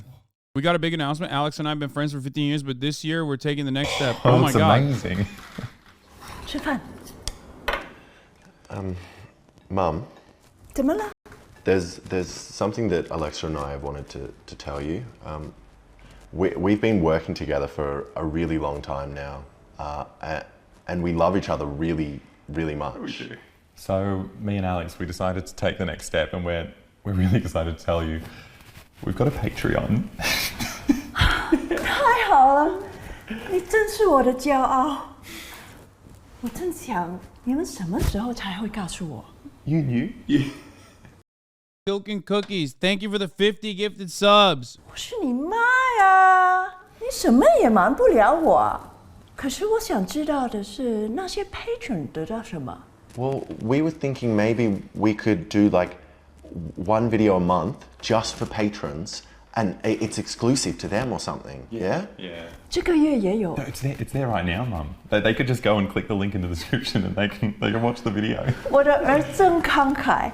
那你们打算怎么样用那些捐款？ Well, we were thinking because we've actually got a lot of big projects Alexa and I were working on that our fans don't know about. Like that time that we were working in the sweatshop overseas. So these kinds of videos are just really hard to organise and just hard to fund. And the sponsors, they don't want us talking about child labour. So if we have patrons, they can help us out. We can get these risky and ambitious projects out there. 你们应该立刻上 Patreon 网站。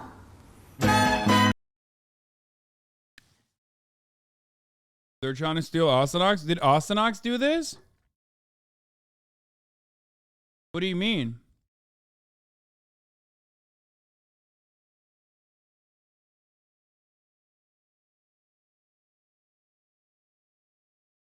Billionaires have bad taste? Oh. Okay, we'll watch this. We'll watch it later. Love these boys, obviously. Oh, Ostenox is their video? Oh, nice. Anyway, Ostenox is a whore. Exactly. There's nothing you can do about it. Will Zoomers watch you? What?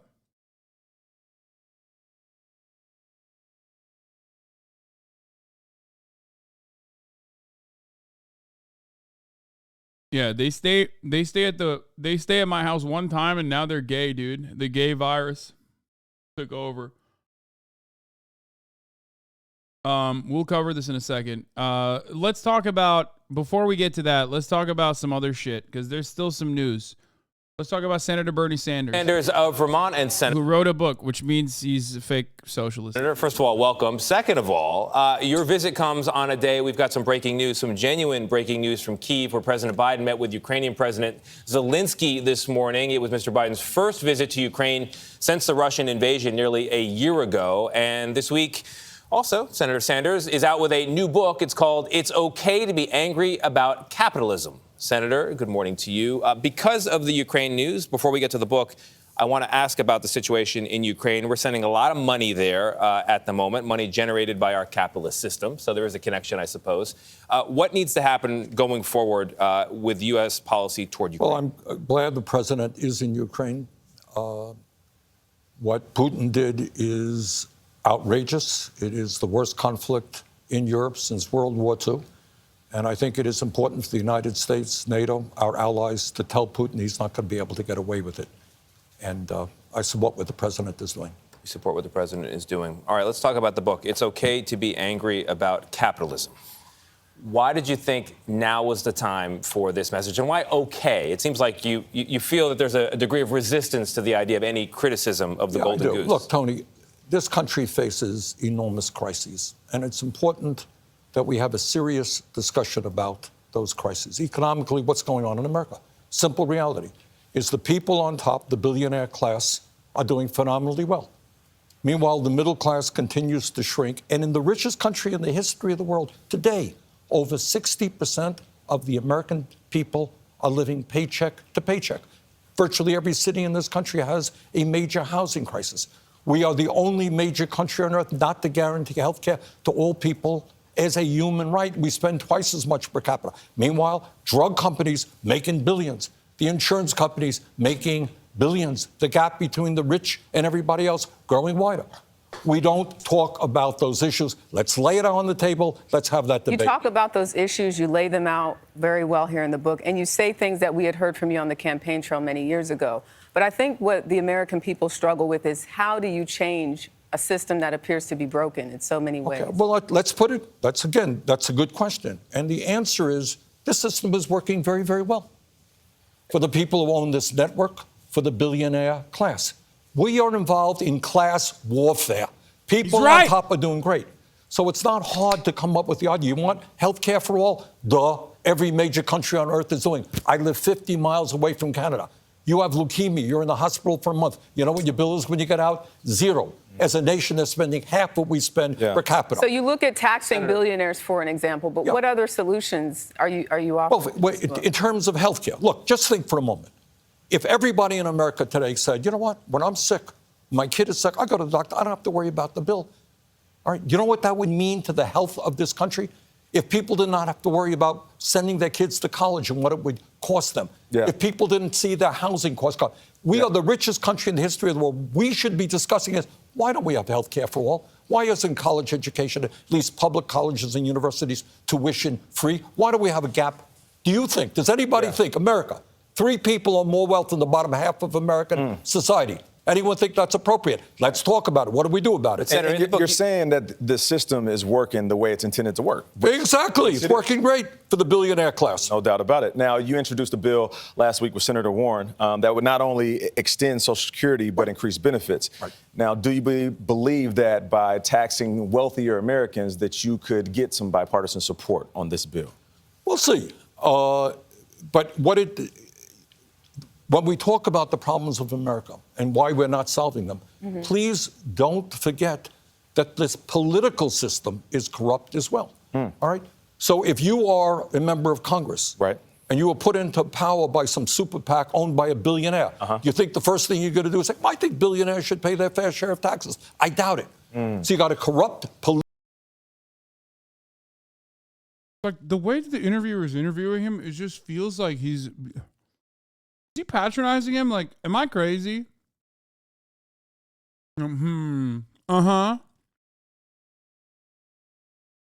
Like, it just feels weird.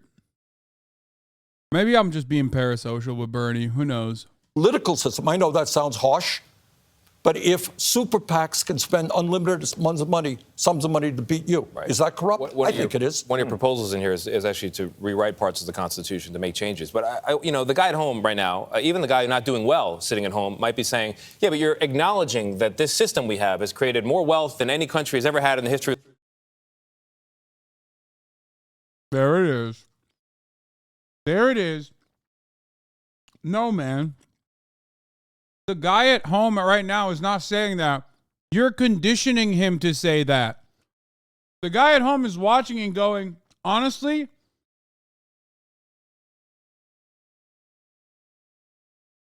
it feels like Bernie is spitting the fucking truth. By the way, this also ties back perfectly to what we were talking about with respect to Noam Chomsky and manufactured consent. This is a self-selecting process. It's a self-eliminating process. You have this motherfucker in this position specifically because he's a dog for the capital owners. He will say the right things. Through the world, tremendous innovation, things you acknowledge in the book, and now you're talking about changing that. I get, or tweaking it. Tony, it has created enormous wealth for the people on top. You tell me, in this great nation, I grew up in a family that struggled economically. We lived paycheck to paycheck. Why today, in 2023, over 60% of the people living paycheck to paycheck? Why? Let's talk about where we want to go. And I'll tell you something else that's happening. With all of the artificial intelligence, the robotics are out there. Who's making those decisions, whether you're going to have a job or not have a job? Are working people involved in? So all that I'm saying in this book, in that this age, with all of the technology out there, all the wisdom out there, let's create an economy that works for all, not just the few. I want to ask a question about Jimmy Carter here, but on AI, it is current tax policy in this country that if companies buy an AI system, it's a capital investment, even if it lays off workers, they get a tax benefit. You're right. Encouraged by the system. I imagine you would want to change that. But we would. You're saying tax robots. That's right. That's exactly right. Yeah. Jimmy Carter. Yeah, of course. What do you mean?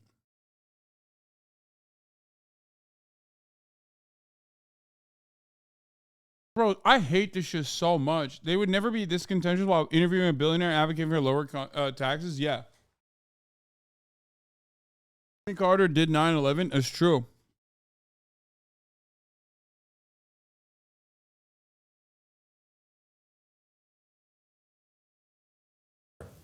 Just a core of decency and modesty. Didn't serve on corporate boards, went back to his hometown, didn't go to live in some giant mansion, didn't give high-powered speeches worth a lot of money. Regular guy, not a quote normal guy, seemed like a regular guy in real life. Your most memorable encounter with him, if you could, sir. Everything you said is true. I mean, he was a good president. I think what people will remember him for is what he did after the presidency. He didn't capitalize on being president. He got on boards. He didn't make a whole lot of money. I think he still lives today in the home that he grew up in. All right, bro, you're fucking glazing my man up hard as fuck, okay?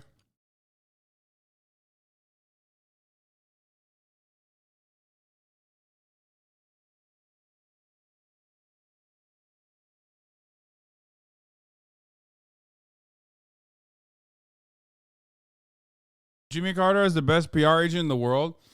You know, the Jimmy Carter doing Jimmy Carter shit since he fucking left the presidency is literally the inverse of the same coin that is like, oh man, Bernie Sanders is such a bad socialist because he's selling a book. You're a good guy.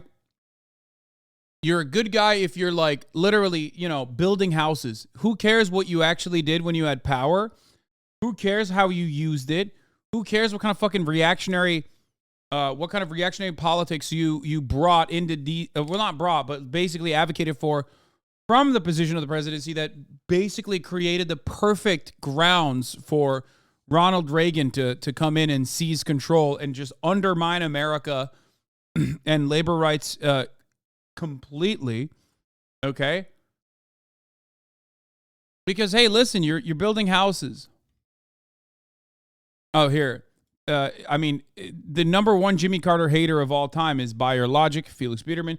The big difference between Jimmy Carter and Bill Clinton is that Carter actually fully believed his destruction of the regulatory state was actually helping regular Americans. Well, that and their personal conduct towards women, just a fucking historical disaster. However, I don't care how nice he was. He went for the biggest job in the world at one of the most pivotal times of recent history in deregulated trucking that met with Christopher Lasch. The latter is pretty funny considering the purchase Lasch has with certain online sectors nowadays. Felix Biederman is the number one hater. I'll give you one example, right, of the Carter take. right? Like, under Carter's watchful eye was the official, well, not official, but like the unofficial arming of the Mujahideen and training of the Mujahideen, right? Like, that happened not under Ronald Reagan. It happened publicly under Ronald Reagan, but not so publicly under under Jimmy Carter. Like, that's where it fucking actually started. Here, Jimmy Carter is an unrepentant genocidal war criminal who, among other things, sold arms to the Indonesian dictatorship as it engaged in genocide in East Timor. Carter increased as the Indonesian atrocities were increasing. They peaked in 1978. Carter's flow of weapons to But that's just like American foreign policy, right? Like, that's American foreign policy. That's like part of it. So Carter did 9/11. Carter had a role in the arming and radicalizing of the Mujahideen. Yes. Okay. Indonesia increased when Congress imposed human rights restrictions. By then, there was a human rights movement in Congress to block the flow of advanced weaponry to Indonesia. Carter arranged through Mondale, vice president, to get Israel to send U.S. Skyhawks to Indonesia to enable Indonesia to complete what turned out to be near genocide, killing maybe a quarter of the population or something. In the Middle East, Carter just won the Nobel Prize. His great achievement was the Camp David agreements.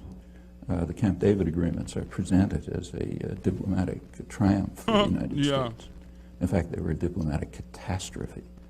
At Camp David, the United States and Israel accepted, finally, Egypt's 1971 offer, which they had then, U.S. had rejected at the time, except that now it was worse from the U.S.-Israeli point of view because it included the Palestinians.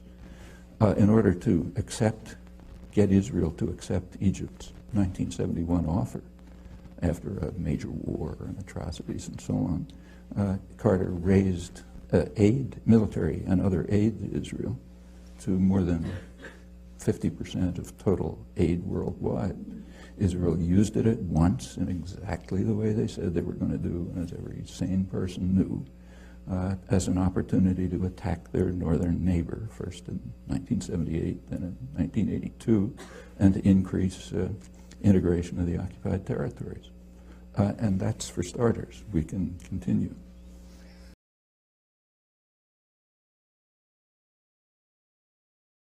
Timor was a Portuguese colony. Indonesia had no claim to it, and in fact stated that they had no claim to it. During the period of colonization, there was a good deal of politicization that different groups developed. A civil war broke out in August '75. It ended up in a victory for Fredlin, which was one of the groupings, described as populist Catholic in character with some typical leftish rhetoric. Indonesia at once started intervening. Ford and Kissinger visited Jakarta, I think it was December 5th. We know that they had requested that Indonesia delay the invasion until after they left because it would be too embarrassing. And within hours, I think, after they left, the invasion took place on December 7th. This council must consider Indonesian aggression against East Timor as the main issue of the discussion. When the Indonesians invaded, the UN reacted as it always does, calling for sanctions and condemnation and so on. Various watered-down resolutions were passed, but the U.S. was very clearly not going to allow anything to work.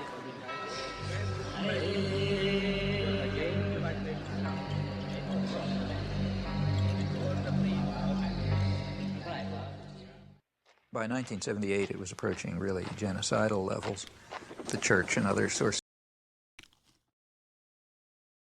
I started listening to Richard Wolff, and I want to get your thoughts on him. He's great when he was talking about Marxist theory.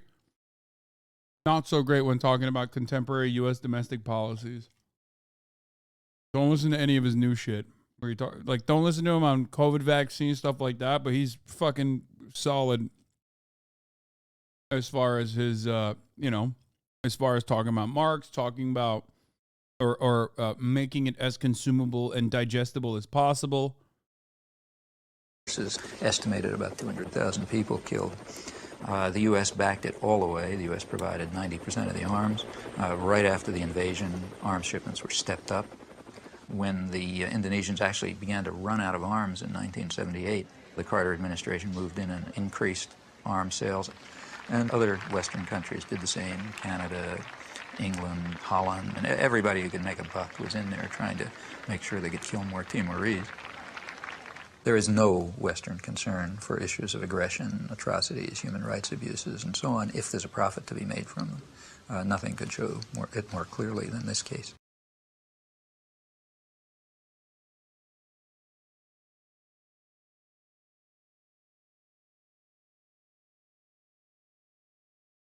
Will you be covering the UK Tavistock Clinic lawsuit? No, I don't know what the fuck it is, but what is that? I don't know what it is. I don't know. Whenever I hear shit like this, though, I'm always like, what? NHS to close the Tavistock? Oh, God, it's a fucking Jesus Christ. The NHS is closing the Tavistock Child Gender Identity Clinic. It's the UK's only dedicated gender identity clinic for children and young people. God, I don't want to cover any fucking British news ever again, okay? I just don't. It's disgusting, okay? It's literally like, it's so fucking obvious what is going on in the UK, and so many dumb motherfuckers literally can't open their goddamn eyes and see the reality, okay? It's like, the more the British government implements austerity measures, the more they privatize key elements of society that are supposed to be helpful to the British people, the more they strike break, the more they refuse to fucking increase wages, the more they do that, the more they also simultaneously have to find a different scapegoat. Okay? And the scapegoat always is trans people. There's like fucking 1,000 trans people in the UK, but the entire media can't shut the fuck up about trans people. It's literally responsible for everything that's going on in society. Trans people and immigrants, trans people and immigrants, trans people and immigrants, trans people and immigrants, trans people and immigrants. It's like, shut the fuck up. Fix the fucking NHS. You have a prime minister that wasn't even fucking voted in, that literally ran originally or on numerous occasions talked about how like his goal is to redirect funds from poor neighborhoods to more productive rich neighborhoods. And all these dumb motherfuckers can talk about, the Lib Dem cowards especially, the centrist fucking pieces of shit that deserve the worst, okay? Especially so. And even the fucking stupid ass, conservative ass, Tory ass fucking Labour Party members like Keir Starmer, all they care about is like gender conformity and shit like that. Have some fucking backbone, okay? Push for the basically general strike that almost happened. And do the right thing for once, dude. Fucking Jesus Christ. Every goddamn day, they're just literally like, oh my God, women are being under attack because trans people exist. I hate it. I hate it so much. Anyway, Keir Starmer is too busy fucking making sure Jeremy Corbyn is not a part of the party. So, in the depraved imagination of the Western media class, someone like Castro is an evil monster, but politicians like Carter, Clinton, Bush, Blair, who have killed untold millions across the world, are good, decent, honorable men because they consider their victims to be subhuman. For the genocide at East Timor is but one part of Carter's long, bloody record. For a detailed account of all of those, the mass murder, which he has never even bothered to acknowledge or apologize for because he's a profoundly depraved monster, see this piece. Counterpunch, Jimmy Carter's blood-drenched legacy. Don't believe those saying. He later acknowledged his crimes and expressed remorse. When asked about Indonesia in 2007, he lied about his record and said he was too busy with other stuff to care and pay attention. Again, they consider their victims to be subhuman, like killing ants. Amy Goodman asked Jimmy Carter, I was wondering, by the way, shouts out to Amy Goodman, incredible. Obviously, independent journalism, not in mainstream media. Democracy Now! Is the best. Amy Goodman is the best. She is the GOAT.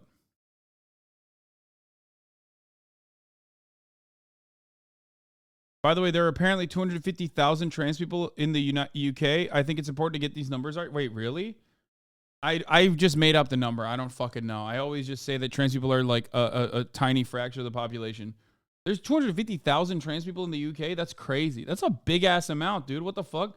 Why don't all the trans people just eat the cis people? The TERFs, at least. I mean, actually, that's like a big group. Holy fuck. Why don't 250,000 trans people in the UK get together and just eat the TERFs, who I 100% believe is smaller than 250,000?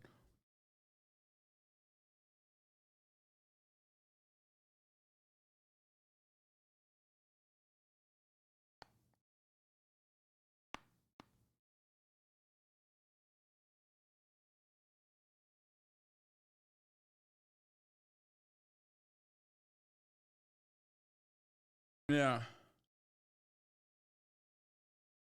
That's still like 0.3%. Still.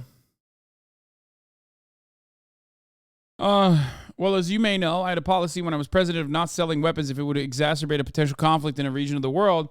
And some of our allies were very irate about this policy. And I have to say that I was not, as thoroughly briefed about what's going on in East Timor as I should have been. I was more concerned about the other parts of the world then. Along those lines, as president, what do you think are the reasons why you could be so isolated? A president, for example, in the case of Timor, saying now you wish you had known more at the time what was going on. This is such an insane answer. He's just like, yeah, I fucking, escalated arms, went against my own perspective and own prior sentiments on the matter.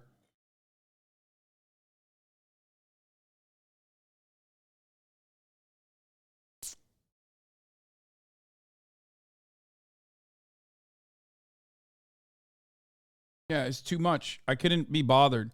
It's astonishing how easily lying comes to them. Well, you may know I had a policy of not selling weapons if they would exacerbate conflict in a region of the world. They accepted Israel, Indonesia, Iran, Central America, Afghanistan, and several African countries.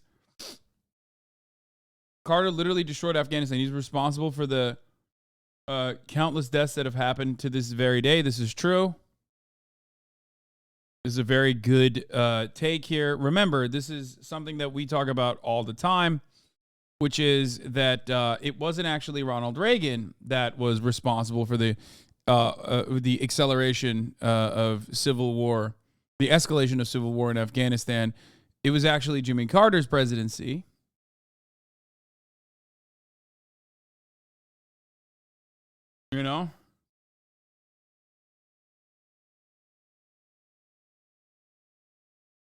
Also, I don't give a shit. Yeah, he might even be like a nice guy. It's almost like an ACAB perspective, where it's like, you think like, oh yeah, he spent his life building fucking homes. It's like, great, man, thank you. I mean, that's great. It's just wonderful that that's what you did, but you also are responsible for a lot of bloodshed. Anyway.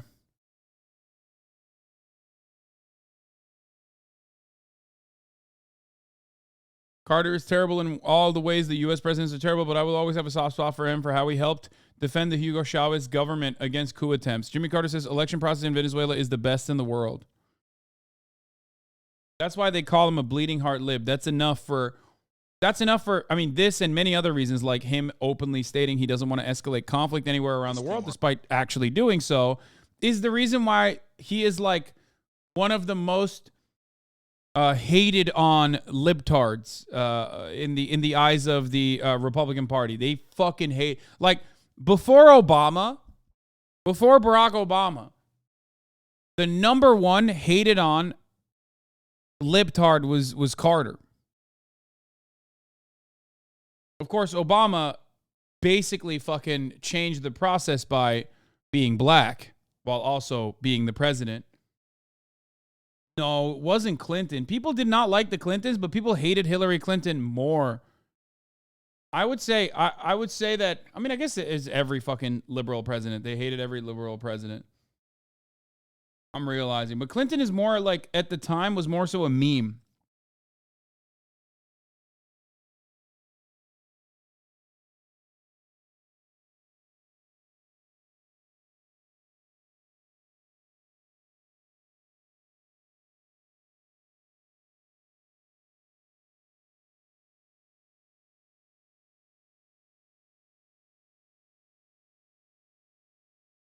Anyway.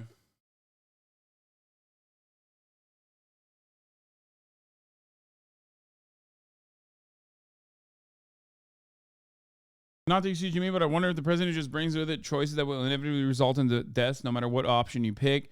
Like, it's just part of being president. If Bernie were to become president, could he truly be a pacifist? Oh, no, of course not.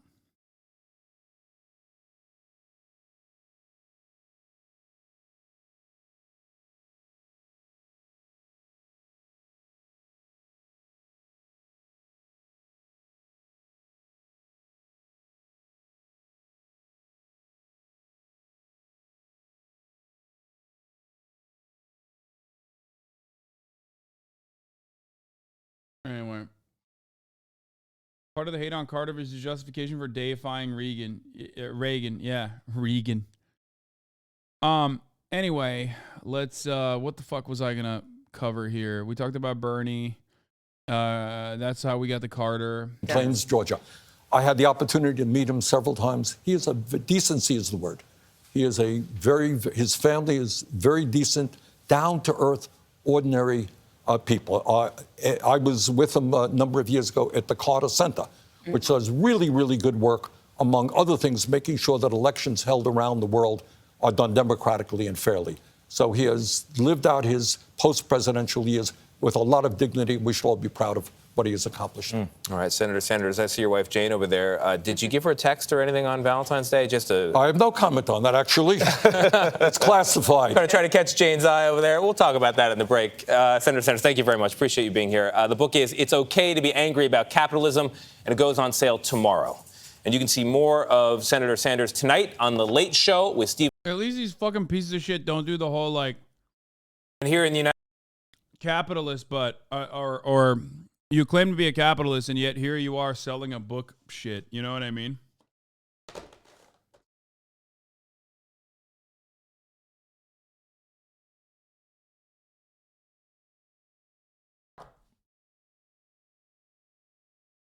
Fuck, they did on MSNBC. Wait, they did?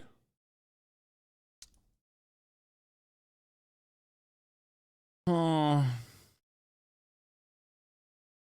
I heard the Face the Nation one was really bad. He literally, but one really great thing came out of this interview. Out with a new book.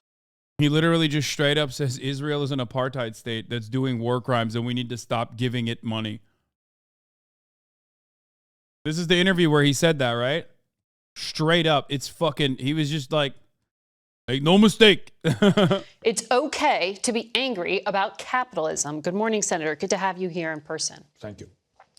We have a lot to get through, but I want to talk about one of the things you flesh out in the book. You talk about the alliance you formed with Joe Biden during the campaign to really shape the Democratic platform and incorporate many of your ideas. You said he wasn't as bold as you would have hoped, but he would have been the most progressive president since FDR if he had acted on that agenda. How do you categorize Joe Biden on that progressive scale now? Well, I think the American Rescue Plan that we passed earlier.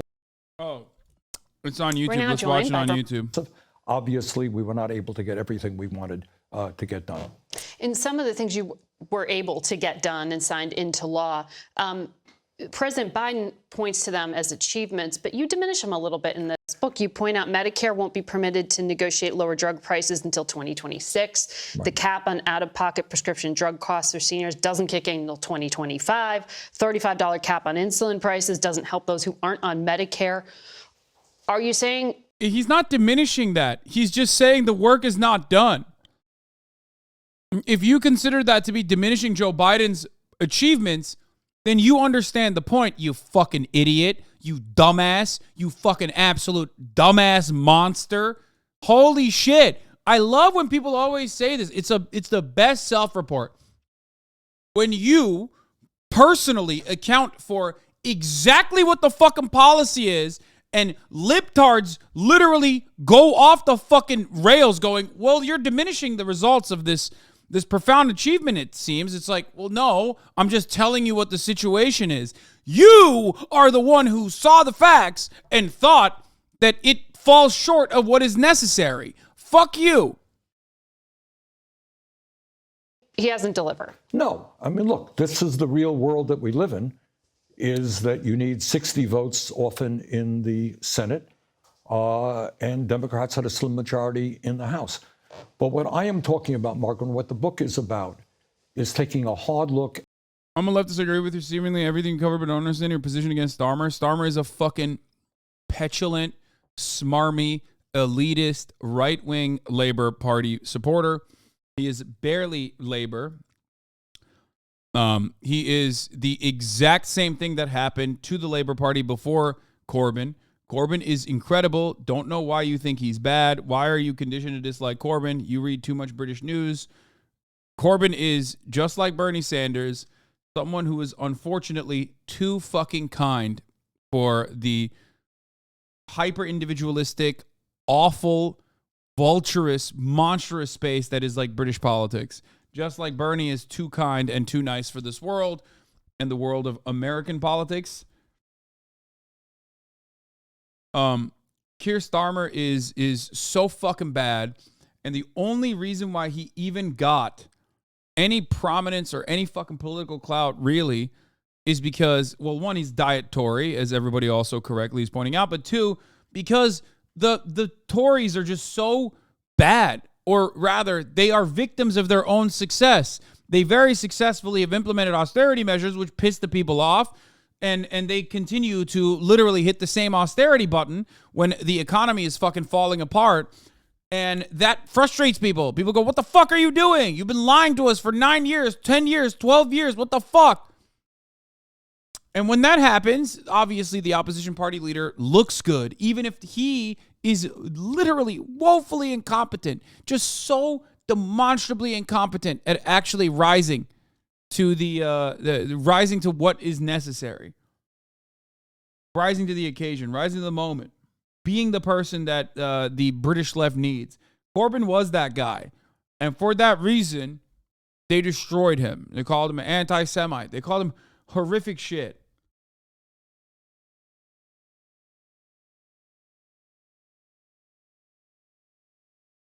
Anyway.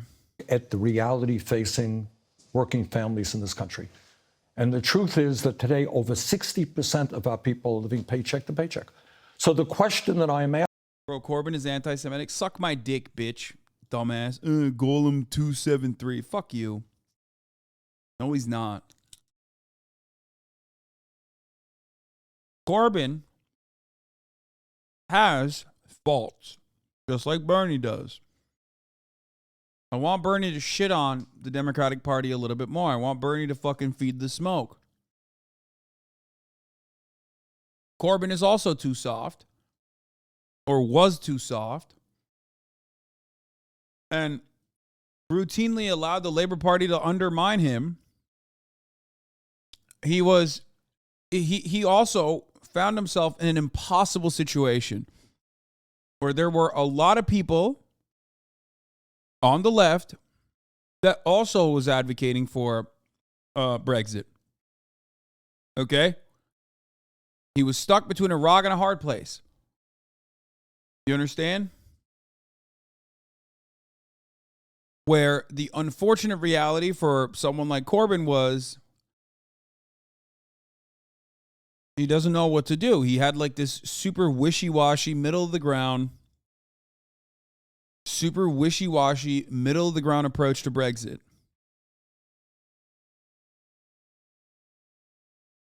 But the more I see what happens to the likes of Corbyn, the more I understand why people do like Stalinist purges. Yeah, literally. Like, I get it. He did not purge the right wing. Everyone warned him they would purge the left as soon as they got in power, and they were right. Starmer stabbed Corbyn in the back. He was ruthless about it. Yep. What What has Corbyn said that people latch onto like this? Sorry, I'm a stupid Zoomer. Don't worry about it. It's the same shit as Ilhan Omar. It's the same shit as Bernie Sanders, except Bernie Sanders is Jewish, and Americans are, I guess, fortunately in this case, but unfortunately in many other cases, too stupid to recognize that like a Jewish person could be anti-Semitic.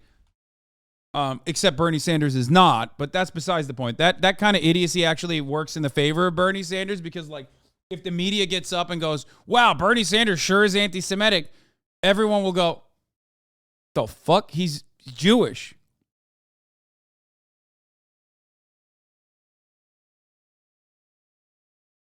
Anyway. Yeah, Corbyn lost because of a concerted attack from inside the party and bad Brexit policy. Exactly. Here, you want to know more about Corbyn? I don't know why we're talking about it, but here he is on Double Down News. The party was. It was a step into the unknown of a world I'd heard about the power of the establishment. And Chris Mullin was only half joking when he contacted me and said, read A Very British Coup, because it's happening already. Under my leadership, the party produced 2 manifestos which would begin the process of redistribution of power and wealth in Britain, that would begin the process of bringing public service monopolies into public ownership, that would rebuild the National Health Service as a publicly run and publicly owned service, as well as... We should trade Bernie, Mélenchon, and Corbyn. In France, Corbyn's anti-Semitism allegations would be a bonus. True. And they couldn't get Bernie for anti-Semitism in the UK. Not true. I will tell you this much. No. Despite being Jewish, the UK media is so fucking insane that they absolutely would present Bernie Sanders as not only anti-Semitic, but like fake Jewish. Maybe even get people to like feel like he's goy. You know what I mean? Like, I'm not even kidding. They tried that in the US. It didn't work. Ironic because the same people that were shitting on, it was a UK operation that actually was doing the same tactics against Bernie Sanders. It didn't work. British media is fucking psychotic. They would literally be like, we found Bernie Sanders eating bacon. Very fake. Calls into question whether he's Jewish or not. That's right. He's Bernie Sanders eating fucking bacon, lads. He's caught. Is Bernie avoiding kosher, lads? You see, he's mixing his dairy and his meats, lads. Caught him. He's not Jewish. He's a fucking anti-Semite. Yeah, they would do that shit. Straight up. That's exactly what they did to Miliband, no joke. The current Labour Party under Starmer are literally running Jews out of the party for being the wrong kind of Jews just now. Yeah.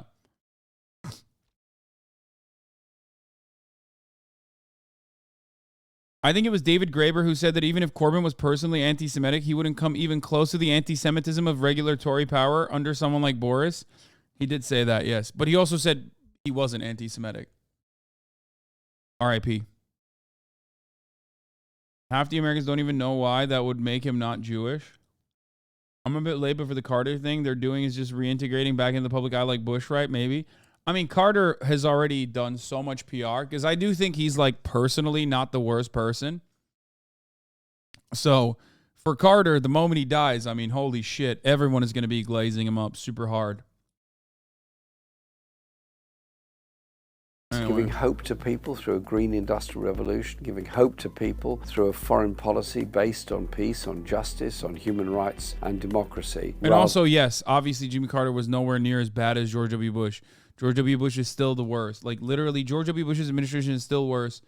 A Jew can definitely be anti-Semitic, though, just as Candace Owens, though she's black, a hardcore white supremacist. I agree, which is why I stated originally that, like, Americans are too dumb to recognize that, like, a Jewish person could definitely be anti-Semitic. Maybe Netanyahu has said some anti-Semitic things. He's done Holocaust revisionism. Ben Shapiro oftentimes says a fuckload of anti-Semitic shit or directly defend anti-Semites. There's an... Okay? Ben Shapiro defends anti-Semites like Ann Coulter regularly. But why does he defend them? Because Ann Coulter is a supporter of Israel. That's why. Jimmy Carter deserves credit for putting solar panels on the White House. Yeah, no, totally. Sure.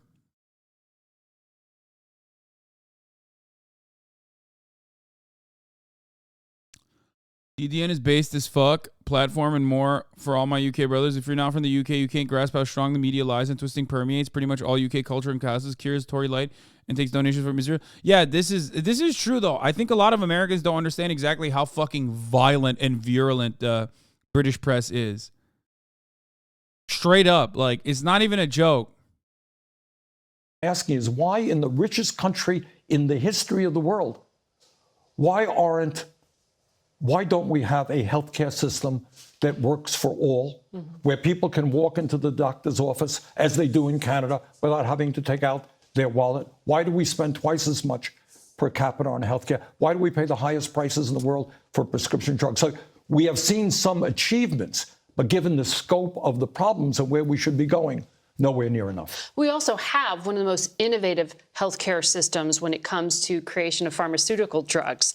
You are doing this. No. So when someone hears you lay out the problems with our pharmaceutical industry, as you do in this book, it's say, but the life-saving vaccines, for example, for COVID, they were created by the United States of America. They were created by the pharmaceutical system with taxpayer help. Sure. Of course the drug companies produce great drugs. They were created by workers. Shut the fuck up. I hate that. I hate that narrative. It's like, oh, well, these big pharmaceutical corporations created the COVID vaccine. No, they didn't. Workers created that. Your iPhone in your fucking hand, workers made it. Shut the fuck up. Shut up. Drugs. But 1 out of 4 people in America cannot afford the drugs that their doctors prescribe. You tell me why we pay 10 times more for some drugs that are sold in the United States compared, say, to Canada or to other countries, while year after year, the pharmaceutical industry makes tens of billions of... Excuse me, the Pfizer vaccine was not made by Germans. They were made by German Turks, a family, a husband and wife, okay? Put some respect on it, motherfucker. Not on my watch, pal. Dollars in profits, pays their CEOs exorbitant salaries.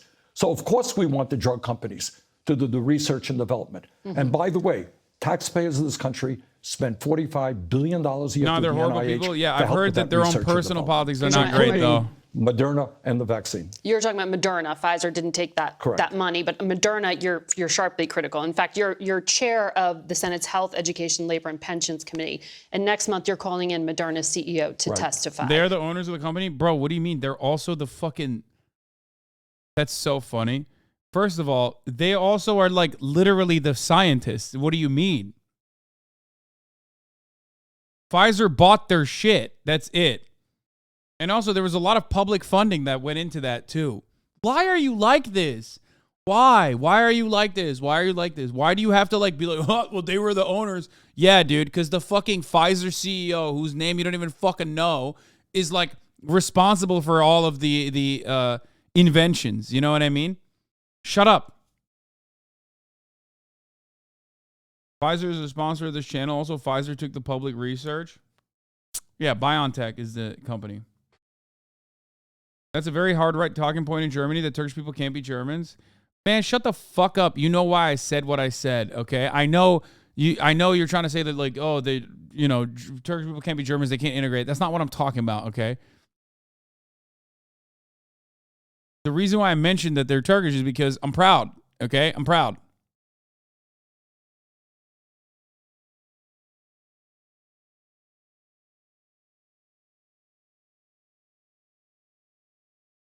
Germans are fucking ridiculous. They are the least humorous people I've ever seen in my entire life. It's just like,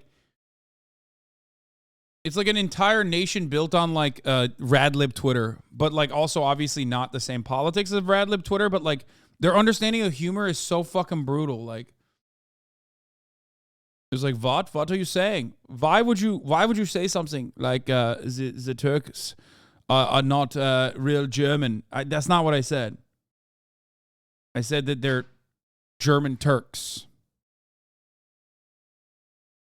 I will take everything you said too literally.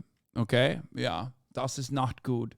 Das ist nicht gut. You're critical of his plan to quadruple the cost. Yeah, if you want to understand German humor, just read Brother Grimm, okay? Like, the things that they teach their fucking children, the things that they teach their children is like, oh, here's a fun little story to educate your child on, yeah? If you're being a bad boy, your Mutig will actually cut you up.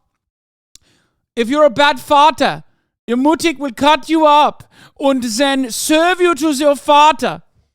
Yes. Every fucking story. It's like, yes, we're burning the children in the oven. Very nice. Oh, it's so funny.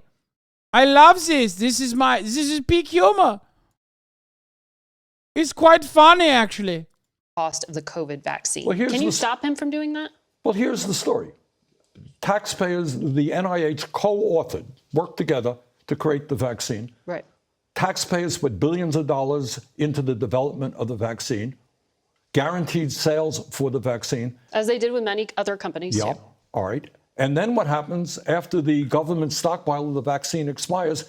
These guys say, well, we're going to quadruple the price of the vaccine. And by the way, in the last 2 years, the CEO made $5 billion and his other guys made billions of dollars. Is that really what should be happening?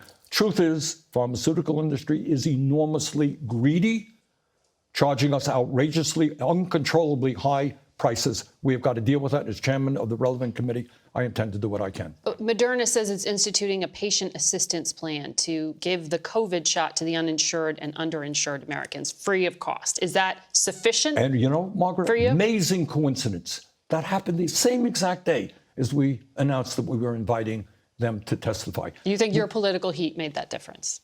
Well, maybe it was just a wild and crazy coincidence. I don't know. But we also want to take a look at what that patient program is about. We're talking to them about that. But obviously, it's a step in the right direction. Step in the right direction. How do you lower the cost of prescription drugs in a way that doesn't hurt American innovation? And how do you do it politically when Republicans control the House? You know, I saw a poll that was done just for Republicans. And you know what Republicans regarded as the major priority they were concerned of? High cost of prescription drugs. Mm-hmm. All right. I love that, like, is she even talking about the book? Is she promoting the book? Or is she just, like, arguing the sanctity of capitalism towards this, like, old, like, this 800-year-old socialist man who wrote another book about, you should be angry at capitalism. It's okay. Actually, everyone should be angry all the time sometimes. Meanwhile, she's like, actually, sir, you say you're a socialist, but here you are, on a very capitalism defending broadcast. I mean, quite interesting. The entire fucking line of questioning is just like attacking him and everything that he's done or everything that he's accomplished while defending his enemies. And of course, his enemies are fucking corporations. So then she's just a corporate stooge. It's like so obvious. All right. So I think we have the basis for bipartisan work to tell the pharmaceutical industry that they really have got to stop ripping off the American people. A number of ways you could do it. The Inflation Reduction Act started by having Medicare negotiate prices with the pharmaceutical industry. Doesn't kick in for a few years. Yep. I think we should expedite that. Number two, of all people, my good friend Donald Trump, all right, who I disagree with on everything, had the idea that maybe Medicare should not pay prices higher than the average of what countries around the rest of the world are paying. That's a good idea, and we want to pursue that as well. And there's the concept of reimportation. She's about to get real German with it. She's about to get real German with it and be like, you just said, my dear friend Donald Trump, which means you're not being sarcastic. It's not allowed. You said it. You're also defending the Donald Trump, who everyone knows is the worst president in the United States of America history. No jokes. 9. I don't allow it. That if Americans can buy drugs in Canada or in Europe at a fraction of the price, let's have pharmacists and distributors be able to purchase those drugs and sell them at much lower cost in the United States. This involves state subsidies of some form. Government subsidies. No, that does not involve subsidies. Okay. That simply says if you can buy a drug in Canada, same drug for 1/10 of the price, passes FDA specifications, it should be sold in this country at a lower price. And you think you can do this with Republicans in control of the House? There's Do you think some the votes are there? I think there's a lot of support for dealing with the high cost of prescription drugs. Yes, I do.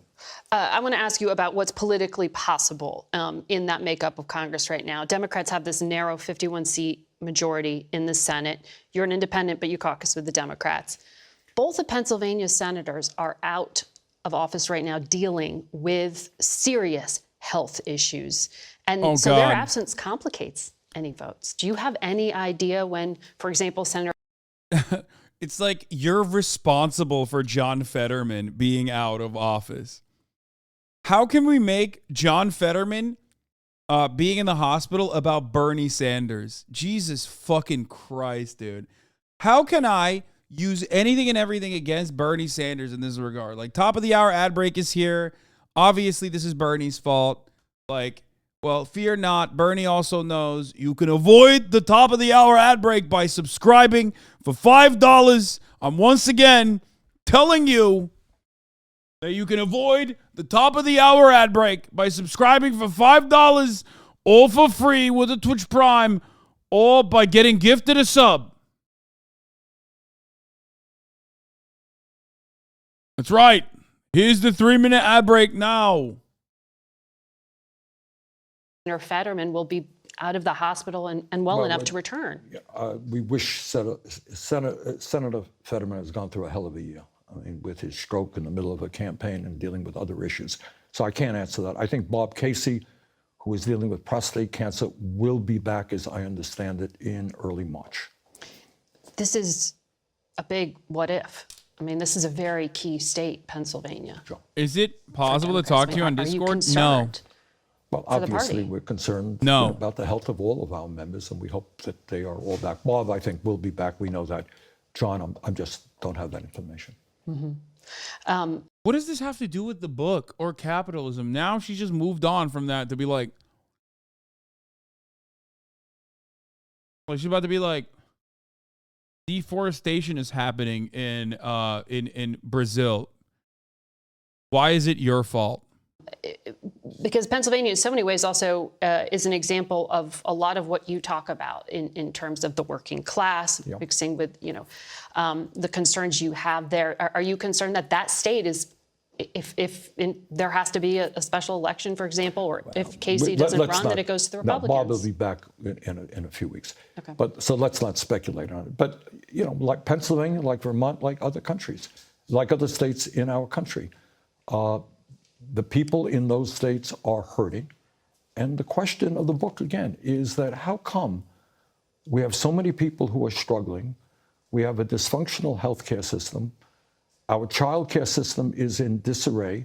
We got millions of elderly people who have nothing in the bank as they face retirement, and yet the people on top are doing phenomenally well. And Margaret, what the book is about is saying that we have more income and wealth inequality today than we've ever had. We have more concentration of ownership in sector after sector than we have ever had. We have a political system which is increasingly corrupt because as a result of Citizens United, billionaires can put enormous amounts of money into it to elect their candidates. And we have, 8 major media conglomerates, corporate media conglomerates that control about what 90% of the American people see, hear, and read. Those are really issues that we need to discuss. That's what the book does. Do you worry when you talk about the corporate media that you are targeting journalists when you say that? No. Donald Trump talks about fake news, and that's... Yeah, no, it's true. No, it's the same. He's just the same as Donald Trump. Let's not ever fucking ask why people also agree with Donald Trump and how Donald Trump is able to weaponize the distrust that people have in mainstream media. There are valid ways to criticize mainstream media and mainstream news. And then there are ways that Donald Trump weaponizes the valid distrust that some people have for nefarious right-wing reactionary purposes. It's awesome. It's great. This kind of narrative basically also just ends up doing nothing but positioning yourself against someone who is otherwise trustworthy. Okay? Bernie Sanders is a trustworthy figure. He has consistently been the most popular senator in Congress by the widest of fucking margins. When you turn around and try to belittle him this way, a lot of people go oh yeah, here's mainstream media again, doing fake news again, attacking this dude, which we like. We don't like mainstream media, but mainstream media does not have the capability of understanding anything outside of their fucking little echo chambers. Okay? Or echo chambers. I said echo chamber. Fuck, I did it again. Where they think like, oh, well, our wealthy watchers are professional managerial class watchers. The wealthy people that watch us are sponsors or corporate benefactors. They don't like this guy, so we don't like this guy. We can say whatever the fuck we want. Simply to deflect attention from the fact that he's a pathological liar. My experience one-on-one with media, they work hard. They very rarely am I misquoted. But what I am talking about, Margaret, is that corporate media limits the kind of debate that we have in this country. Mm-hmm. You tell me, you know more about it than I do. How often do we talk about income and wealth inequality? We're talking about right now, Senator. Yeah, but how often? Not everybody is Bernie Sanders on your show. How often do you talk about concentration of ownership? How often do you talk about the fact that we are the only major country on earth not to guarantee health care at all, and yet we spend twice as much money? How often do you talk about Ohio? Be like Ohio's deregulation and how, you know, the government lobbied for it. There's only one fucking panel that talked about it, and it was Chris Hayes. Other than that, and he barely even alluded to it. Other than that, like, nobody fucking talked about it. That if somebody has a baby in Finland, they get 9 months off or 10 months off paid family leave. I will talk to you about paid leave for families any day of the week. They also have like a 56% tax rate in Finland, though. It's a very different system. But good, but let's yeah. talk about it. What do they get for that? They get free health care, right? Mm-hmm. Free higher education. Yeah, of course. I wonder how much she makes. That's the funniest part. Like, ultimately, she makes an unimaginable amount of money, okay, in comparison to the average worker. Like 100%. And she's like, oh, 56%, that's a lot. First of all, that is a misunderstanding of how that works. It's probably the top marginal tax rate that she's referencing. And that is, again, that doesn't mean automatically they take 50% of your entire tax. Like, that's not how this works. So why the fuck is everyone talking about this? I feel like nobody understands how tax rates work. Like, no one understands it, or rather, people purposely advance the misinformation deliberately. That's exactly what I'm talking about. Yeah. That's the debate I want, and that's the debate we really don't have on the corporate media. So President Biden talks about finishing the job and the potential for running for re-election in 2024. You said you won't run if he runs. Do you believe that President Biden will face any primary challenge from the left, from the progressive wing? I can't speak for other people. I think there's a general consensus right now that President Biden has done not everything we would like. He has done a good job. And again, I can't speak for anybody else. Mm-hmm. But what I have said is if he runs, now says that he's going to run, I will support him. Do you see anyone who would challenge him? Can't speculate. As you write in your book that the essence of you're very harsh on Democrats, but you say the essence of the Worse on Republicans, though. You write the essence of the Democratic message in recent years has been, we're pretty bad, but Republicans are worse, so vote for us. Is there anyone inspirational in Democratic politics? Sure, there's some great people who are working night and day to protect working class people. But the thesis of that particular chapter is that working class people are responding to the Republicans not because they want to cut Social Security and Medicare and give tax breaks to the rich. It's they have heard Democrats say for years that they are the party of the working class. And then people are saying, really, I can't afford health care. I can't afford prescription drugs. I can't afford to send my kid to college. The more he's right, the more they bully him, dude. It's crazy. As your Biden-assigned IRS agent, I can confirm people don't understand taxes. Even accountants don't understand it. There's a reason there's a niche in accounting field that deals with taxes. So who's the next Bernie Sanders? Who is that voice? I'll let you discover that. I don't. But I will tell you, and we talk about this in the book. Her net worth is $8 million. Broke boy. WealthyPeople.com is such a funny name for one of these types of websites, by the way. That makes sense.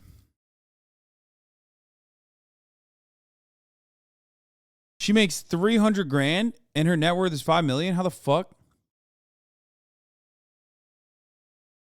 She worked on Bloomberg, CNBC, NBC News. Made quite a fortune over the course of her career.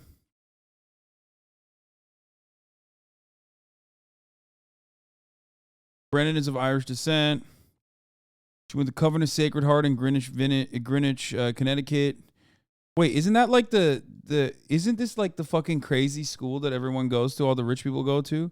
She went to University of Virginia. Maybe I'm misunderstanding it. Foreign Affairs, Middle Eastern Studies, a minor in Arabic.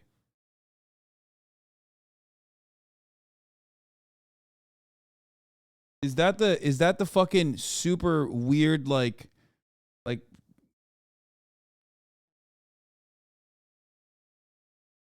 check how much you think you're worth? I don't fucking know how much it is, but is this the one?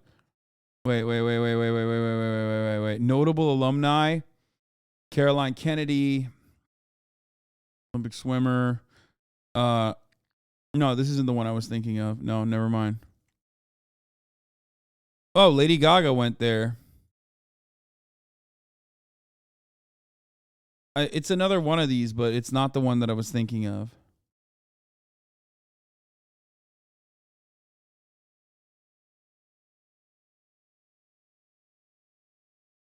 What is it? Like the one that Obama's daughters went to or some shit? That's the one I thought. To the beach that makes you old. You went to the what? The beach that... This is so stupid. You're looking at it. Oh, that's a New York City school, maybe. Oh, no, this is the New York City version. This is not the one that... Is this the one? No, this isn't the one. We're talking about Sidwell Friends. Oh, okay. All right. Yeah, I was thinking about this one. It's in Maryland anyway. Okay, I'm wrong. It doesn't matter. This is irrelevant. Let's get back to the interview. Look, what I am extremely proud of is that there are more really strong, young progressives, often people of color, in the House now than probably in any this is time, not certainly in my random lifetime. school. Great people. And that is, if you ask me what I'm most proud of, is that so many young people, we won the young vote overwhelmingly. And I think young people are saying, we don't want to tinker around the edges anymore, not on climate change, not on racial issues, not on economic issues. We want transformational change. And if my campaign's played a role in changing that consciousness, I'm very proud of that. You are up for re-election to the Senate in 2024. Yeah. Can you take the wins that you have had in shaping the Democratic platform as you have, with the issues that you have raised, and walk away with that win, or do you feel you need to run again? I think, look, my chapter on the media, what I talk about is media is very interested in elections and elections. I know you don't like these questions. I was elected to do a job, and I'm working really hard as chairman of this committee. People back home are not asking me whether I'm going to run. They say, Bernie, we can't afford health care, can't afford prescription drugs. Do something. Let me focus on that. So you don't feel like you have a ticking clock here for 2024? At the right time. It has to get all this done. Between me and the people of Vermont, and we have plenty of time on that. Former Ambassador Nikki Haley is running for president, as you know, and she said there should be a mandatory mental competency test for politicians older than 75. You're 81. Do you take offense at that? What did she mean? I don't understand what you... God, he's so sick. God damn it. I do agree with that. Bernie would fucking nail that mental competency test. Not sure about Joe Biden. But I love him so much. God, I'm such a fucking stan, dude. How can you not love this fucking guy? He's just given his entire life to the goddamn cause, dude. Holy fuck.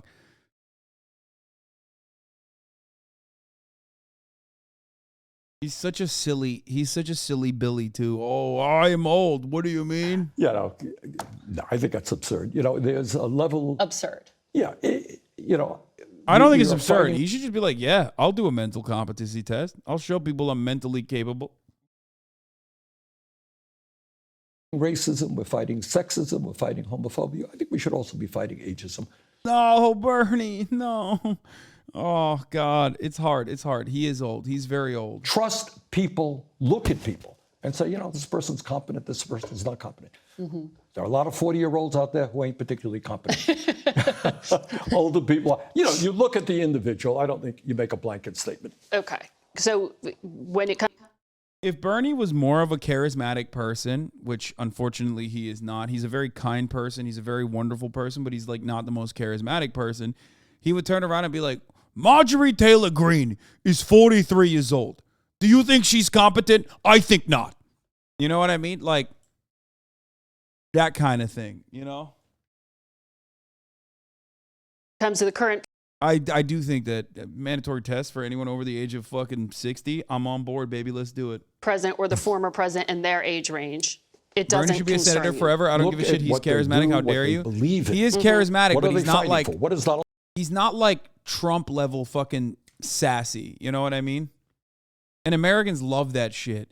If he was more of like if he had a bit more Al Franken in him, you know what I mean? If he was a little bit more sharp and witty and sassy, but he's like too nice to do that. You know what I mean? Americans love sassy bitches. I mean, Trump is a perfect representation of this, you know? Even Obama, actually, you know what? Obama is a great example of this. Obama was sassy as fuck. I agree, and we need a sassy leftist for sure. The Corbyn-Bernie route is too nice. Got to be meaner for sure. Yeah. Americans are fucking angry. Like, channel that anger and frustration at the right avenues, at the right villains, for the right reasons, and do it in a fucking sassy way. Obama's sassiness made a president? Yeah. Donald Trump stand for? Do you believe in that? Well, I certainly don't. What does Joe Biden stand for? What is he doing? Has he accomplished? Look at him in that way, not on age. You say in the book that Democrats are wrong to suggest that former President Trump supporters are racists, sexists, and homophobes, that they're deplorable. You point out these so-called racists, many of them voted for Barack Obama, but their lives didn't improve. Do you think that the Democratic Party messaging is just entirely wrong-headed to frame this as a broader moral issue? Look.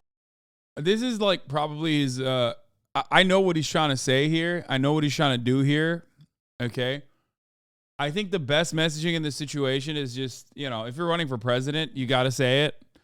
Ultimately, it's just like, you know, we are living in a racist country. You can't really say that if you want to run for president. Okay. And ultimately, for that reason, like I, as a white person, it's much easier for me to say this, but I'm very understanding of social conditioning. That's why I think I can do a decent job at, like, you know, changing the social conditioning that people have underwent that made them who they are. You know what I mean? Hasan, you ain't white, dude. Okay, I don't care. Okay, I am. You can say you aren't white all day, every day. It doesn't matter. I have white skin and I have a lot of white mannerisms. To the outside world, before they fucking find out my name is Hasan, people think I'm white. Okay, I have a lot of privilege for that reason. I don't know if you're saying this in a way that you think like helps my background or whatever, but ultimately that's the truth. You know what I mean? I'm white as fuck in the sense that like I have a lot of white privilege. I'm also classified as white by the US Census, but ultimately, you know, might be a bit of a, you know, spicy aioli, but ultimately I'm still pretty fucking white. Haha, you a milkman. Exactly. And by white, I mean, whiteness is defined by your proximity to blackness. Why do you want to be white so bad? I don't care about it. I'm Turkish. So for me, the white-black concept is just, it's irrelevant. It's not something I grew inside of. It's just something I say. It's something I say regularly because, like I mentioned, whiteness is about your proximity to power. Whiteness is about your proximity to blackness. Okay? And as far as my proximity to blackness, I'm fucking super far away. You know what I mean? It's just the truth. So ultimately, it's ridiculous for me to act like I'm a person of color. You know what I mean? I'm not. I live a life that is very privileged. It's one that I recognize, and it's one that I use to my advantage. People perceive you as white in America, so that's why you are until people racialize you. Exactly. It's true.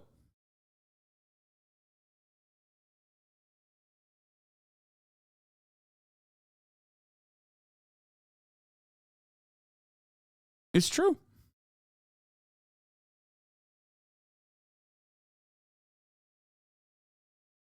White people who claim 3% Native American probably have a hard time for you calling yourself white. I mean, yeah, it's true.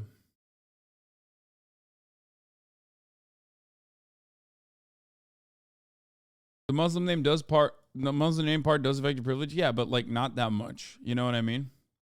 Maybe I'm a bit slow. Could you explain whiteness is about your proximity to blackness? Yes. The concept of whiteness as a political formation, because it is a social concept, was originally created around not fair skin necessarily, but I guess fair skin was the best indication for it, but around the one drop rule. However many drops of black blood you had in you would show how much of a person of color you were and how non-white you were. That's why there's like old school, super crazy, super racist classifications of black people. Like when you use a term here that is an ancient, old racist term, which was ironically still used in Virginia, in the state of Virginia, not that long ago, but Octoroon, for example. This is like, that's how far the shit went. White people were real nerdy about making sure they calculated and documented how much how much black someone had in them. So Mexicans who didn't mix with black people were white. Don't let the white skins know. Wait, I mean, there are a lot of white Mexicans. What do you mean? So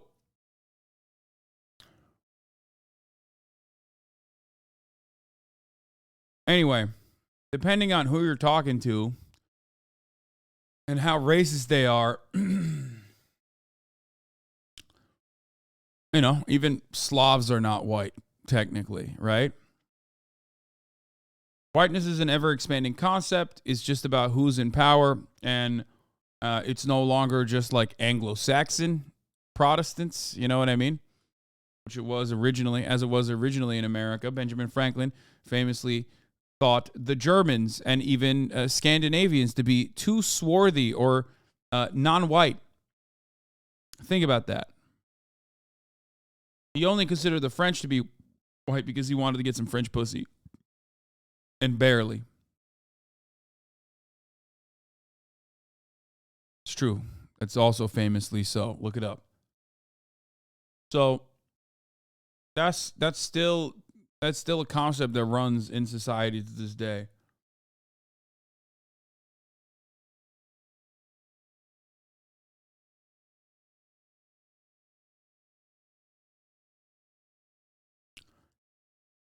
Anyway. Yes, they had it based on their percentage of blackness. Yes, exactly.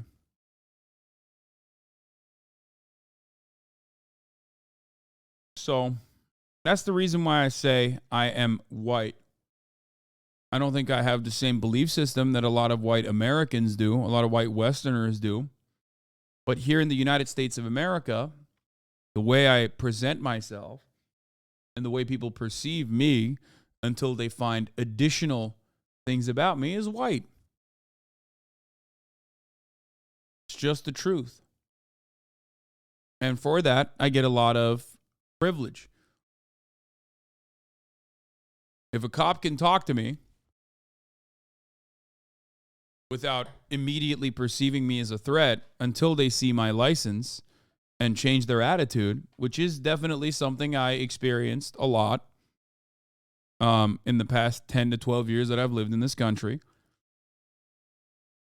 Ultimately, the majority of people look to me and think that I'm white.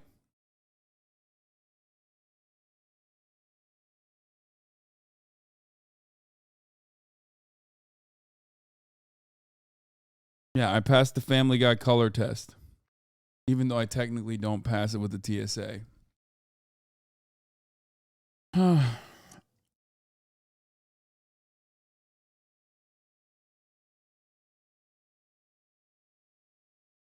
Are there supporters of Trump who are racist, sexist, homophobes? Absolutely.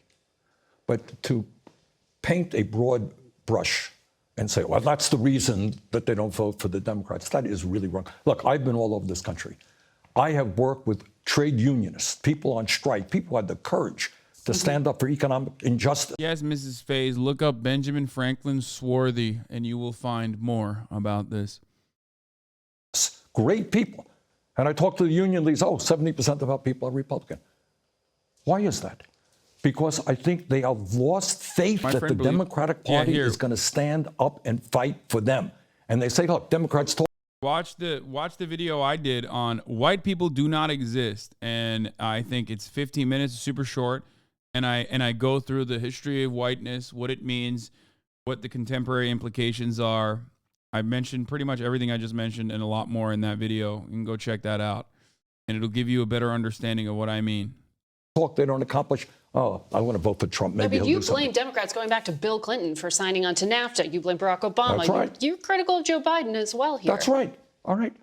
In other words, what I have said over and over again, working class people, in my view, are not responding primarily, there are other reasons, to the Republican message because they want to cut Social Security, Medicare, and give tax breaks to billionaires. That's not why working class people are voting for them. If the Democrats, in my view, had an agenda that says, we know that your kid can't afford to go to college, and that's why we're going to make higher education or public colleges and universities tuition free. We know you can't afford childcare, outrageously expensive. We're going to work on that. We know we're the only country in the world not to guarantee health care is right. You pass a Medicare for all single-payer program. You expand Medicare to cover dental, hearing, and eyeglasses. Democrats ain't going to lose an election for a long, long time. But which Democrat would take that vote? I mean, you have said Medicare for all, you can't pass in the current Congress. Yeah, but is it a popular issue? I have to take on the whole bloody insurance industry, the drug industry, and yet we still have tens of millions of people who understand that Medicare for all is right. If we had a united Democratic Party saying, yeah, we have the guts to take on the powerful special interest, they could win that fight and be in. Look, FDR did it in the 30s. He won 4 elections because he had the guts to stand up to powerful special interest and say, you know what, I'm on the side of the working class. You look at the map of this country, though, and Democrats have lost that, other than the coast, there are huge swaths in rural America. Yes. What is it about rural America that the Democrats do not understand? These are white working class people who do not believe that the Democrats are standing up and fighting for them. All right. And what we need to do. Oh, the thing I was going to say about Bernie Sanders, fuck, I totally forgot. But yeah, I do personally think that, I don't know if he'll say it or not, whatever. Or I don't know if he believes it or not, but I do think that most Americans, as a consequence of their social conditioning, do have a lot of resentment and animosity towards black people. This even includes black Americans as a consequence of our culture, as a consequence of stereotyping, as a consequence of our educational system. Okay? It's just straight up true. Okay? And for that reason, a lot of Americans are motivated by white supremacy, whether they realize it or not. This is a hard conversation to broach, and depending on what group I'm talking to, I often won't say this out loud. I say it here because I do believe it, and for that reason, I also believe that, you can and should be a little bit more empathetic to people who just learned that behavior. Okay? Because sometimes they can turn around and change that and unlearn that shitty behavior. I'm not like the Syra Raicho, or is that how you say her name, type person who's like going to do $5,000 a pop meals to get white ladies to fucking listen to me tell them that they're racist or whatever. But no, it's not even shitty parents. No. I don't think people learn racism through their parents. I mean, they certainly learn it through their parents as well, but I don't think that's the only place they learn racism from. They learn it from every facet of society. That's why there are liberal spaces where liberals say, Sarah Ryo, sorry, not Sarah Rachik. Sarah Ryo is who I was thinking of. Okay, it's not just that. All of our institutions have a lot of white supremacist coding. Everybody loves the police.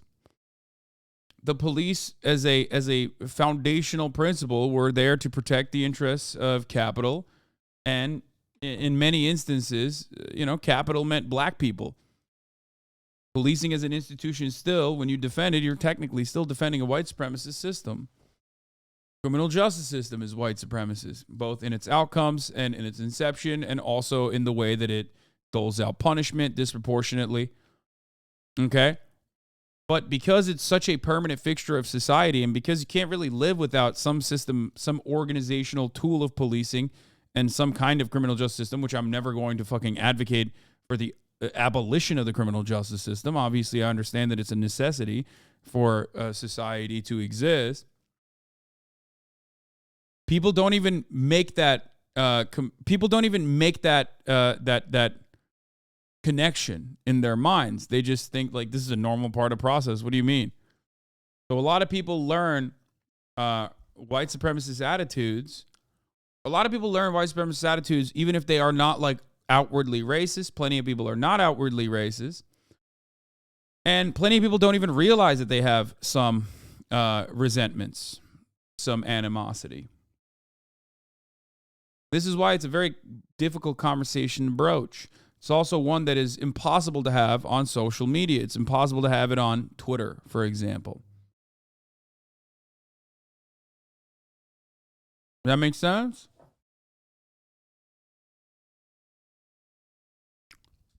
So are you racist as well? I don't think so. But every now and then I might have a thought or some shit like that where I would not have a similar approach or opinion towards a white person. Everyone does. I'm not a racist person. But of course, I have blind spots. Everyone has blind spots. It's not an invasive or intrusive thought. That's not it. That's not the truth. It's one that you don't think about. Does that make sense? So racism is okay when it comes to white people. Got it. What?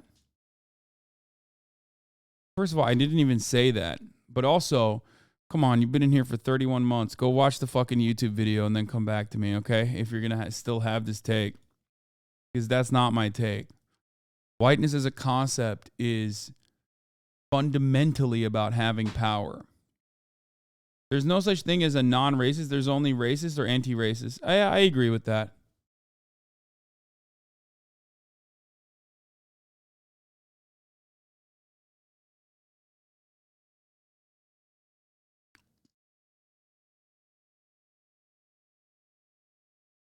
They're trolling because they're bored? Yeah. There are examples of you making fun of poor people. I mean, I make fun of poor people all the time. What do you mean? I make fun of everybody. I make fun of dumbasses. If someone is poor and they're being a dumbass, I'm not going to fucking sit there and be like, oh, they're a poor person, so I'm not going to make fun of them. You know what I mean?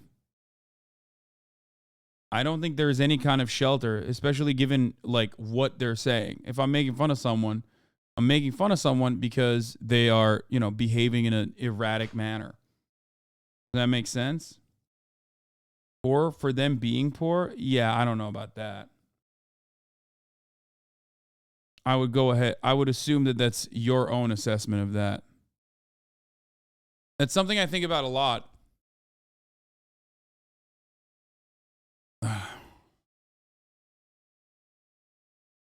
You did say you don't want blind people to have guns or drive. That's true. I am ableist. Make fun of me, daddy. Okay, Blastoise.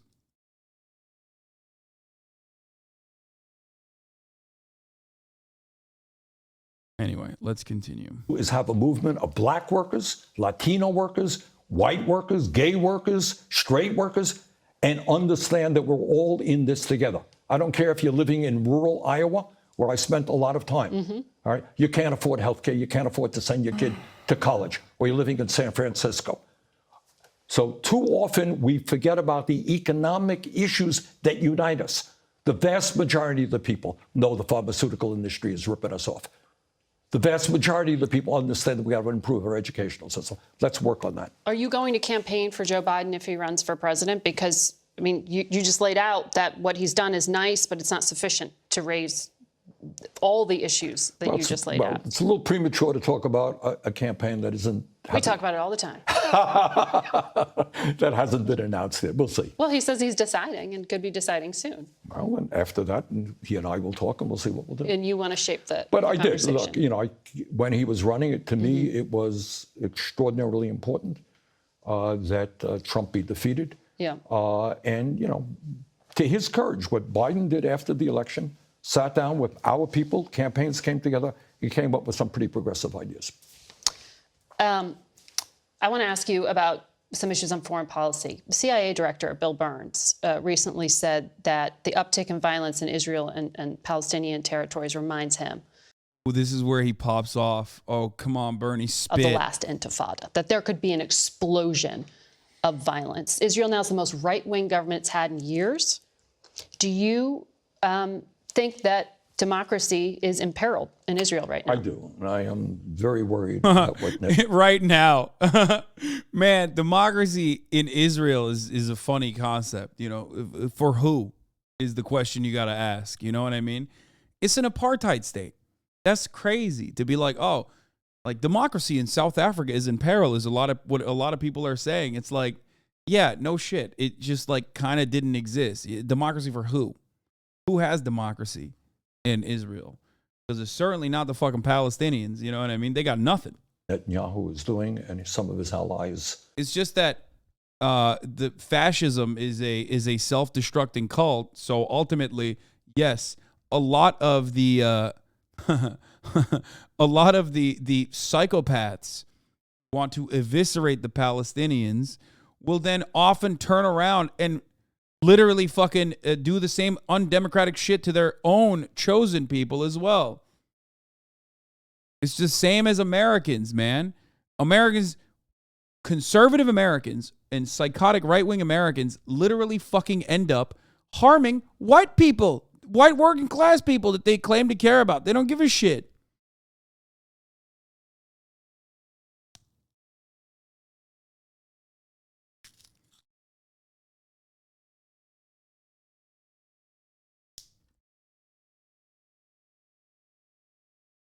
In government. I want to know where this fucking guy is. I thought he was going to give me the whole, like, you hate poor people thing.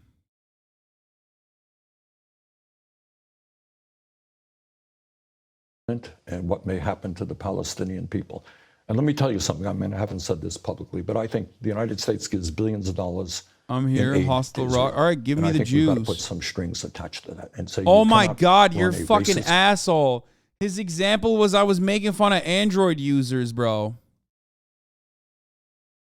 I thought he was being serious. You fucking dipshit. Yeah, if you're an Android user, you deserve to be made fun of. Okay, there you go. I said it. I'm an iPhone supremacist, bitch. He's a large number of them black and brown people. Shut the fuck up. Oh, Jesus Christ. Yeah, get out of here with your fucking green bubbles, bitch.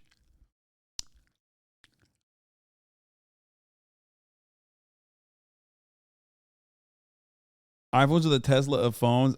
No, I don't really care.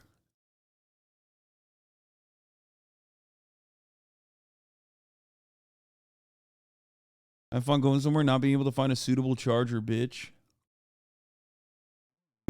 At this point, like, you know, it's the same shit.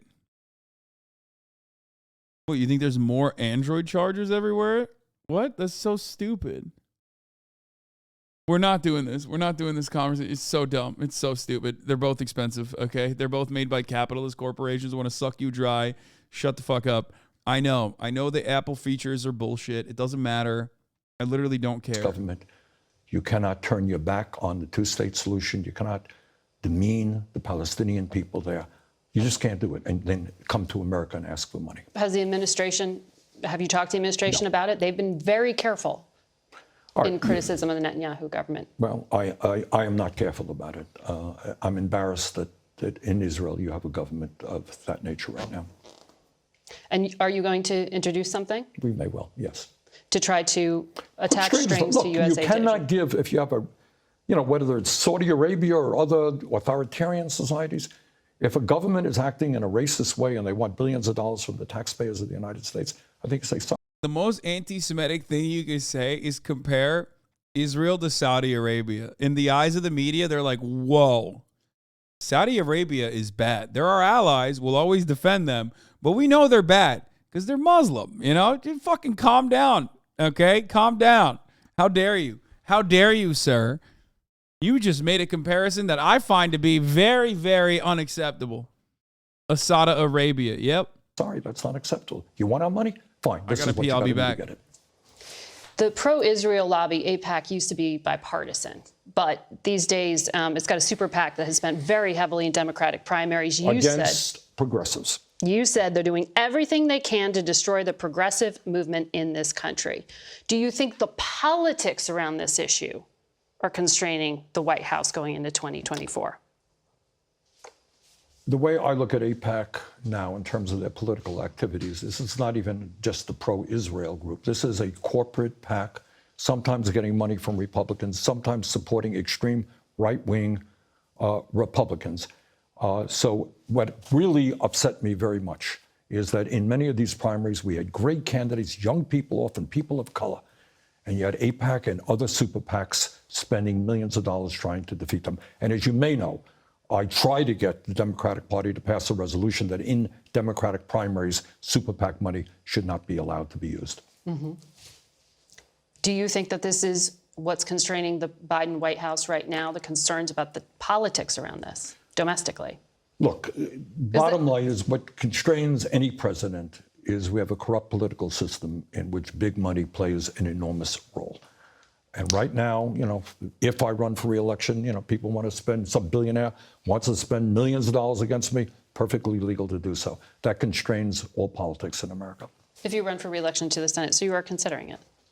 Sure, I'm considering it, but I haven't made any decision. You are, when you talk about American workers, you're proposing a new cabinet-level agency to focus on the future of work and workers. You talk about taxing robots who might replace humans. Isn't the Labor Department supposed to be doing these things? Well, theoretically, but I don't think we're doing enough. Look, this is a huge issue. There is a revolution taking place now with artificial intelligence and robotics, okay? Mm-hmm. Millions of workers are going to lose their jobs. Who's making those decisions, Mara? You hear it debated in Congress? I don't. This part is so important. A lot of people don't understand what he's saying here, but he's talking about, like, basically the government offering, like, a patch, right?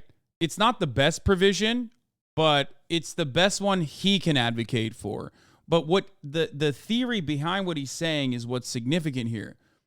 Workers are not making this decision to cut the labor force and implement artificial intelligence in their stead, right? That is the true problem. That is that is the real issue here. The real issue is that, like, it's not like workers are the ones who are making this decision. If the workers were the ones who were making the decision, they would probably make the decision to cut work hours, right? Still maintain the same pay, or maybe even a larger percentage of the fucking profits that the artificial intelligence would be creating. But because it's the capital owners themselves who make this decision, they do it at the behest of what they call efficiency. What that means is cutting the workforce down as best as they can, giving the remaining workers more of a workload while maintaining the productivity at a similar level, because the AI is there to improve productivity. It's not there to improve the workers' conditions. That is the problem with AI and automation. Not necessarily that, like, it exists. It's a good thing.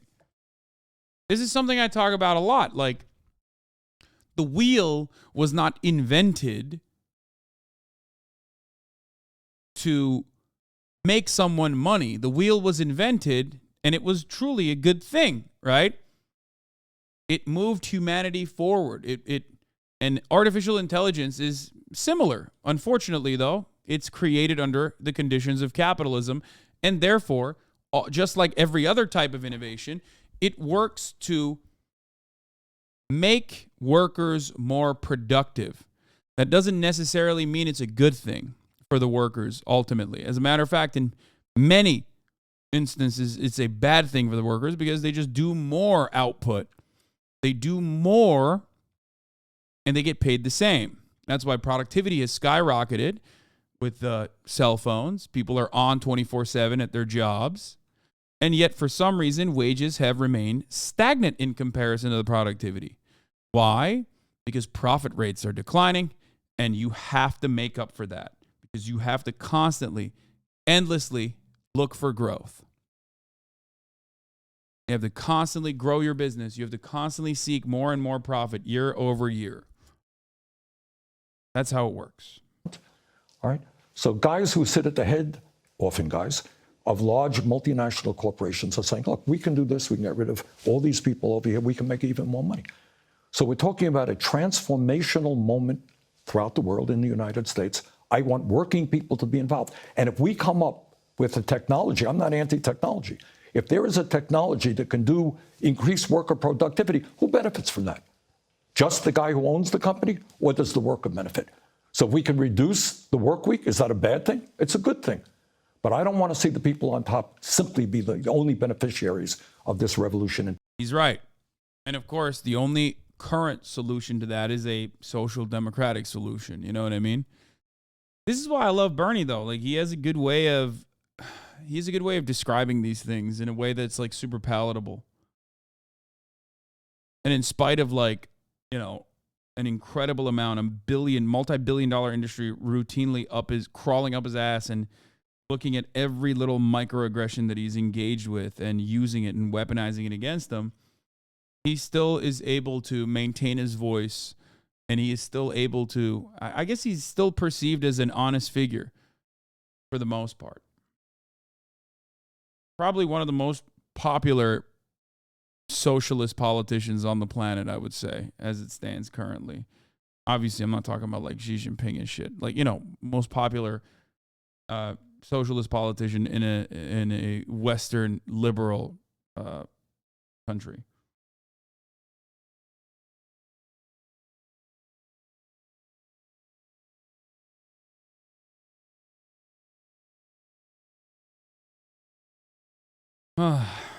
Technology. So you agree with Bill Gates in taxing robots? That's one way to do it.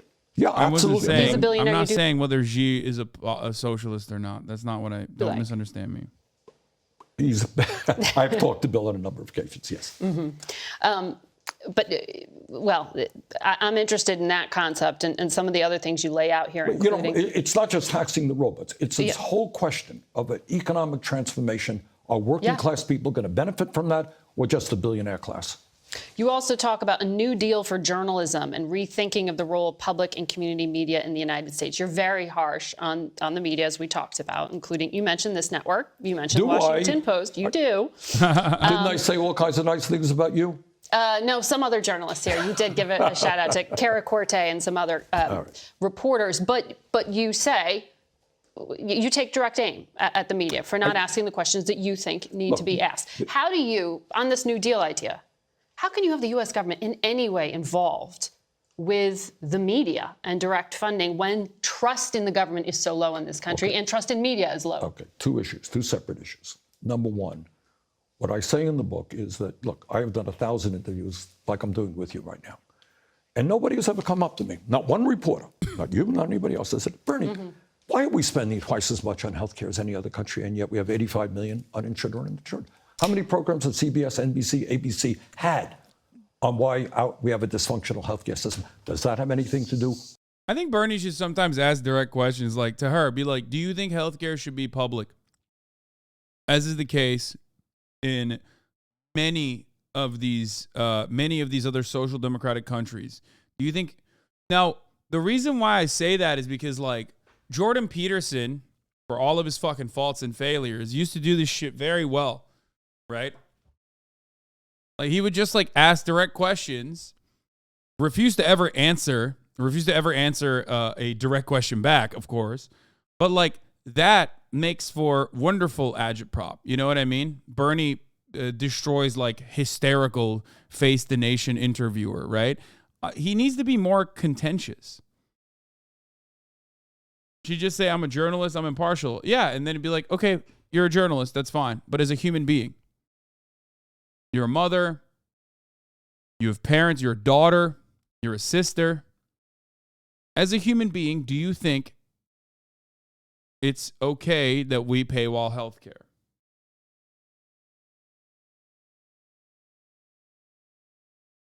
With who owns the major networks. Bernie, what are you going to do about income and wealth inequality? Do you demand, why are billionaires paying an effective tax rate lower than working class people? No one asked me those questions. Okay. No one tells us the questions to ask. I understand that, but there's a culture in the media. No one tells people who work for me not to vote for Donald Trump. Surely, I will guarantee you they don't. I never tell them to do it. But then there's another issue, and that is a totally different issue. We are seeing media deserts in this country. Local newspapers are going out of business. So people get no news from their city council, their school board. Real issue. How do you deal with that? And the reason they're going out of business is private sector companies can't make money anymore because of the radical transformation of media. What happens? Do people not know what's going on in their city? How do you deal with that? Well, in European countries, what they do is they do it through a non-partisan public funding of media.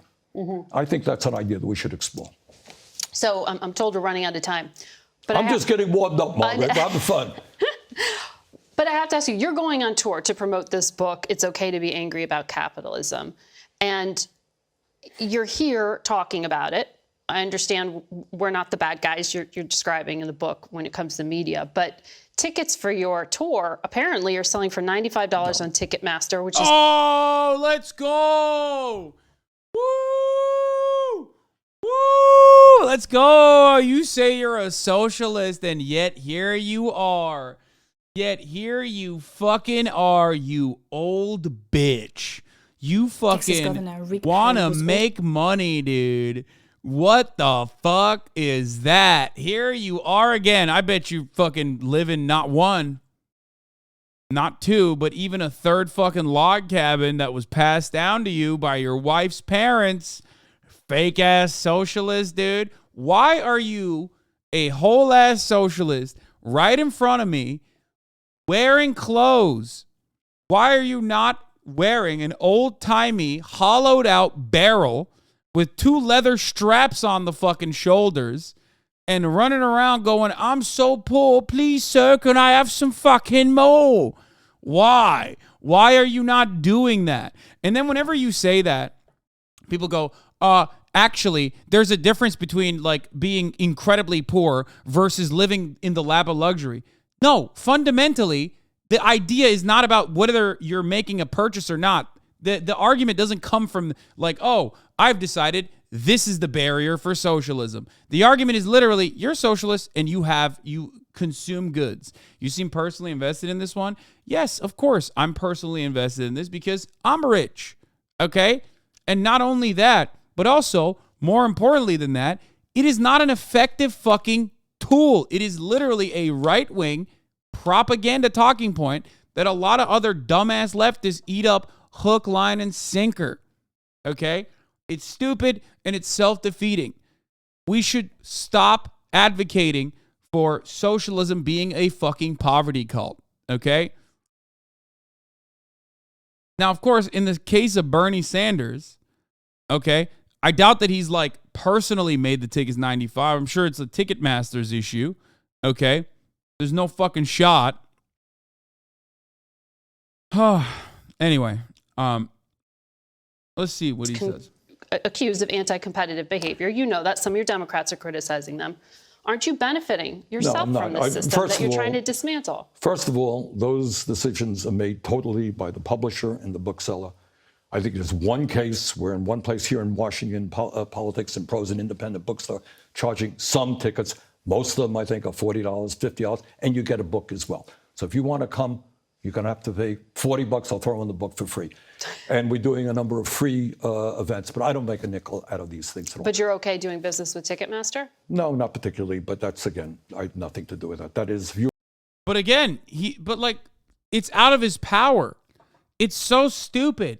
You design a system that is inherently exploitative, and motherfuckers are trying to use the tools that the system offers them, okay? And you still go, fuck you, dude. You're fucking hypocritical. It's like, what are you supposed to do? Yeah, no, the only ethical way to advocate for my new book is by not even writing it on a piece of paper that was unfairly extracted from the third world, but instead yell the parts of the book in, subway stations. I'm going to yell different excerpts from my book for free at the metro station down the street. Is the only ethical way for me to disseminate information. The fuck? The fuck is this? It's so dumb, and people never give in to these people. When people try to go, oh, well, actually, you could have used a more ethical means. Shut the fuck up. Shut the fuck up. No. Bullshit. It's fucking bullshit. You don't give a fuck about this. You literally consume insanely unethical shit on a daily fucking basis. That's why I get very frustrated about, like, consumer-led advocacy. That's why I get frustrated by this kind of boycott. That's why I get frustrated at the top of the hour when I serve you a 3-minute ad break and you go, oh my God. How can I avoid the top of the hour ad breaks? Well, okay, I'll tell you how. By subscribing for $5 or for free with a Twitch Prime. Okay? By connecting your Amazon Prime account to your Twitch account, where you get 1 free Prime subscription a month.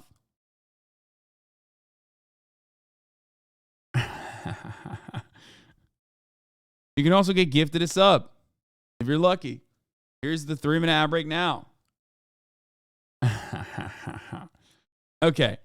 Look. The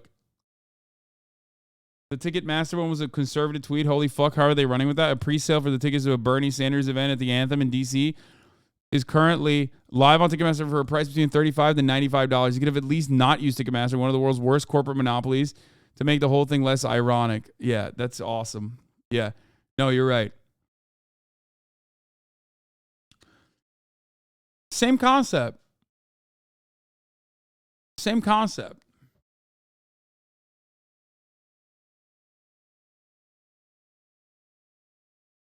And every single time we talk about boycotts, immediately the first thing that, like, supposedly anarchist Twitter users jump on is BDS.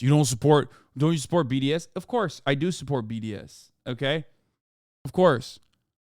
But BDS is not just B, okay? There's D and there's a S there, okay? There's a tangible ultimate goal in the background of that. There's divestments. There's boycotts. There's a clear, incalculable, tangible goal, albeit, of course, impossible to, oftentimes impossible to avoid. Unlike the top of the hour ad break, which I'm serving to you right now, by the way. I totally forgot to run it. I'm running it now.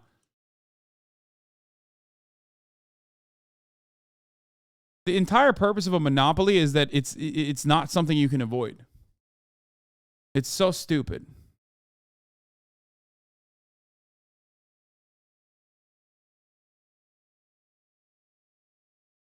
Like, you can't make this argument and then literally say it's a corporate monopoly, because this is a self-defeating argument. You just immediately defeated your argument, right? You said that, and then you called it a monopoly, so you understand it. And the same goes for Twitch. The same goes for Amazon. You can say, Hasan, this is a self-serving argument. It is self-serving because I do try to be as ethical as I possibly can, and also simultaneously educate you on how shit works. Okay? Why are you so against making money? Just curious. First of all, I'm not. The irony of Red Scare propaganda, the saddest part about Red Scare propaganda, I mean, not the saddest, but one of the sad foreseeable consequences of Red Scare propaganda is quite literally this idea that, like, socialists are against making money. That's not the case. It's literally about making as much money that you yourself are generating. It's about advocating for your own output, being able to make more from how much you deliver for the company. That is at the heart of socialism. It's the heart of Marxism. Okay? I know that's a fake just curious, Andy. It doesn't matter, though. You need to understand this is important. Okay? I tell people this all the time. Stop letting your bosses steal from you. And that is at the heart of socialism, which is hilarious. Because it's not about, like, fucking, I don't know, cutting the output across the board and saying that every single person. The Ticketmaster tickets, especially in cities, because they fucking own every venue that would host as many people would even see him, which is exactly what he's trying to fix. Yeah, exactly.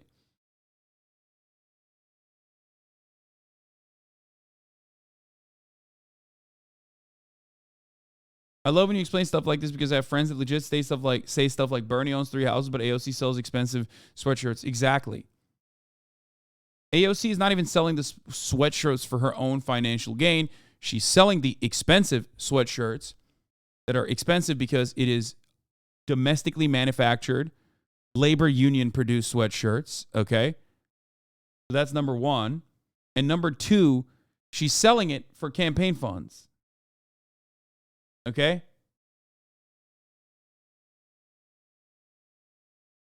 As far as Bernie's 3 houses, we've dealt with that many times over as well. Bernie a landlord? No. Then shut the fuck up.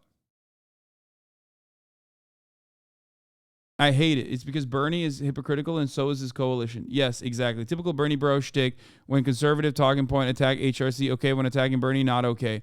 Exactly why he'll never win. Dude, I love you, man. I hope you never change. One day Hillary Clinton will be president, okay? Don't worry about it. Imagine being the main, neoliberal figurehead and controlling the entire fucking Democratic Party and still not being able to defeat Donald Trump, a person that you originally thought in the primaries would be the most favorable opponent to you. Get fucking wrecked, I guess. Bernie is not hypocritical. And also, you do sound like a Trump supporter in this regard whenever you say stuff like this.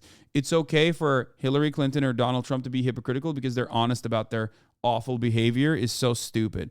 Oh, they're capitalists, so it's okay. They can get away with exploiting their fucking workers. Okay, got it. Thank you. It's the saddest thing, and it extends to corporations. Most people expect the corporation and the corporate structure to be undemocratic. They know that that's undemocratic, and they think that that's the only way that it's supposed to be. So they never think about anything else. They're like, well, my boss is fucking me, but I know he's supposed to fuck me. He knows he's fucking me. He says he's fucking me. He can just deliver sweet nothings to me, and it doesn't even matter.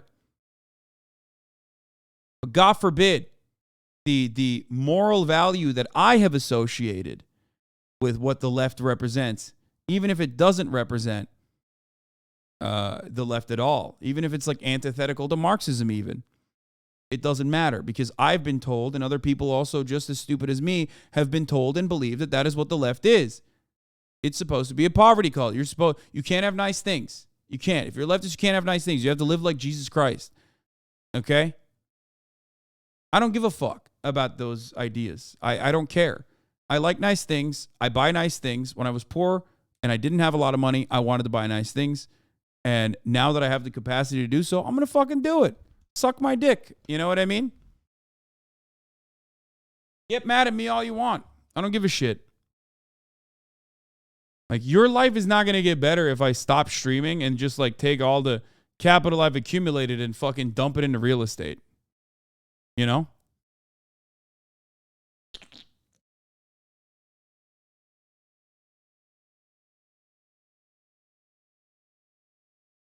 Workers' power is at HasanAbi, our point of production, our jobs, not at our point of consumption, shopping. This is socialism versus liberalism all day. Exactly. Exactly.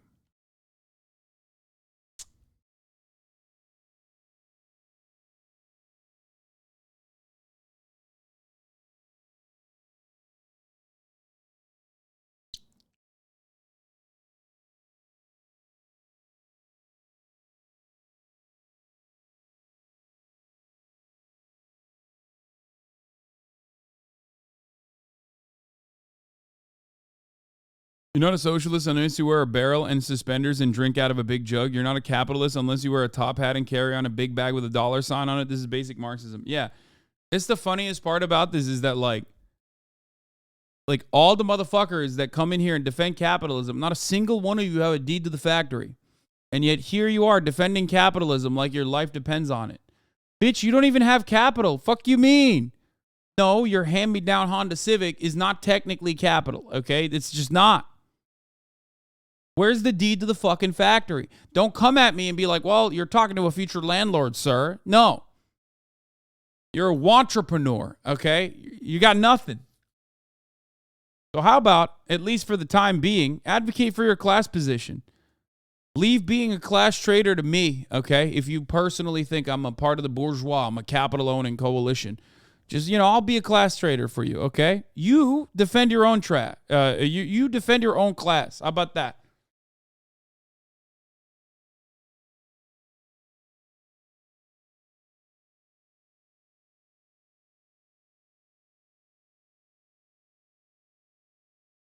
I don't give a fuck about morality, checking people spreading leftist propaganda or ideas. If it furthers the cause, I don't care. Leftists want to play a game with self-imposed nerfs, steal, cheat, and lie. No, that also goes a little far too. Like at what point is it like unethical? You know what I mean? And you also open yourself up to like being tarnished and your reputation being tarnished by people who want to not just tarnish your reputation really, but they want to tarnish the ideas that you're spreading. You get what I'm saying? And you open yourself up to that line of attack. I mean, I fucking do my very best not to behave in a manner inconsistent, given everything that is designed around literally living a certain way. And yet, people still get mad. They make shit up.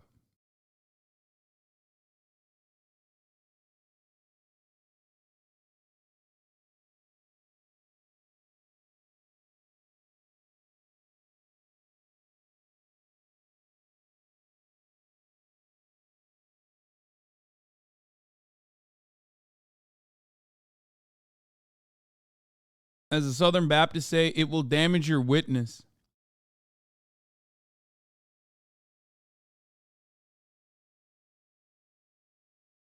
Yeah, it's just so sad to see fucking people like Bernie Sanders. I mean, fuck shitting on me. Like, I mean, that's going to happen regardless. I'm a Twitch streamer, okay? Like, Twitch streamers live very fortunate lives, okay? Very, very fortunate lives. So understandably, a lot of other posters on the internet, on other platforms that want to do the same thing and want to make money off of their posting will, of course, get mad at the posters that are making money off their posting, not realizing that, like, they are doing the same shit, just not as successfully. Thank you for being so brave. No, I'm not. I'm not brave at all. What the fuck? Did I accidentally fucking mod you while I was, like, literally... Okay, I did not mod you.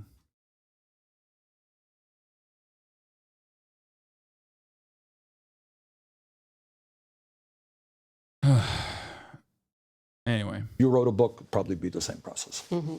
So you have to operate within the system. I do. Is That's what right. you're... Write a book, a major publisher, et cetera, et cetera. Senator Sanders, thank you very much. At least she didn't follow through because, like, she didn't have enough time. But she would have probably followed through on the whole thing by being like, well... We're now joined by Did you Vermont have Senator... to go with that publisher? Could you not go with a different publisher? You know what I mean? Which is usually what the second follow-up is. Which, of course, it's just like there is no reason. You can't win. You just, there is no argument there. The argument is built on bullshit, a bullshit-ass premise. Okay, let's do the streamer awards real quick. First of all, yes, your boy, the hardest worker in the game, is going to be the red carpet host alongside Ludwig Ogren, Squeaks, and Sweet Anita. Okay.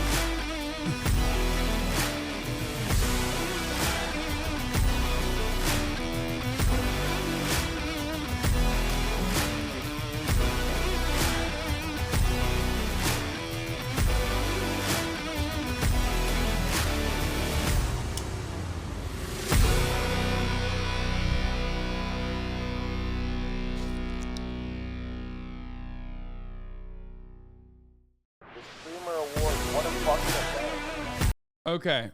So that's the Streamer Awards. For those of you who don't know, it's a friend of the show, Cutie Cinderella, hosts it. She throws it. It was really good last year. And now we, all of us, are going to be able to vote for our favorite streamers. You have to log in with your Google account, which I'm already logged in. Okay. And I'm going to get started on voting for my favorite streamers, myself included, hopefully. Okay. And I hope that you guys will also vote for me in the categories that I'm in and my friends. Okay, let's do a Nintendo OST. You know what I'm saying?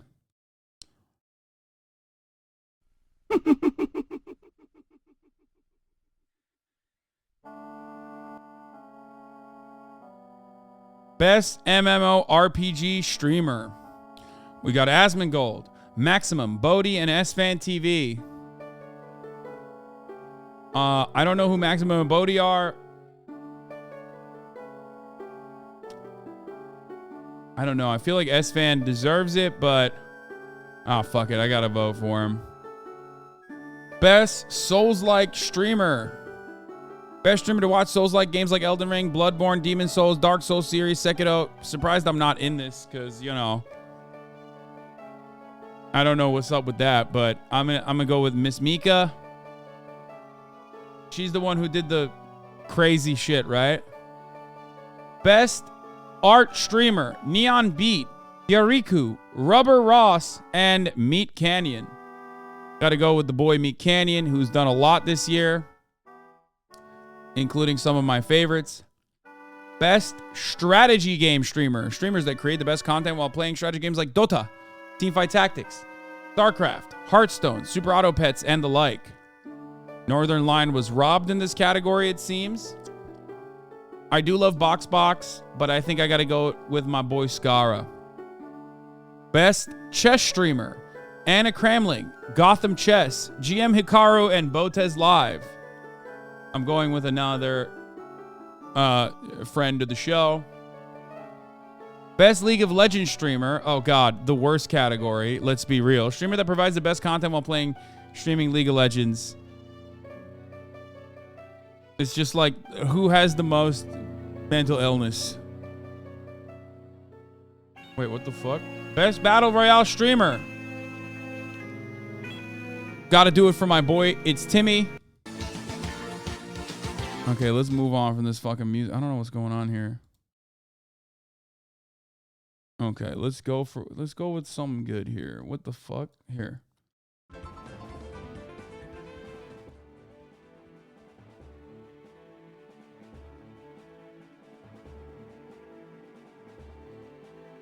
Go back, man? What do you mean? Why?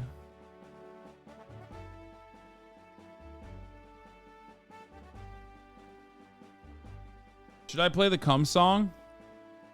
You're skipping clips? No, I'm not. They actually stopped the clips because it was just like showing your top viewed clip or whatever.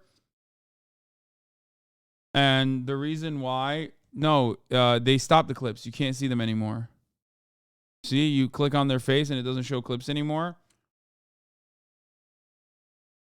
Okay, cum song. It's cum song time. Wait, what? No, not this. Oh, it is the Waiting for Hasan Animal Semen Music Edition.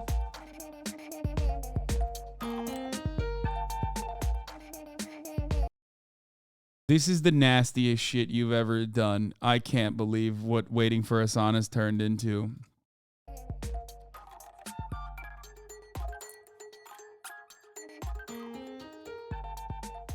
All right. Best Battle Royale streamer is Timmy. I do love Symphony, and Nadia is great too. You guys can vote for whoever you want, but it's Timmy is the boy. You know what I mean? He's the GOAT. Best music streamer, T-Pain. Chris Next Door, the 8-Bit Drummer, and Hakumai. I feel like putting T-Pain up here with like other, Twitch streamers is kind of wild. I got to give it to my boy Chris Next Door though. Best FPS streamer, Asu, Summit 1G, Super TF, Scump, and Flats. Scump, please? No, dude. What are you kidding me? Asu, of course. Best speedrun streamer, Virtual, Simply, Point Crow, and Squeaks. Now this is a tough one. This is a tough one. Only because like I don't really watch a lot of speedruns. I have seen some of Point Crow speedruns. Virtual, however, uses my voice as a Prime sub, so gonna go with him. Hidden Gem Award. Wait, what the fuck? Less than 100 average viewers. What the fuck? Where is Nesawa? I thought Nesawa would get this, honestly. I thought Nesawa would be nominated for this. I was petitioning to get Nesawa nominated for this. But I'm going to go with Afghans, who is great. And he's very funny. Nesawa did not have more than an average 100 votes. That's crazy. He did?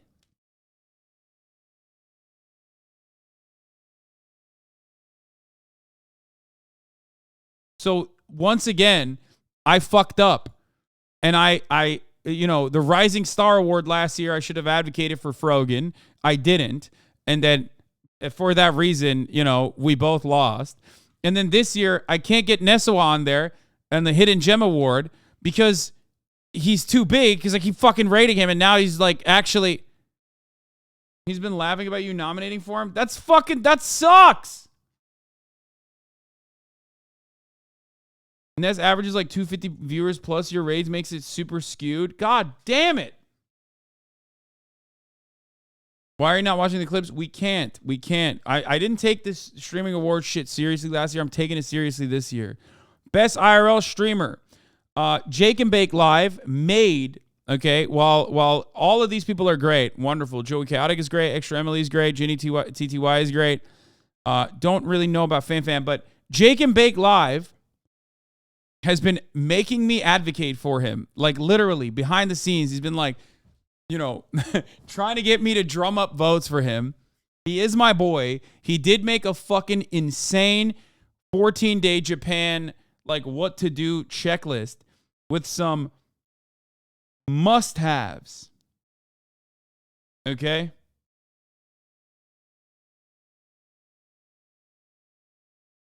With absolute must-haves. Like must-do shit.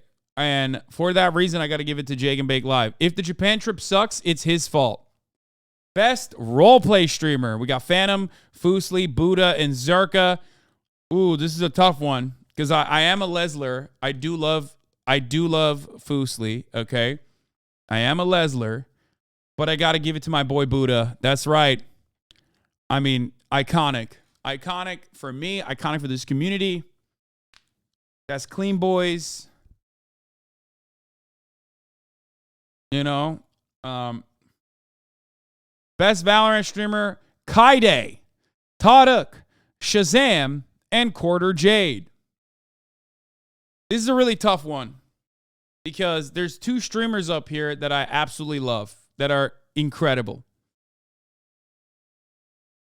But it's hard. It's really hard. It's so hard. Like, not because I should be up there, obviously. Obviously not. I didn't deserve to be up there, even though you guys fucking put me down there for no goddamn reason. Well, not realizing that I didn't have 100 hours in Valorant anyway. But this is a hard one because I love Kaide. She's wonderful. She's carried me before. She is a goated Valo streamer. But I got to give it to my boy Taduk. This is tough. That's a tough one. You guys do whatever you want to do. You know what I mean? You go for whoever you want. Wait, is Taduk on another category as well? If Taduk is in another category, and I might go back to that. I might go back and change that. Okay? I will go back and change this to Kaide if Taduk is in another category. Okay? Actually, you know what? I think I'll go back and change it. Best Minecraft streamer. Now, this is tough. This is real tough. We got Quackity, Not only is he doing Minecraft, but he's doing Minecraft for an international audience. We got Foolish Gamers, who is, you know, my himbo, Ohio's very best and brightest. He also is, fuck. He is my Valo carry. You know what I mean? You got Tubbo and Small Ant. Tubbo, he's British, but don't hold that against him. Tubbo, of course, is a HasanAbi head. He's the GOAT. He is awesome.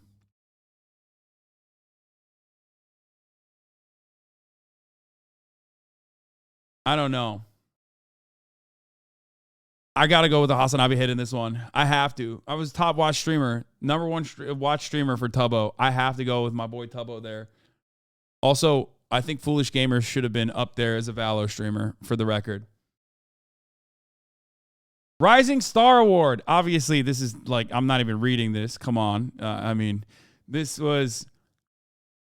No, note that to be eligible, the streamer must have had less than 1,000 average concurrent viewers in 2022. I mean, obviously, fucking, you know I got to give it to Frogan. I already fucked up and did not do this on stream last year, and then we lost to Miskiff, and then Frogan lost too. You know, I got to give it to Frogan. Stream game of the year: God of War, Ragnarok, Elden Ring, Minecraft, and Valorant. This would be really funny if I clicked on Valorant here, a game that has destroyed my mental health, a game that has destroyed my sanity, a game that has hurt me, okay, down to my very soul, ripped me apart, and also put a rift in this goddamn community. So, of course, I'm going to go with Elden Ring. The most fun I've had on stream. Beating the doors off of every single one of you dickheads who came up and said you were better than me. I have never had a better time just absolutely fucking eviscerating every fucking I'm so much better than you ass motherfucker in the chat. Like, it was so good. It was so fun because, like, you literally put it in my brain that I was fucking bad. I was so goddamn bad. Like, I was shocked that I was just ripping all of your fucking assholes apart. Now, you can say Rivers of Blood cheese. I did the Moonveil cheese. I did the Rivers of Blood cheese. Stop saying Mimic Tear, you fucking idiots. We're talking about PvP. See? You're demonstrating your lack of knowledge. You're demonstrating your lack of knowledge in the fucking game by saying Mimic Tear.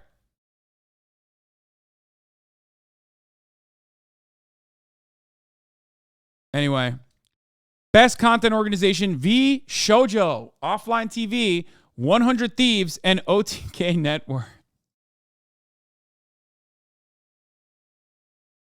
That's okay.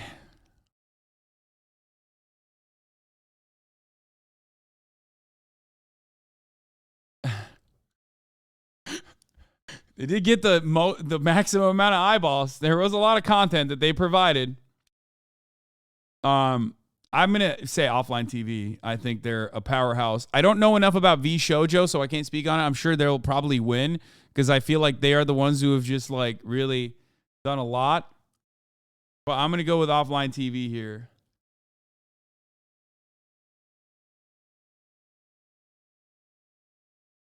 Best philanthropic stream event, Thankmas by Jacksepticeye. Build Against Cancer by Dr. Lupo. Holiday Charity Week by the Roomies. 500-mile cyclethon by Connor Dog, Virginia. I participated in the Holiday Charity Week, and I still think that Thankmas was better, obviously. Got to give it to the boy Jacksepticeye, even though he fucking dodges me. Even though he fucking dodges my ass. He hasn't been on the podcast. He was in L.A., but I couldn't get him on the podcast. I was trying to, and, you know, he was...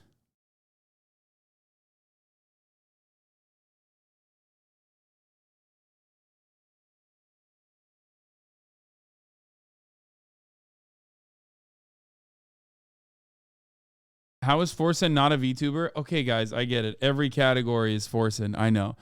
Okay, this is a tough one because you got Shoto, who is a wonderful person, delightful carry, great to be around, great voice, very buttery. But then you also have Iron Mouse.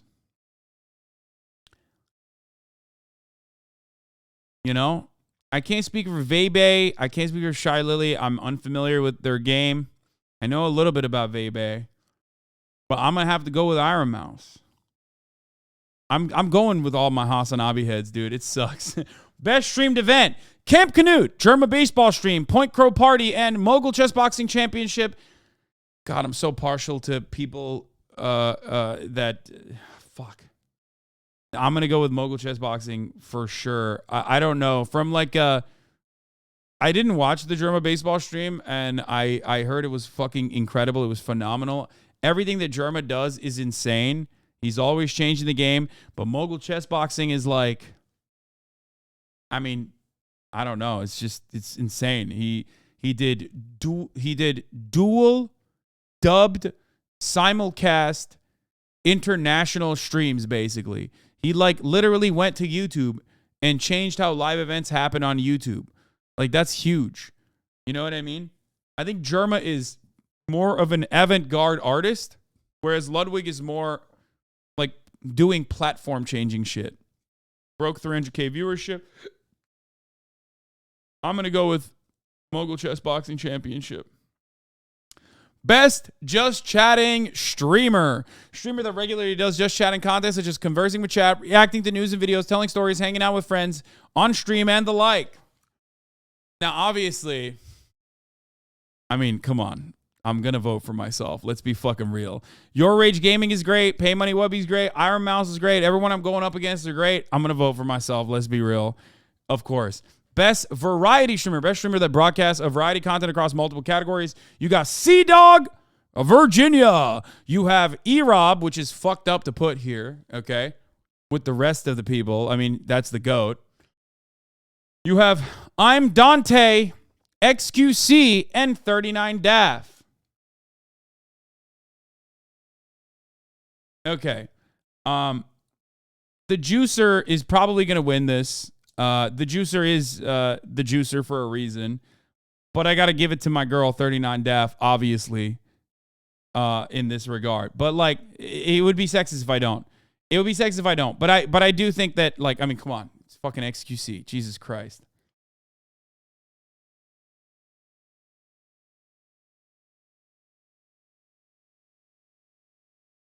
League of Their Own.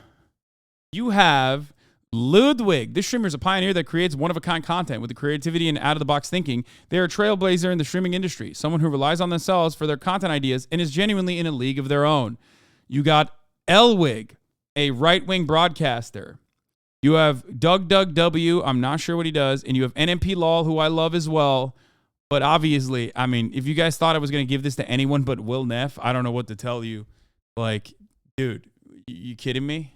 My fucking best friend of 12 years, okay? Yes, I do think he's a incredibly talented person who rarely ever gets the recognition.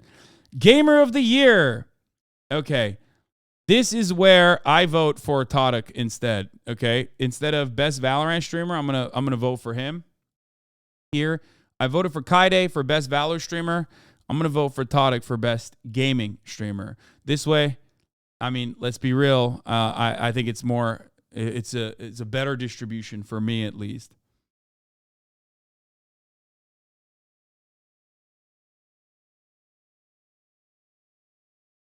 That's right. The GOAT himself. Gamer of the Year. They call me the Turkish Tarek around these parts.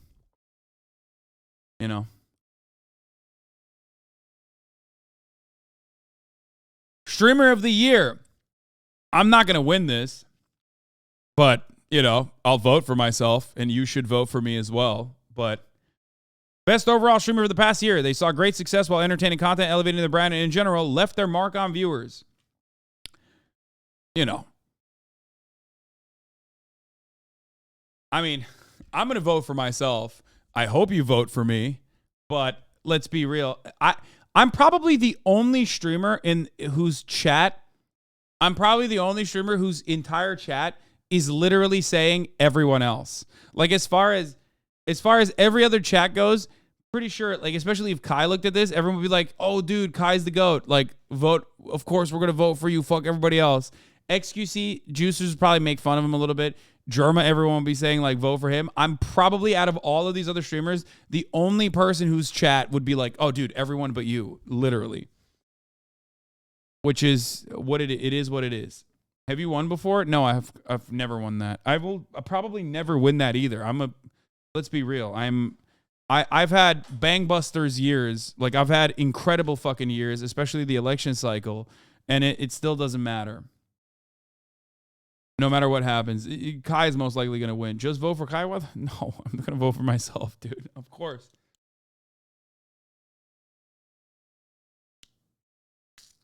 Hoscourt especially wasn't voting for you. It was sad. Yeah, I think you got to realize that at a certain point, everyone consumes my content as like hipsters, and everyone wants to be as hip as possible, and they think that you know, showing who's like less interested in me in my own Discord that you're a part of, specifically because you're a fan of mine, is like the cool thing that you can do. It is what it is.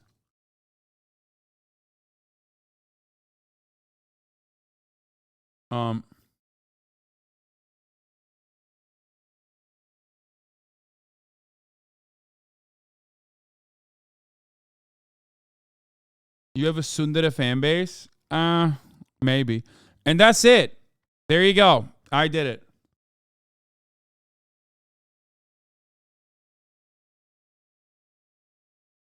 Yeah, bro, I want to be cool. Let's pretend I don't watch 4 hours of this shit. You're like a Democrat who'd rather vote for an independent who never wins than vote for a Republican. Just vote Kai. Jesus fucking Christ, you're not winning this. Brother, Kai Cenat has like 150,000 viewers watching him. XQC averages 50,000. Why can't I fucking vote for myself on my own goddamn stream? Why don't you go fucking advocate for them in their stream? Like, I don't understand. Why are you being so fucking mean? It's not like I'm going to be able to change the outcome regardless. Why are you so fucking salty? Like, I don't get it. Like, I mean, don't vote for me if you don't want to, but like, can I not do my own fucking thing? Like, I literally don't understand. Why are you so pressed?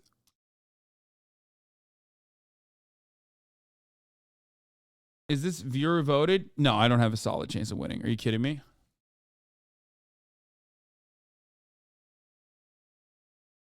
You act like we all hate you sometimes. Man, do you not see the chat? What are you, crazy?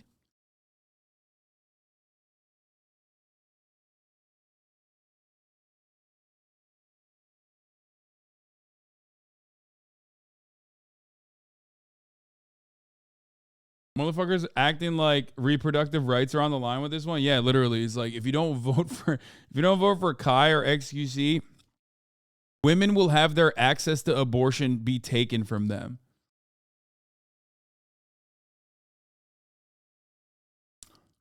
Anyway. All right, that's it.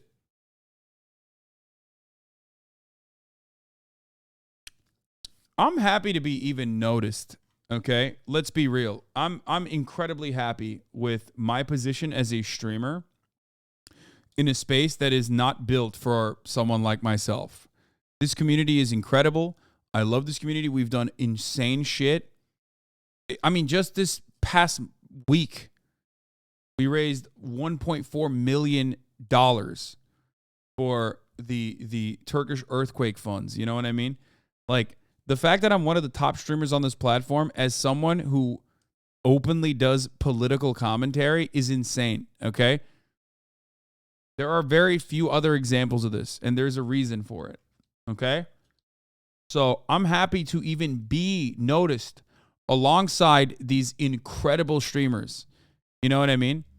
Like, Kai Cenat is a fucking powerhouse of entertainment. Every second of his stream is pumped full of content.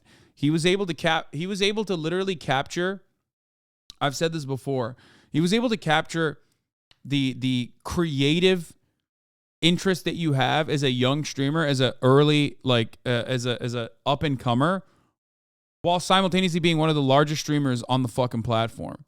That's huge. Okay? That's cap. That's not cap. That's absolutely huge. That's huge. Jerma makes incredible events. Okay? He's constantly pushing the boundaries and genuinely almost single-handedly holding streaming as like a viable as a art form. Even like he's taking something that is so otherwise like so bottom of the barrel, right, and turning it into like avant-garde art form. You're definitely biased, but you're allowed to be. I don't think I'm biased. XQC, yeah, I mean vapid, sure, vapid is a good way to describe streaming. Okay. XQC streams literally every single fucking day. He's able to entertain roving fucking like unhinged sick freaks. 70,000 of them by doing shit that you would probably be grossed out by if anyone else did it. You know what I mean? He watches SpongeBob and eats pizza. You can say that about every streamer. You can literally, we're streaming for 8-10 hours a day. You can say that with like all of our, shittiest moments or all of our like most, most boring moments.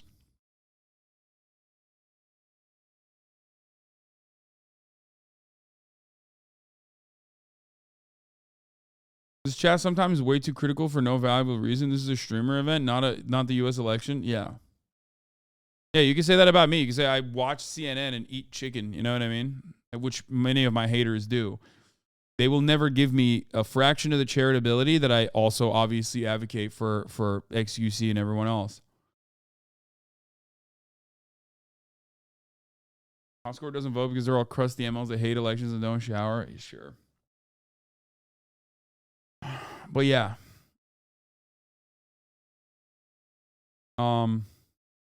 So my point is, I'm happy that I'm mentioned next to such titans of this industry. It's a small industry. Ultimately, it's vapid content. Ultimately, who gives a shit?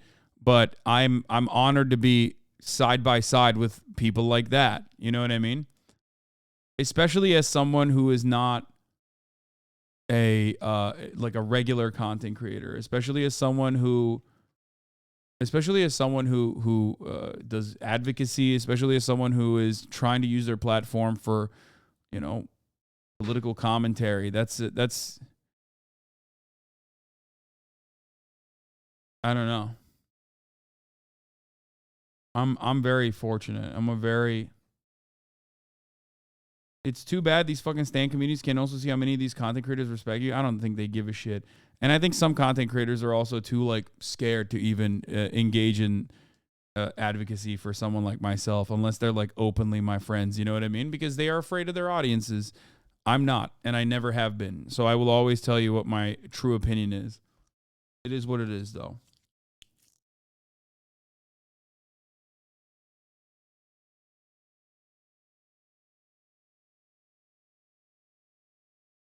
I think you'd be surprised at how well you are liked outside of the political sphere of Twitch.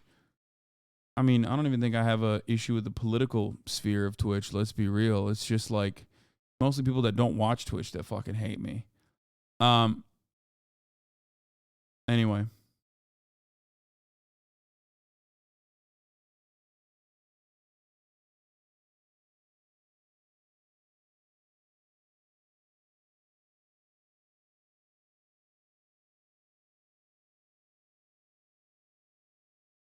Every year covering the awards goes to fucked vibes, chill you're loved. Wait, why? Okay. By the way, another I called it moment. The trans teacher with giant prosthetic breast story dominated the culture wars according to the neighbors is not in fact trans and presents as a man in his everyday life. I hate to, well, not really. I love to report to you that I motherfucking told you so. Okay? Once again, as always, I was fucking calling this from the goddamn jump. I told you this was like not like a fucking real trans person. And I even told you, even if this was like actually a real trans person, they're a fucking psychopath. Okay? And that doesn't reflect on the entirety of the trans population at all. But of course, nefarious propaganda outlets literally did not care, did not want to do their due diligence, and did not care what the truth was anyway. As I'm sure they will probably turn around and still use this as somehow, look how crazy trans people are, when this person is not a trans person. Pictures and videos of Lemieux sparked serious complaints from parents that someone with such outlandish look was not suitable for teaching their children and was distracting them from learning. The attention it brought to the school was also unwelcome, leading to bomb threats and heavy police presence on campus. The idea that people thought that this person was trans led to the school getting bomb threats, by the way. Just think about how normal our society is. Not even trans, just like the idea that they're trans alone was enough for people to be like, let's bomb this fucking school. Meanwhile, turns out it's a Tim Dillon prank. You know what I mean? Look at this fucking guy. Tim Dillon loses a little bit of weight, immediately does this shit in Canada. I see what you're doing, motherfucker.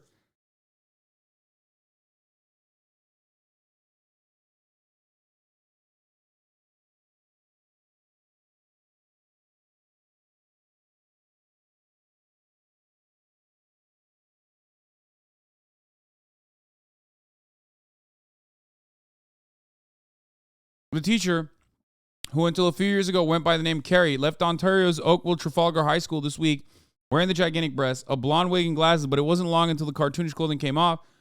After shopping at a department store and pet supply shop dressed as a woman, Lemieux headed home to get changed and emerged dressed as a man 30 minutes later. Lemieux then spent the afternoon in public wearing men's sweatpants, trainers, a gray t-shirt, a navy puffer vest without the breast, makeup, glasses, or wig.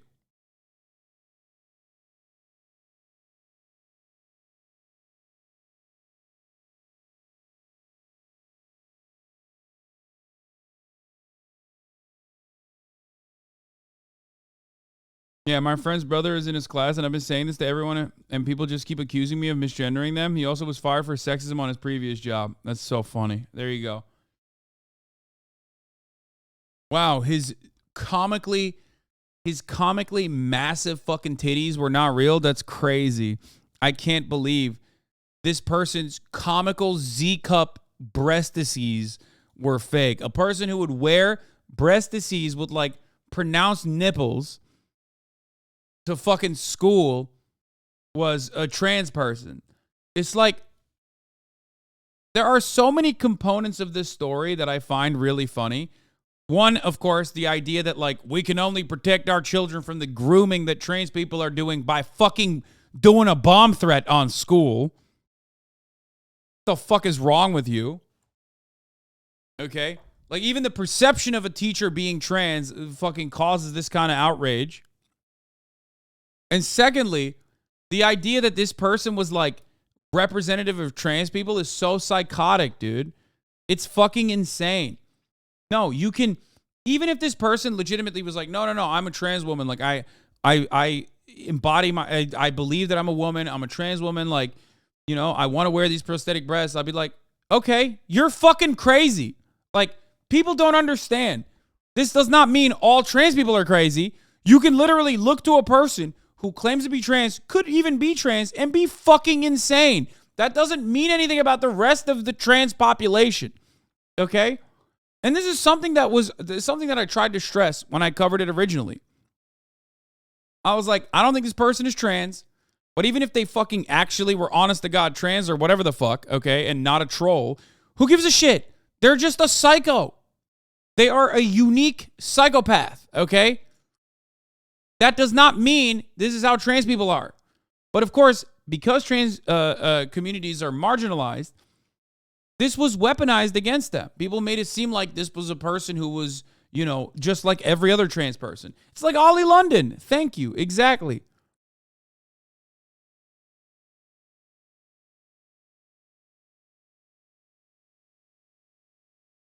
Crazy trans people characterize the entirety of the trans population, but crazy cis people are just crazy people. That's how being a minority works. Exactly.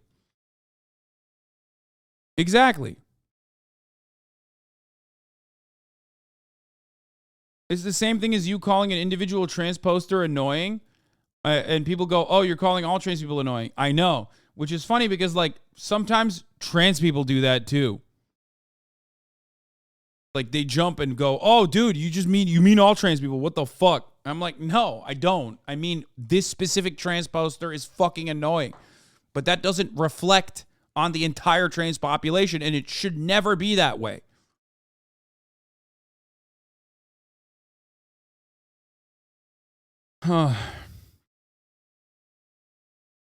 What does it say for cis women like Basheen who decide to get giant boobs? I don't even know who this person is, but like there are plenty of fucking crazy women, cis women, who do get comically large breast disease too.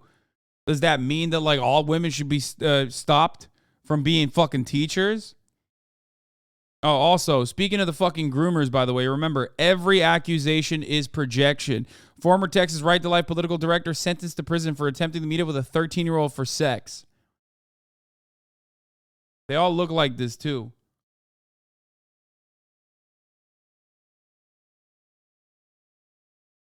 Yeah.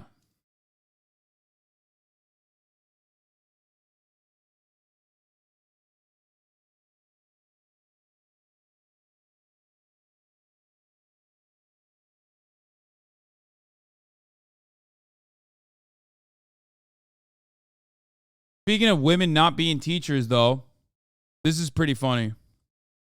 Jordan Peterson. You have a let's say Jordan Peterson had a fire take on non-binary people. Okay. And it's so incredibly funny because he's like, I don't like MBs because I can't be immediately misogynistic to them, which I think is such a funny fucking take. I love this man, dude. Sometimes he comes out of the gate swinging.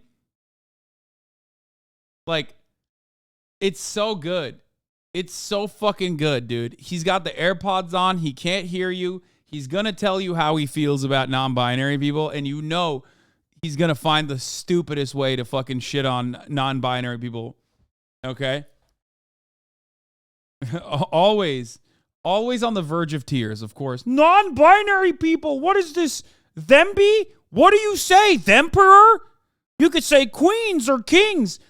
But when I see a they, them looking hot as fuck on the timeline promoting their OnlyFans, I don't know what to say in the comments. Do I say themperor?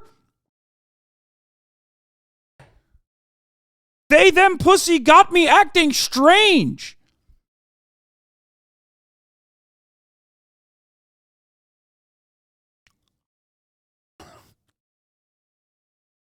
Sorry.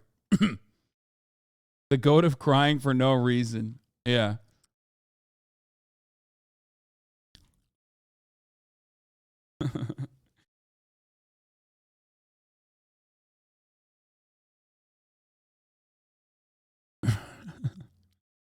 Okay. He didn't say that. He said this instead. let's say you have a non-standard gender identity. Okay, what the hell are other people supposed to do about that? Yeah. Like, what are the rules here, right? Because if you're a woman, I kind of know how to treat you. I'm going to do it in a stereotyped way to begin with because I don't know who the hell you are. So it's so funny. Like, he just immediately, dude, no one asked him to, he volunteered this information. He's like, I'm going to be misogynistic. I'm going to see that you're a woman and say, oh, are you being hysterical? Are you crying? Are you looking for your rolling pin on the way to the kitchen? You must not. Why are you not bare feet and pregnant right now? That's what I'm going to say. Because I know you're a woman. How about a smile for me, sweetie? That's what I will say. The Dragon of Chaos, you know? So I'm going to use, low resolution approximations, and those are going to be stereotypes. They're no different than categories. And then when I get to know you, I'll particularize it. But I love this is literally, by the way, this is a justification for bigotry. Like, Jordan Peterson accidentally reveals that he is a bigoted person. When I see a woman, I don't go, oh, this is a woman, gotta fucking put on my woman response. It's just another person, dog. Like, I'm not even being like over the top woke with this, okay? Because, like, I sometimes say misogynistic shit as a joke, as a meme, whatever, right? Like, it's so stupid. Like, what do you mean? You're just like literally like the reason why I mentioned that is because like I'm not exactly the best feminist on the planet, okay? But it's such a psychotic thing to just reveal, to be like, yeah, when I see a woman, immediately I'm like misogyny mode. And then once I get to know you, then I'll treat you like a person. Why is it that so much of conservatism unironically just is basically about describing being a bad person as a virtue? Think about it. So much of conservatism, literally, especially social conservatism, revolves around being like a fundamentally bad person with bad manners, okay? And behaving that way as a mark of bravery and as a marker for like dignity and being a virtuous person. He literally just described, it's vice signaling. Yes, conservatives love virtue signaling and then claiming that other people are virtue signaling, but he's vice signaling. You're right. That's so good. It's so weird. It's like, no, I can't be polite. Society will not coerce me to be polite. I'm a fucking asshole. When I see a woman, I think Dragon of Chaos. I think of my grandmother's pussy hairs. And I think of what that means to me. That's real. I wrote that in a book. Look it up. Jordan Peterson talks about his grandmother's bushy cush. Right? Don't throw haws in the chat. That might be a turtle of haw, but to me it looks like a dragon of chaos. Okay, you're going to make me read the copy pasta now. I dreamed I saw my maternal grandmother sitting by the bank of a swimming pool that was also a river. In real life, she had been a victim of Alzheimer's disease and had regressed before her death to a semi-conscious state. In the dream as well, she had lost her capacity for self-control.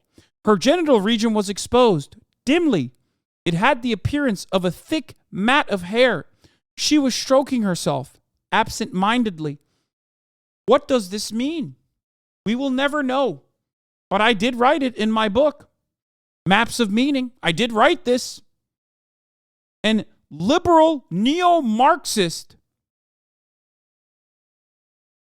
postmodernists want to stop me from reading this out in my audiobook, which I did. Look it up.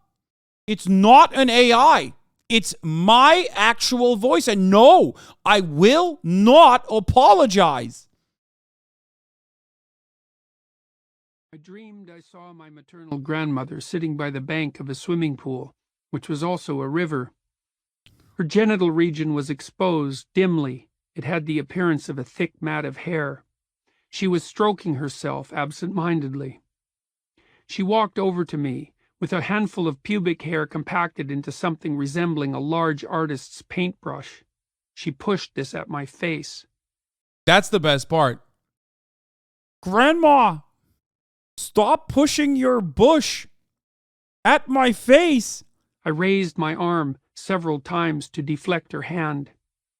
Finally, unwilling to hurt her or interfere with her any further, I let her have her way. She stroked my face with the brush gently and said, like a child, "Isn't it soft?"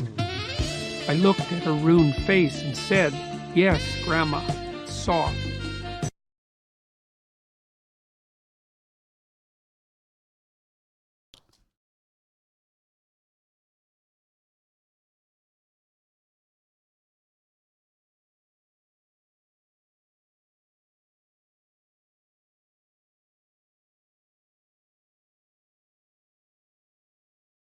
NB's a cop's worst nightmare. Okay, the music part is they put that in there. Anyway, getting back to this is 27 seconds in and I had to pause for like 8 minutes. So Jordan Peterson so far has described why it's hard for non-binaries for him because he doesn't know if he can be immediately misogynistic or not. Summations, and those are going to be stereotypes. They're no different than categories. And then when I get to know you, I'll particularize it. But if I don't know whether you're male or female, what the hell should I do with you? You don't know, because you don't know what the rules are. What? What do you mean? What do you mean? What are the rules? First of all, what are the rules? Like, what rules? It's just like, be polite. It's no different. It's no different than like someone being like, this is my name. You know what I mean? If you don't understand, ask. Be like, hey, what are your preferred gender pronouns? Okay? It's fine. Some might even consider that to be a microaggression, but ultimately, you know, sometimes you're going to have some microaggressions. You're in public. Right? What rules, you sons of bitches? I mean, literally, what rules? What is he fucking talking about? So the simplest thing for me to do is just not do anything with you. The simplest thing. Okay, that's actually kind of goated, though. Like, so what? He just says he's deflecting away from non-binary people? Because, like, you know, if that is what gets Jordan Peterson to avoid you at all costs, like the top of the hour ad break, like, I'm fucking down. You know what I mean? Because at the top of the hour, like, being an NB does not stop you from seeing an ad break. What stops you from seeing an ad break, however, is the $5 a month subscription or a Twitch Prime, which is free, you know. By connecting your Amazon Prime account, maybe you got it from your grandmother, and connect it to your Twitch account, you get one free Prime subscription a month. Now, of course, you can also get gifted a sub by one of the many neo-Marxist postmodernists in the chat, like MP Sharky or Perry the Platypussy. Perry the Platussy, I apologize. Thank you. These are men gifting subs. What will we do without men? Here's the 3-minute ad break now.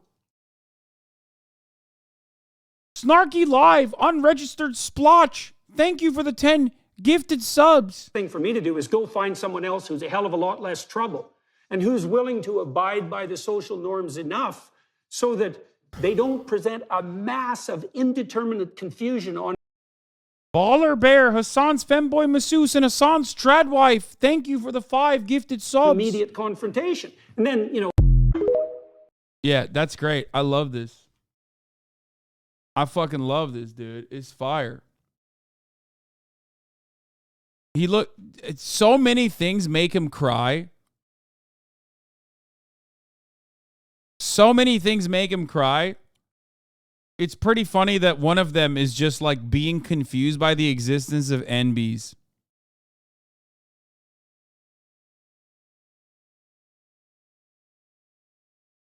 If autistic people can learn the weird rules of social interaction even though we don't understand it, I think Jordan Peterson is capable of gendering someone properly in spite of his confusion.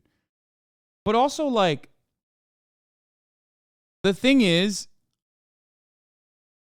ultimately, it doesn't even fucking matter. It's just like someone basically tells you, wait, what? Jordan Peterson wrote about child sexual abuse? Wait, what is this? He wrote a whole book of dark humor poetry that's mostly about children being abused and raped. Wait, what? Where?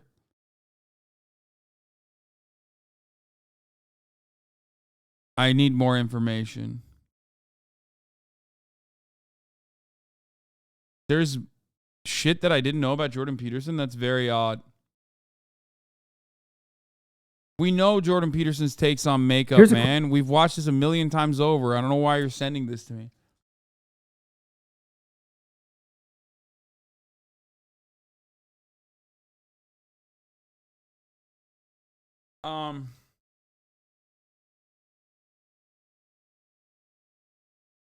It's like what is very weird about it is that, like, yeah, if you fucking misgender someone, like, they'll just tell you and then you don't do it again.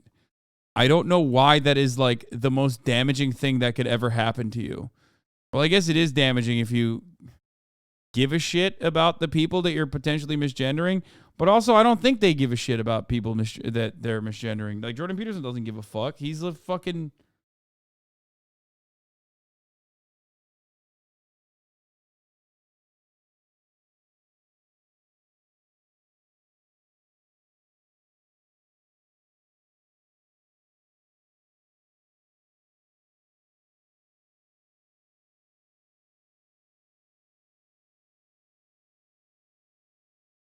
My friends slip up a lot, but I respect that they're always trying whether I'm around or not.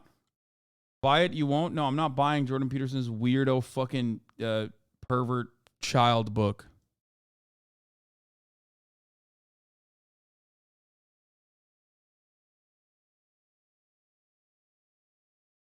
What? Speaking of which, have you seen author and chaotic poster Joyce Carol Oates taking the bold stance of trans-inclusive radical misanthropy? Aren't you a feminist? Transgender women with penises shouldn't be naked in the same locker rooms as real women. Is this a serious problem? Really? Really? Speaking for real women, no one particularly wants to be naked in a locker room or anywhere with strangers or possibly with anyone anywhere at any time, naked or not. Cannot believe this is an issue in good faith. What? She said, women just don't want to be naked with anyone.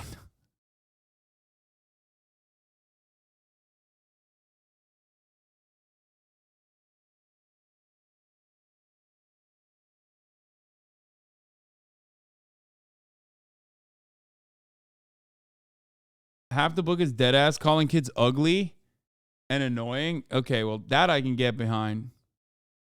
Children are annoying.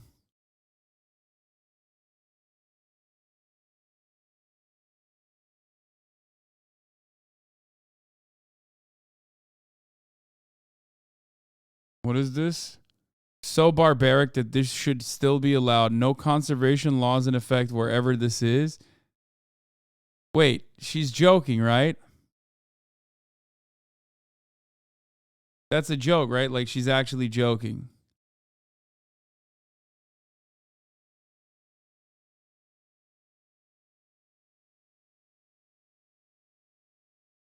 She's just old? Wait, really?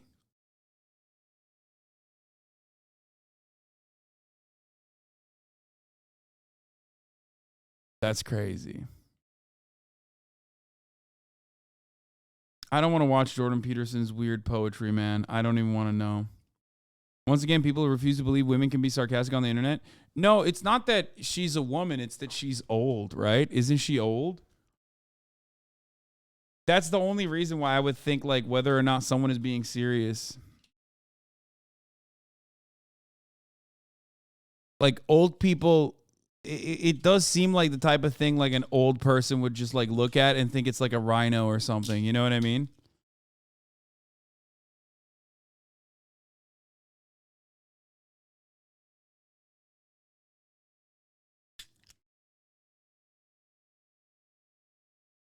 She actually learned how to joke like that from posting so much on Twitter. Oh, that's awesome. Okay.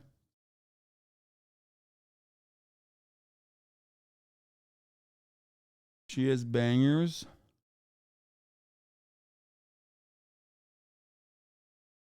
All we hear of ISIS is puritanical and punitive. Is there nothing celebratory or joyous? Or is query naive? What the fuck?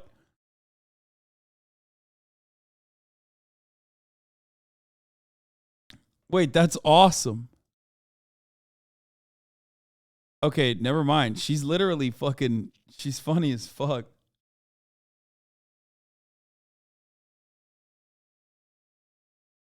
True. The New York Times trans coverage is under fire. The paper needs to listen. True. Mainstream media seizes upon highly atypical microscopic samples of an issue that affects virtually no one, amplifies it maniacally, continues to focus on it as if it were some sort of threat to the commonwealth and not an amplified paranoid figment of media imagination. Oh my God. Okay, that's a follow. God damn.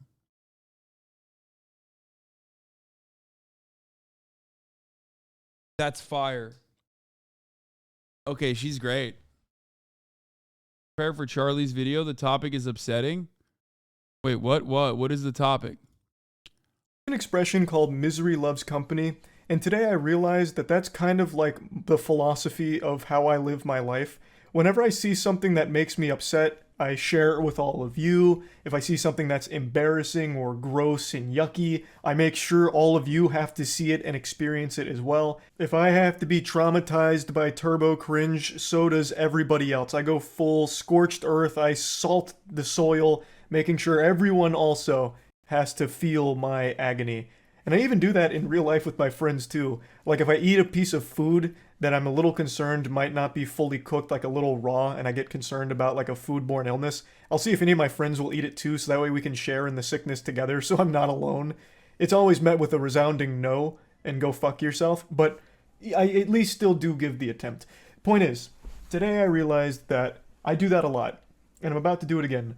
There is a trend of streamers that I've talked about quite a few times over the last few years that always make me infuriated. It is the distracted drivers streamers. I'm sure you've seen a lot of streams that take place in a car where a streamer is literally reading chat while... I don't want to watch this. I know what it's about. It's the fucking dog that the Polish streamer ran over. I'm not going to watch it. I literally avoided... Is that the one?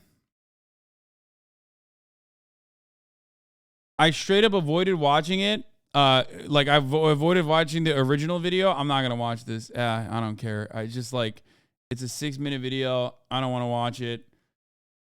I literally straight up. Are you serious? What the fuck? Yeah, a streamer just like ran over a dog while she was on her phone. And I'm glad you guys gave me a warning. I don't want to watch that.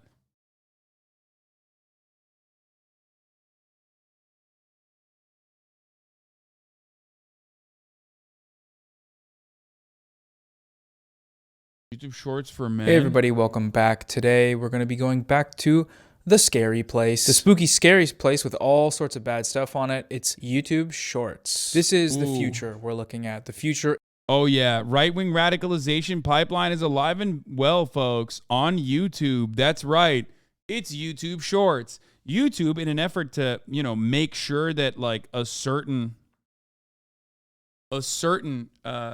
new product that they reveal, unroll, gets a lot of hype and gets a lot of people excited, will do this crazy thing and basically offer it zero fucking guidance. Okay? They will offer it zero regulation. And that is precisely what the fuck is going on. What is this? On Mario Batali, J.K. Rowling, and cancel culture, Adam Ragusa? Why are you sending me this? What mullet mode? Is this allowed? Wait, Noah got a mullet? Okay, bro. I mean, come on now. Okay, bro. Fucking chill, okay? And his mullet's better than mine. That's fucked up. That's actually fucked up. All right, let's watch this. Let's watch this piece of shit, okay? I gotta pee. I'll be back. Short form, bite-sized content. Like TikTok and Instagram Reels, short form content is where the human psyche naturally wants to go. And that means tech companies are going to keep bringing you there, whether you like it or not. I found all the videos we're looking at today in basically one scroll through the shorts. Took like an hour, maybe 2 hours. Collectively, they have millions of likes and hundreds of millions of views. And yeah, so just keep that in mind as we watch. Just imagine 10 Super Bowl stadiums full of people watching this content and clapping like seals. Here we go, let's go. You haven't had that feeling of like that drug feeling, the serotonin coming through your brain, like all logic goes out the window. Have you had that where you just absolutely want this person every day, all day? The reality is love between men and women is not the same at all. Men love idealistically, women love opportunistically. I understand. Hey man. Why can't you answer the question? Why can't you just answer the nice lady's question? She's asking a very simple question. Have you ever been in love, guy? You ever fallen head over heels, guy? Immediately. You see the reality of the dating market. This is just the way, it's just the way the world is. Yeah, don't get mad at me. I didn't create the game. Don't hate the player, hate the game. The dating market does not allow, it doesn't just, men and women are white. Be normal for once. Answer the question, just answer. Instead of defaulting to your fucking talking points, man. God, it's the worst. I understand the fact that as a man, a woman loves you for what you bring to the table. You know what I'm saying? Your money, your income, your status, your confidence, your ambition, your cleverness. There's a whole bunch of different things that women look for in a man before they can actually love and submit and want to be with him. Real quick, love and submit being sort of synonyms there. Ooh, self-report. Ooh, a little weird. I mean, you all know the Fresh and Fit guys by now, so it's no surprise. But love, real love, submission isn't a part of it, because submission relies on a power imbalance, And that's not love. All about love. Bell hooks. Go away. Go check it out. But for men, it's like, we love women for real because we don't have as many requirements of them. You love women for real? That's what you said? Yeah, men love women idealistically. This is why breakups hurt men way more. This is why men commit suicide way more. Like, when a man loves a woman, he loves her far harder than she loves him back. Whoa, okay, hold on. Throwing a lot of just statistics and numbers out there randomly sounds good, but let's take a closer look. Oh, I see. Okay, he was citing this study from Pew Research. It's the study of breakups and who hurts more from them. Clearly, that's so weird. That is like, that's such a weird fucking take. Like, he just dude. You know how we talk about like conservatives every time they fucking say something is just a self-report? It's the same shit with these conservative fucking PUA guys, right? Every take is just a self-report. I don't understand why this shit bangs. It's literally just like, I'm a pathetic loser and I fucking hate women. And then people go, yes, King, everyone else is gay for not liking you. And it blows my fucking mind. It's like the same shit that we were just talking about. It's vice signaling. You know what I mean? It makes no fucking sense to me at all, bro. It makes no sense. It's like, anyone else says that, you're like, what the fuck is wrong with you, dude? Like, maybe just, I don't know, reconsider your relationship with women and how you think and speak about women. Like, what the fuck's wrong with you? I mean, we saw the greatest example of this, right? And this is perfect because this was popping off on Reddit. It was popping off on Twitter. I saw it too. It was like some fucking girl at a party. It's like clearly like a Bang ad. You know what I mean? It's like a fucking product placement for Bang. Here you go. It's publicly asking for male validation daughter or thinks he needs to humble and insult every confident women son. Okay? And dude, it's fake as fuck. It's so fake, but you know what's not fake? All the fucking people in the goddamn responses, dude. She sucks. She's annoying. She's playing into the fucking, she's leaning into the bimbo archetype. He is literally also just playing into just like this aggressive fucking school shooter shit. I hate both of them. Okay? It's staged. It's fake. But the feelings that people have from watching this and the responses. Wait, what important story for you? Hunter Biden smoking crack at Mardi Gras 2023? Oh, that's so sick. Dude, that's fucking awesome. Wait, Seeking Derangements last edited? Twitter Blue user? Fucking owned, dude.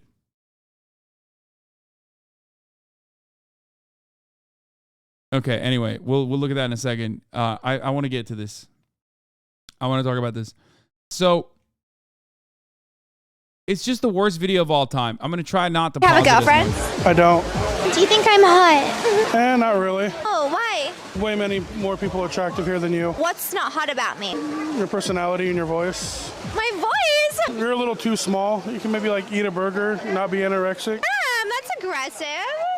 I don't know who you're trying to impress. No one's going to simp over you. Have a girlfriend? It's like, it's so fucking staged, and it still made me fucking cringe, okay? I saw this video, and immediately I thought to myself, wow, two people playing the worst roles in society, okay? I mean, he's right about the voice part. I know, chatters, you're not making a unique observation. She's literally purposely being annoying, okay? It's like, I get it. You shouldn't fucking watch this and literally go, oh, he owned her. Just like, this is exactly what I want to say to every hot girl who would probably reject me. I would assume that they're bimbos. Like, she's like desperately, she's playing the role of a bimbo who's desperately seeking validation. And he's playing the role of a fucking psychotic incel who's like owning her, okay? Who's like owning her by being like, you're ugly and nobody likes you and your voice sucks. And I hate it because the psychotic incels didn't look at this and go, oh, he's playing the role of a typical Reddit mod. How cringe. And went, he's just like me for real. What a fucking king. What a god. What a goat. And I hate it so much. Okay? I hate it so much. It's like, it's just so perverse. It's so weird. It's like getting all of these sad men, okay, who instead of fixing themselves, feel more confident behaving this way. And it's so fucked up and it's so annoying, dude.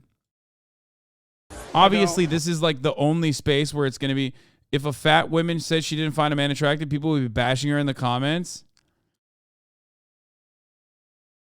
It's almost like when you put a camera in someone's face and purposely agitate them for online content that will sometimes be mean to you. This is not real. Like, this is not a real thing.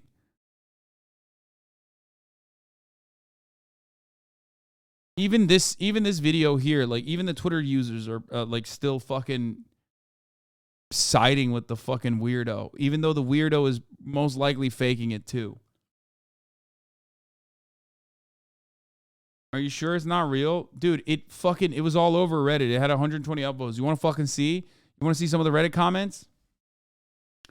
It's jerking off the fantasy of men who would, 1, burn in natural sunlight, and 2, become a puddle of sweat and anxiety should a woman approach. Like, this is the daydream candy for society's worst people. Yes. All of these are... Everyone that watches this video and likes it literally is like a school shooter that is luckily too cowardly to fucking do it. You know what I mean? Thank God. Seriously. And if you are the type of person who fucking sees this, lean out, okay? Lean away from the attitude that you have, okay? Work on yourself. This is the perfect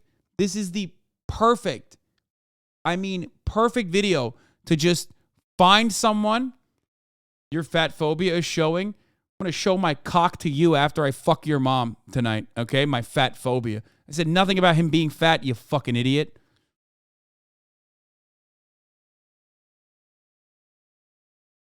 If you look at this video and immediately side with the dude and fantasize about how you would say the same thing to her, okay? I'm telling you right now, no matter how fucking annoying she is, and she is fucking annoying, okay?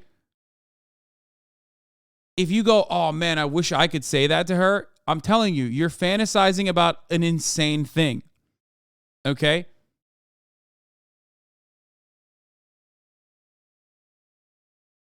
You're a bad person. You're a piece of shit.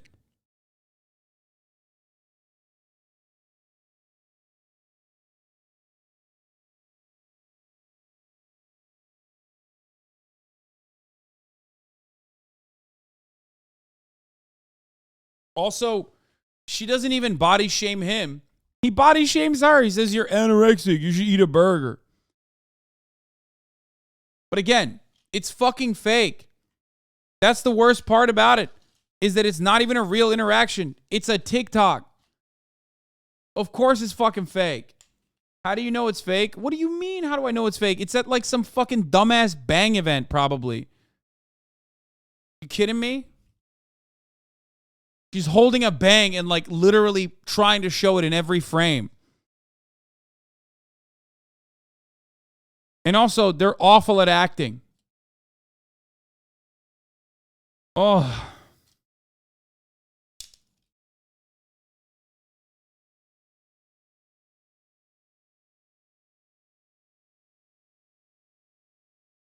You know, she was mocking him and defended himself even though he's an idiot. No, he didn't. No, he didn't. Live hot streaming action. He didn't. That's not how you defend yourself. You know how he could have come across awesome in this? Do you think I'm hot? Be like, yeah, sure, maybe. I don't know. It's not for me, okay?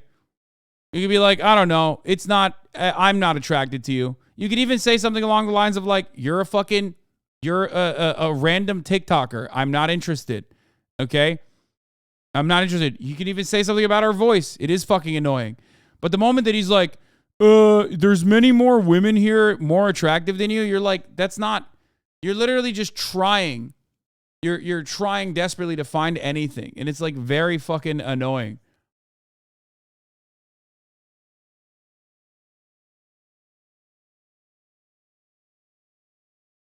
Bang's whole marketing gimmick a couple years ago was this exact type of content. Having a can of Bang anywhere in a video was their method of advertising. Yeah.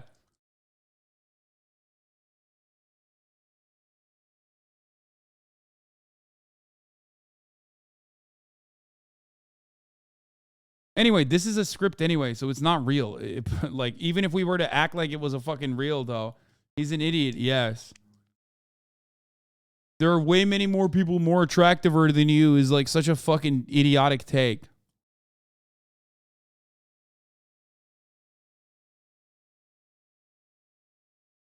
Stop taking it seriously. I feel bad for him. There's no way he's ever going to better himself, but she's just taking advantage of this. This is not real. Stop thinking that this is a real interaction. Please, you are reporting on yourself. Okay? Skip this 6-minute video about a real problem and complain about a TikTok for 6 minutes, shaking my damn head. Shut the fuck up. Take a day off. You want me to watch a fucking video of Charlie talking about a streamer driving over a fucking dog? That's the important video?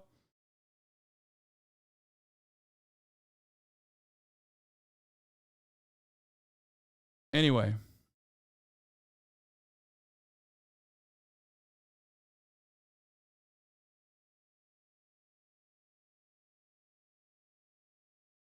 It's literally it's an incel Darman video, okay?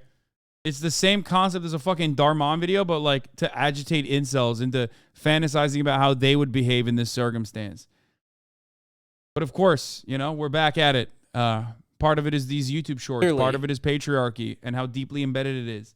By the numbers we have, it's boys rule, girls drool, is what this graph says. I love quantifiable assertions. They're my favorite. Also, what about that statistic about men being more likely to leave their partner when they get cancer? Women are 6 times more likely to end up separated or divorced if they are diagnosed with cancer or multiple sclerosis than if their male partners were facing the same illness, according to a US study. The study confirmed earlier research of a divorce or separation rate among cancer patients of 11.6%, similar to the general population, but found the rate jumped to 20.8% when the woman was sick versus 2.9% when the man was ill. Hey, what the fuck is going on there? That's weird. Seems a bit opportunistic of these guys to sort of not stick with the person and stick it out just because their person is sick. When a man loves a woman, he loves her far harder than she loves him back, so to speak. That's why women overwhelmingly, initiate divorce and breakups, etc., and why guys have such a tough time getting over it.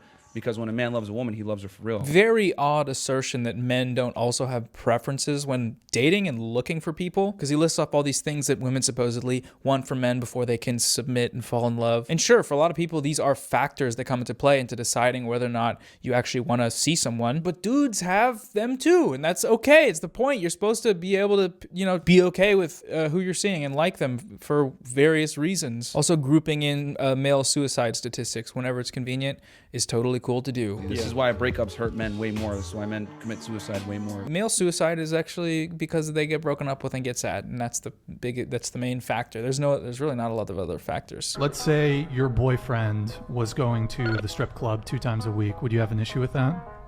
Yeah, because I feel like that's already an unspoken rule in a relationship. You don't go into the strip club. Well, you shouldn't go to bars and clubs when you're in a relationship. Is that an unspoken rule? I mean, it is. It kind of. Dude, my favorite type of content is having, like, I'm sorry to say this, ladies, but like some ladies are dumb, okay? Just like a lot of men are dumb. There's a lot of dumb ladies out there, okay? And my favorite type of incel content is just like finding the most self-selecting group of individuals that just like want to do it for like a little bit of fucking Instagram clout, and just having them on your podcast to just be like, look how dumb these ladies are. You know what I mean? This is exactly how all bitches are. Am I right, guys? Like, it's like, bro. What the fuck? What is happening here? Why is it always like a desperate attempt to like monolithize every fucking woman on the planet? Okay? It's always funny, too, because, like, you know, the podcast hosting men are dumb as fuck, too.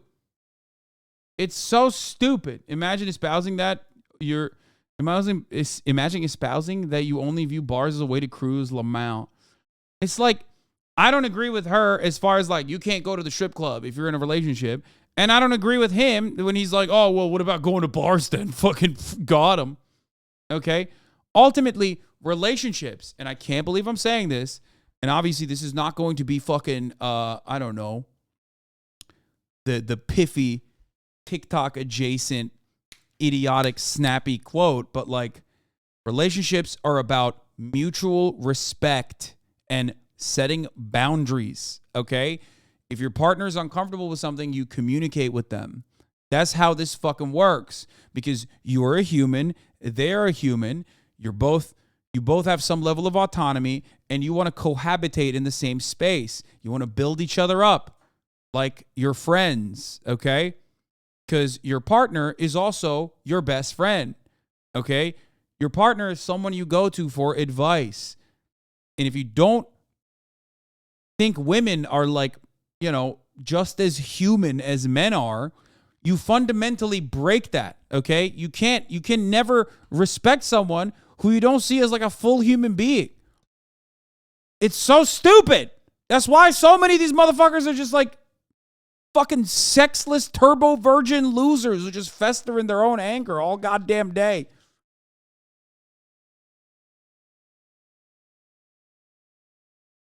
Like common sense. You shouldn't really be like partying with your single female friends. Unspoken rules. Pretty dumb. Sounds pretty dumb to me. If you are in a relationship and there's a boundary you want to set up, you speak it, you know? You just say it. Hey, this thing you do, gay.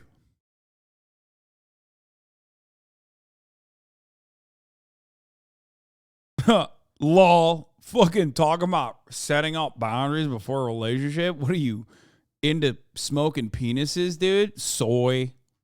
Which, by the way, of course, gay people, no relationships.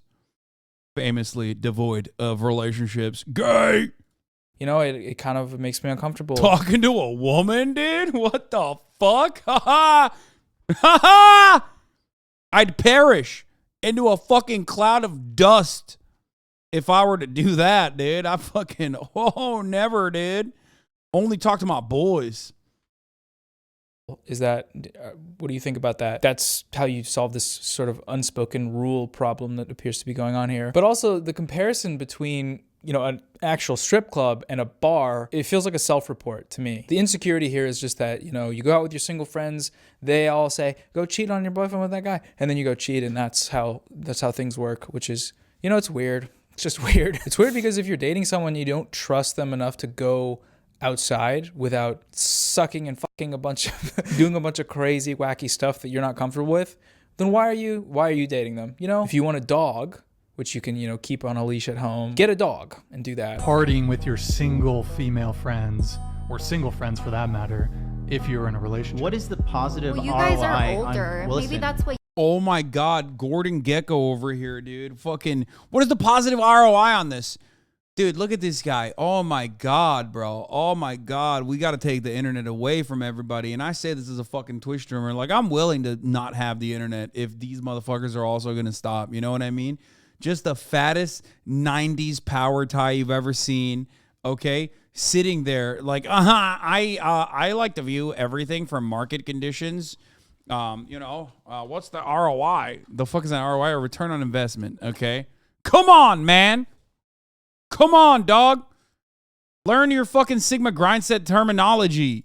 What you think in your own dating life? Did this guy really just say ROI? Did he use that term? I mean, he looks like he would. He's got like a sort of Wolf of Wall Street situation going on. These are so uncomfortable that just everyone in the room is so Maybe that's what. Voice trembling with rage, trying to interrupt and We're young. That's not how it works for us. She's 20 and she agrees with us. She's younger than you. Fucking own. She's younger than you, which means she has more value, dog. As you know, I like my pussy young. You know what I'm saying? That's what Andrew Tate said. Woo! Let's go. Gang shit. Oh, that's right, dude. Okay. So then your entire argument just went down the trash. Come on. Oh my God. Oh my God. He literally said there's a person here. There's a person here that is in disagreement with you, so I win. Oh my God. Oh, I watched some clips of his. How this worked was they kept making up successively more specific scenarios until the girls got completely cornered and break their argument. I don't even know what this is. I kind of want to watch the whole thing, but you just got, speaking of getting one guide, how about one girled, okay? Fellas, this one is for you. Everybody's always one guying me. I decided I'm going to one girl you back, okay? Woo, sheesh. Smoking on that fucking big doink like I'm out in Amish, okay? Holy fuck. My anecdotal evidence cancels your anecdotal evidence, therefore I win. I am very smart. Also, like, interpersonal relationships between men and women are complicated, and like, it's not like there are fucking studies for this, you know what I mean? It's just, I mean, there are, but it's stupid. You just got to go off of vibes sometimes. But most importantly, because of the gray area that you're constantly traversing within interpersonal relationships between men and women in a romantic circumstance, especially, communication is key for that reason, okay? That's why you got to talk. Of course, before you get to that point, you literally should do everything in your fucking power to see your partner as a human being. Okay? That's big one. It's really, really fucking, it's really big. I can't stress that enough. Come on, guys. Why does this exist? Why does this have 70,000 likes? Yeah, well, she's you're a poopy head, stinky poopy head. Which logical fallacy is that? Someone type it in the comments. It's been too long since I watched a debate, Lord. If you don't want to be in a relationship and you just want to party, that's fine for you if that's your choice that you want to make. Okay, wait, that last assertion there. If you don't want to be in a relationship and you want to party, that's fine. Why are those mutually exclusive? Why is partying and being in a relationship mutually exclusive? It hinges the ability to obtain a relationship on the necessary decision to give up partying. No more partying, you stay inside. Very weird, very insecure, weird stuff. People can have preferences, but you know what? It's also, again, very narcissistic because like you're basically turning your own personal perspective on the matter into a universal rule. And that's what a lot of these fucking fresh and fat guys do, you know what I mean? Like, they just run around being like, I'm personally broken by women. I hate it. I don't like it. And you shouldn't either. It's like, it's just so fucking stupid. It's like, that's a you thing, dog. It's like whenever motherfuckers are like, dude, I watch porn. And then before I knew it, I was just fucking jerking off like 20 times a day. 20? That's a lot, bro. That's a you thing. You should stop jerking off for sure. You know what I mean? That's a skill issue, brother. Like, honestly. I mean, straight up. That, like, I feel like it's always just a bunch of dudes just complaining about, like, hyper-specific problems that they have. But, of course, because there are enough fucking weirdos out there, they, like, get away with it to an audience of other weirdos that are like, I'm just as big as a loser as you, dog. I love that shit. What point do those preferences restrict the ability for someone to make their own decisions and, you know, live a life? I don't know. Seems weird. So you are a virgin? Yes, I am. Okay, yeah. Prepare for some riveting journalism here. I love that, dude. That's extremely my shit. I love that. It's like, you're a virgin, huh? Go ahead, tell me, what's up? What's your pussy like? Are them things thangin'? Like, what's happening? Give me an explainer on your body parts, please. Go ahead, please. Everyone wants to know. Do it on TikTok. It's weird. It's a weird thing to say to another human being. Yes, I am. Do you plan to be like forever a virgin? Until I'm married. Question is, a preferred size For what? for being not a virgin. 1 to 2 inches? Just kidding. No, okay. I was like, there's no way. You know what? We're gonna skip this one. It's just I can't watch it all the way. I'm not gonna. I refuse to. Damn. So like you're sad. You ever think about you wanna fuck? Should we like putting the cringe on hold for a moment to thank the sponsor of today's video, video. And it's unfair and continuation of Another video from those guys. Racist girl calls him white boy, part 1. Yes! Would you date a police officer? No, the pigs. Because the institution they support is inherently racist and profiles black and brown Americans especially, throws them into jail, which is a continuation of the slave trade, essentially. People are working in prisons for less than minimum wage, making pennies and dimes, and it's unfair, and that's what you contribute to if you're a cop. God damn, she fucking, whew, sheesh. Okay. She ate. That's what they say, right? She ate, left no crumbs. Okay, that's fire. Now, one thing I know from my own personal experience of consuming a lot of this content so that you don't have to, usually when someone is spitting bars and is not playing the role of like the bimbos, like, no, I want a guy, I want to stay at home and cook and like if the girl is not doing that and instead just like doing this instead, like the guys get very angry. Okay? They get very angry. Fresh and Fit is notorious for this. They always fucking have like, you know, they always have the same type of girls, but then sometimes like in the bimbo pile, there's like one girl who's like, you know, spitting and immediately they fucking go crazy, okay? They go bananas mode. They're like, don't speak back to me, you fucking whore. Like, they go fucking insane. They're like, this is my show. You can't do this on my show. That's what I hear. Every time they go like, oh, I'll fucking kill you. Like, get the fuck out of here, right? Instead of, when they're trying to like present a macho, get the fuck out of my, streaming room or whatever type attitude, what I hear is, you can't make me look bad. You can't make me look bad on my show. That's what I hear. And that's what you should hear as well. That's basically what they're doing. Bars. Bars. What are we on Instagram watching vertical videos? Because that is so real of her to say. God. Hit on all the points there. No notes. My question to you is, I disagree with you on...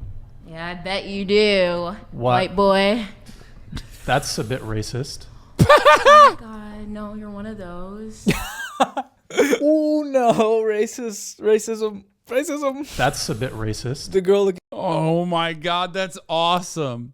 That's a bit racist.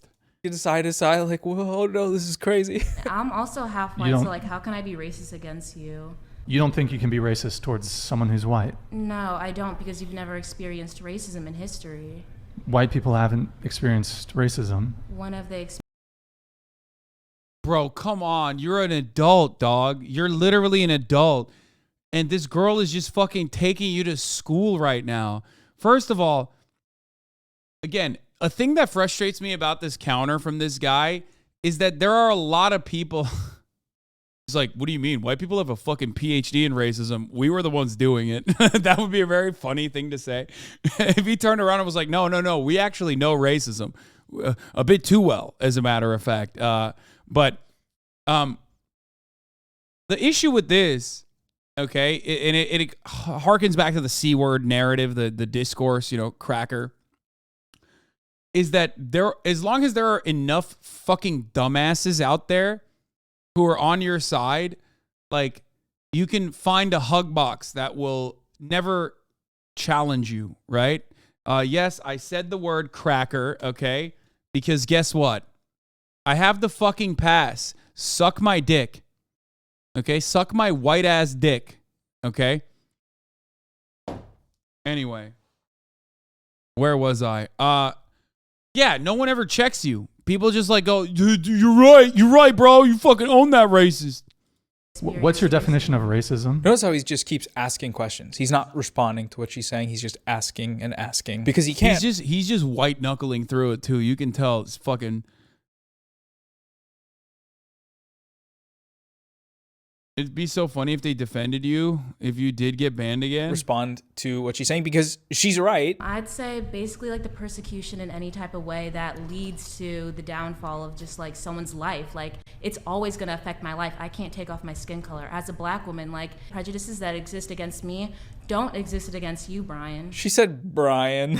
He was already getting destroyed in this debate, but then she called him Brian. No offense to any Brians out there. It's just, you can't really win. Sometimes if you're falling into incel ideology because I'm in their exact demographic and of course have struggles with relationships like everyone else, do you have any advice from like me? Yes. Focus on yourself, King. Okay? Focus on yourself. You currently do not have confidence. Why do I know that? Because you're in a fucking Twitch chat talking about how you don't have confidence and you're in that exact demographic. In order to build confidence within yourself, you have to believe in yourself. How do you start building and believing in yourself? By making short-term goals that correspond to midterm goals that correspond to long-term goals. Write it out for yourself and achieve slowly but surely. Start building better habits for yourself. Go to the fucking gym. Figure out what works on the top of your head and what works on your face. Okay? It takes a while, but you can get there. Do you understand? And through that process, you will start building confidence like a muscle. Hopefully, you will also be building muscles because you're going to the gym now, okay? Not like a crazy idea. It's pretty basic, but it fucking works. And I'm not just saying this with survivor's bias, even though I do have it personally, okay? You know, basic hygiene will go a long motherfucking way. A little lore on this guy. Used to be a prank YouTuber that fell off and started his comeback by conversing with people, but the incel manosphere stuff worked better, so we just pushed into that. Of course, these people are always guided by one fucking thing, okay? That's why they always self-report, dude. That's why all of those motherfuckers that I criticize regularly will turn around and be like, you're doing leftist shit because it fucking works. No, motherfucker. If it works, if I'm doing something specifically for clout and because it works, I'd be doing the shit you're doing. Because even dumb, annoying, unfunny, and untalented motherfuckers can gain prominence by simply just being a little misogynistic and owning women on the internet. And holy shit, I could do that so well. Oh yeah, I've been going through my old photos around grandma's house, and I have a message to all of you who think they're fat or ugly right now. Shit will change. You'll learn how to manage your food, workouts, and learn what kind of haircut works with your head. Things will get better, I promise. There you go. It was 2017.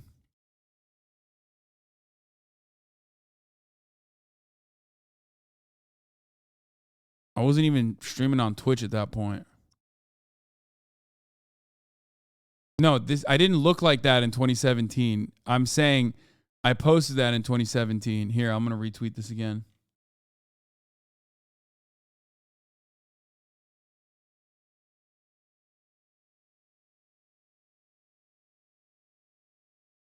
I love when I said I wasn't even streaming back then, and people are like, no, you were. No, I wasn't streaming in 2017, and that's not me in 2017. That's me like when I was a fucking baby. When I was 18, actually, which is crazy, which is holy fuck. That's a long ass time ago. It was 12 years ago. Not even 12, 13.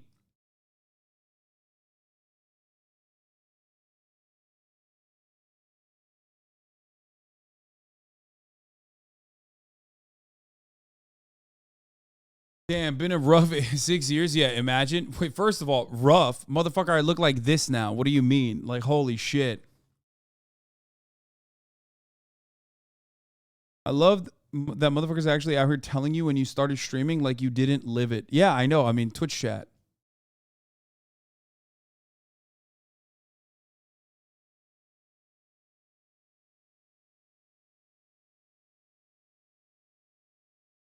Puberty hit you disrespectfully late. I hit puberty twice. That's not even a joke. I hit puberty in college again.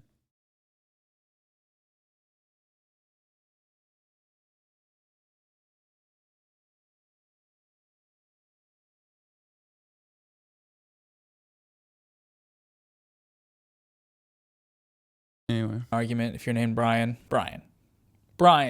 And that's why you can't be racist against a white person. So I'm sorry if you feel offended, but you are white, and me calling you white boy isn't exactly racist. I mean, you are addressing me by my skin color.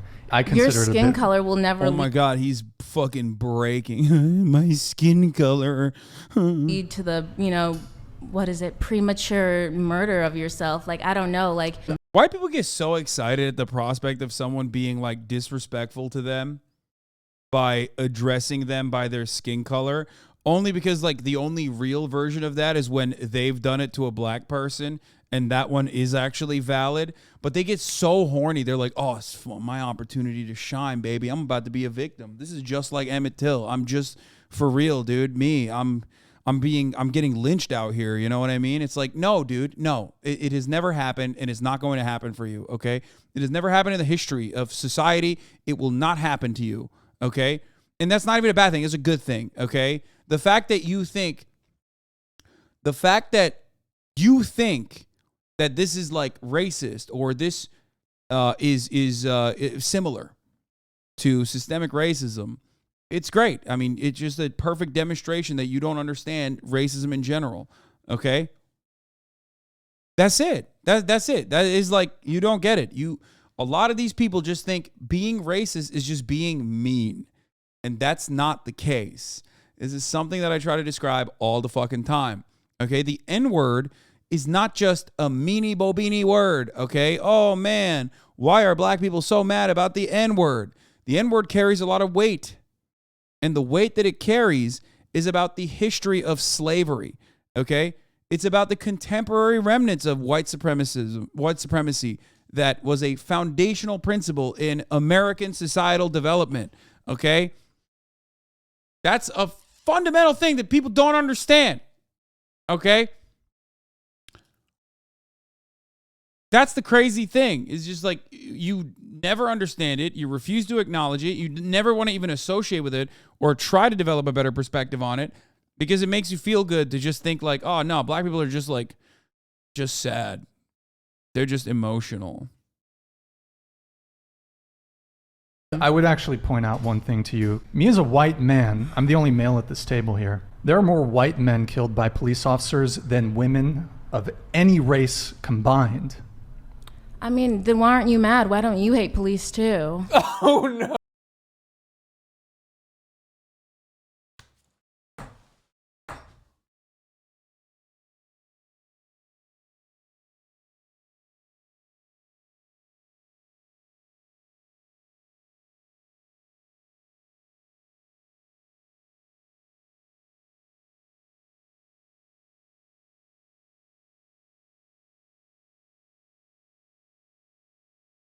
You posted this on your own YouTube? Bro, if I got fucking roasted and toasted this hard on my show, I would do everything in my power to hide the footage.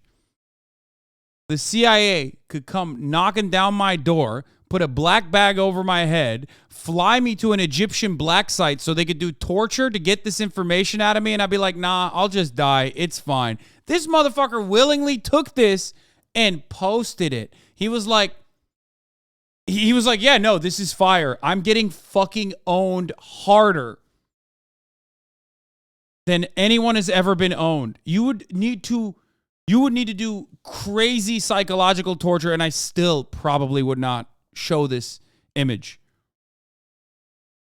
Oh my God. Oh, Jesus Christ, dude. Holy fuck. What does he say? Oh, what do you even say to that? You can't. Brian, why would you bring up police killing white men as an argument in support of the police? Why? Why would you do that? Then why aren't you mad? Why don't you hate police too? Because I realize that police are a necessary function of society. Without police, it would be chaos. We need police officers. a necessary function for me and all my white boys to get blasted. If the police don't do it, somebody's going to do it, so may as well have the police do it because then it's legal. You know, that they'll kill the people. It's easy. Not really much to add to this other than it is very fascinating to watch someone be jarred out of their blissful experience of racelessness. Why did he post this? Being a white person isn't actively on Brian's mind because, you know, he's white. It's like the default. Race isn't a factor in his life because he's white. And so when that's brought up, that's racism. That's what racism is to him. And that's why it's silly. It's funny. If a girl's on her phone while you're hanging out with her, do this. Hey, it seems like maybe you got something going on you got to take care of. All good, but after that, can you put your phone away so we can just hang out? After you say this, a girl is going to respond in one of two ways. Oh, right. I'm so sorry. Yeah, I'll completely put it away. Or she might do this. Are you kidding me? I'm texting my mom. It's not even that big a deal. Like, you need to relax. Oh, okay. I mean, if that's how you feel, honestly, I don't think this is going to be a good fit, so I wish you the best. This one I don't really care about. Wait, he just like left his own car? Just parachute out of your own car, dude. I love how, man, are we becoming more, as a society, I feel like because we're so increasingly isolated and so devoid of like free car. Yeah, exactly, chatters. Free car. Give the woman your car. Immediately leave. As a society, I feel like we're becoming so increasingly isolated that people are feeding you like a false sense of reality by doing these like weird step-by-step tutorials. And it, I guess, only works if you're, 15 or even like maybe 20, but you haven't really, because of COVID, like you didn't really develop properly and socialize properly. You know what I mean? Because you were like an iPad baby. You were like an iPad kid, So now you're looking at that and you're thinking, oh, this is what you're supposed to do. This is how real interactions are. Like real human interactions. Like, is that what's going on? The life flow charts they given out don't even work. I mean, yeah. About it all, except for the ending where he gets out of the driver's side door and leaves his car. Where are you going, man? That's your car. Why? I mean, you come off like a woman, you look like a woman, and it seems natural that you're a woman. But then you get some giant former, ex-con armed robber prisoner who's like deadlifting 600 pounds, and he's like somebody. Yeah, you look like a woman. You're a trans woman. You're a woman. But like, what about this person I imagined in my mind that I'm fantasizing about? Ex-con. She's got big old dick, and she's got top surgery though. You know what I'm saying? And also in this hypothetical straw man, what if I were to think like this ex-con came up to me, right, and just started fondling me while I'm working out in my gym. Of course I'm shirtless because I always am, right? And then he's like, "Can I spot you, Alex?"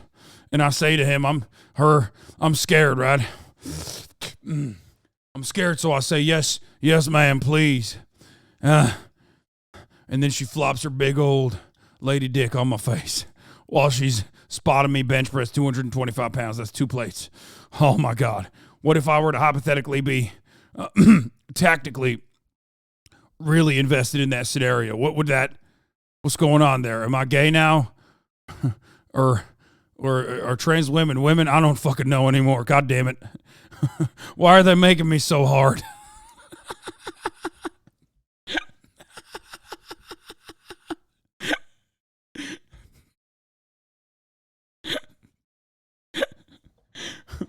I'm covered in olive oil. I don't know what's going on. Oh, Jesus Christ. He goes, "Hey, dude, how you doing? Yeah, man, I'll get to you next." He's like, "It's ma'am, I'm going to beat your ass." And he's like sitting there. That's not a woman. It's different. It's different. What the fuck? Why did he just make this story up, dude? What the fuck is he doing? He's like... It's so funny with conservatives because like they saw like one video shot with like a Nokia phone, the first Nokia phone that had like a camera one time of someone, maybe like a person that just started doing HRT and stuff having a bad day in like 2007, and they've been circulating that in their fucking group chats and email listings for literally 20 fucking years now, and they just constantly think about that moment, greatly exaggerated, of course, okay, and only say like, "That's how trans women are." You know what I mean? I saw that video, it's 240p, but I'm thinking about that trans woman still to this day. You know what I mean? It's the same video always. I immediately know what he's even referencing. It's like the GameStop one, right? It's like, God forbid, dude. God fucking forbid a trans woman had a bad day one fucking time. You know what I mean? One time, dude. It's over. It's over for you trans ladies. Okay? Obsessed. Like, we know for a fact Okay, this is factually correct. We know for a fact that Alex Jones has an understanding, okay, that is vast about trans existence because Alex Jones watches trans porn. Okay, now this is, of course, he's a chaser. Obviously, a chaser implies like you're fetishizing trans people. You're still not seeing trans people as like full human beings, right? We all know that, but like, come on, dog. We know you've seen more trans women than that one lady at fucking GameStop having a bad day. Okay? We know. You got caught. You know? We all saw it, Alex. And then sitting there letting a thug do that, it's like no one buys it. So this is a part of Alex Jones' definition of a woman, or rather, what a woman isn't to him. Giant former ex-con armed robber prisoner who can deadlift 600 pounds and is rude to a customer service worker. Those are his signifiers for what a woman isn't, and for what a woman is, it's Blair White or somebody who looks like Blair White. So what is it specifically about that list of features that makes the person he's talking about not a woman? Is it the ex-con thing? Because, you know, there are women ex-cons. There are women who have committed armed robbery and are in prison for it. Is it the deadlift thing? Because cis women can deadlift over 600 pounds. The It's Ma'am thing is referencing a specific incident. It was a really viral video of a trans woman being misgendered in a GameStop and then saying that it's ma'am. Yeah. This is it. I mean, he nailed it. This is the video. Like literally fucking is it not exactly what I just told you, by the way?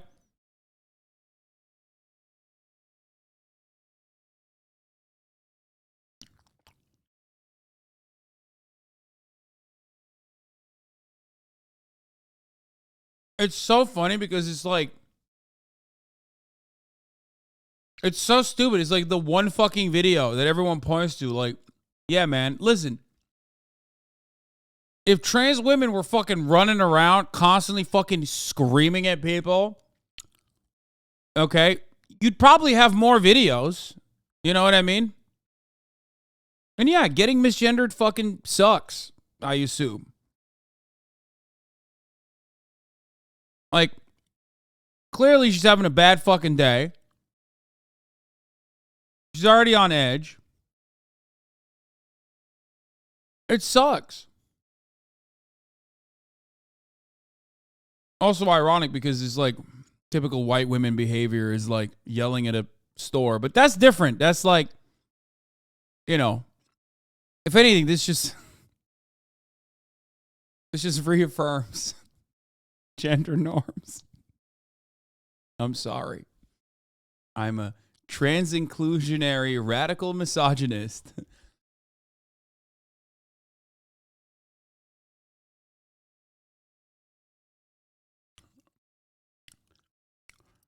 I mean, she literally has a Karen cut. Like, it's not that hard, okay? It's not that hard for me to make this.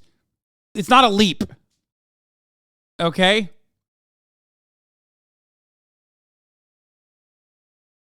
Let's continue. You've probably seen the clip. Should be no surprise that Alex Jones is not being 100% truthful when he's reappropriating this real story that happened into his thing here. Because according to the trans woman in that story, she was repeatedly misgendered, not just one time on accident, but like 6 times. But I think more importantly here, public freakout videos happen all the time. It's only when trans people are in them that they are used as evidence to sort of legislate away their identities, using real laws that are demonic and horrific. Real laws going into effect in the government. That's not a woman. It's different. 7 million views this video has. Great. Just great. That's not masculine. That's toxic masculinity. The buzzwords. What is toxic masculinity? You should know that. You should know that. Yes, I'm asking you. Oh God, they're so uncomfortable. Like I'm sorry to subject you to these. I don't want to cut them up too much. It's just like let the clip run. These are the ones that everyone's on here watching, millions of views. But man, if you can't feel that discomfort in the room. There is that kind of perception where I guess men can't yes, they could be the provider in the family, but they also can't show emotion or stuff like that. I feel like, or they just get so mad, or like their emotions are so high where they end up showing it in anger. I feel like that happens a lot, and I've seen that firsthand. Okay. What? This one's tough because he asked for a definition, and unfortunately, no matter what the definition this girl gives, there's no winning here because you get a Russell Westbrook what gif afterwards, even though she identifies two pretty prominent elements of what we would call toxic masculinity, which is inability to express emotion and, as a consequence, outbursts of anger and violence. Pretty sounds good to me, but in that room, there's no winning, you know? And in this comment section, there's no winning either. She couldn't rub two brain cells together if she rented them. You can Oh, dude, this is my favorite, which is like when you go to the comments, it's like, all right, let's take a look at the comments. And it's literally just people who don't get it, don't get the point. They're just basically fucking, they basically just run on their preconceived notions. You're never going to change their attitude.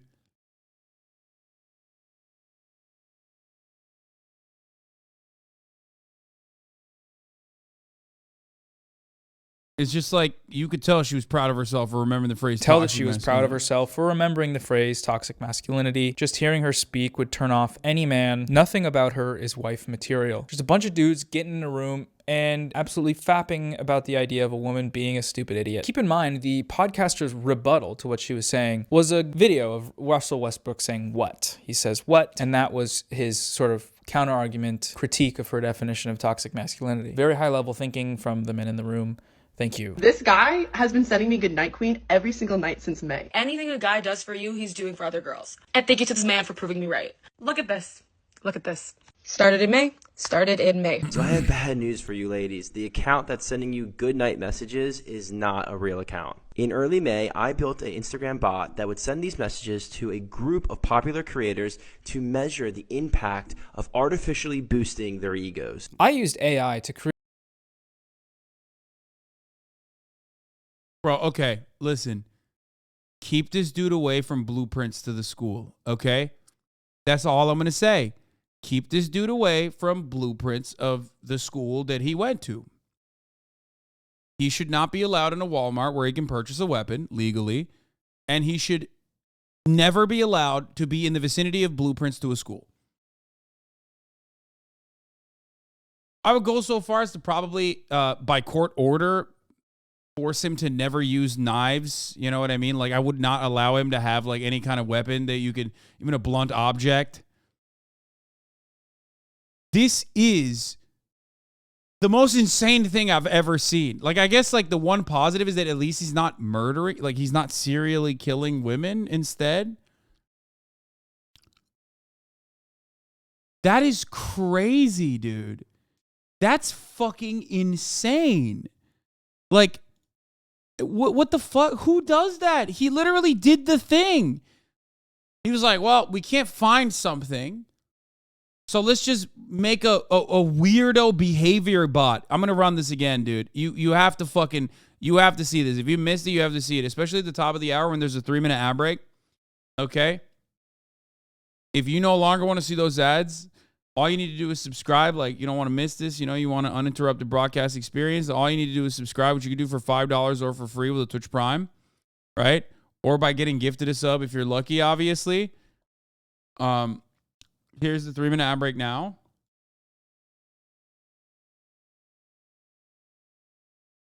An anonymous gifter, thank you for the 10 gifted subs, allowing 10 people who no longer want to see the ads. I ran the ad break already. Get fucked. Okay, let's watch. The men in the room. Thank you. This guy has been sending me Goodnight Queen every single night since May. Anything a guy does for you, he's doing for other girls. And thank you to this man for proving me right. Look at this. Look at this. Started in May. So I have bad news for you ladies. The account that's sending you goodnight messages. Dude, he's like, ladies, you think getting dick pics constantly is a problem? Sorry to burst your bubble, but I've been sending my dick with a bot to thousands of women in their Instagram DMs every day. Guess what? You got fucking owned. Also, some of you told me my dick looked weird, and I don't like that. So I felt a little owned in that process. But that says a lot about society, that women are fucking bitches, dog. That's right. How fucked is that? And then dudes in the chat are like, dudes in the fucking comment section are like, yeah, King, you fucking murdered these whores. I'm so angry. Oh, why won't anybody fuck me? Ah! Fuck!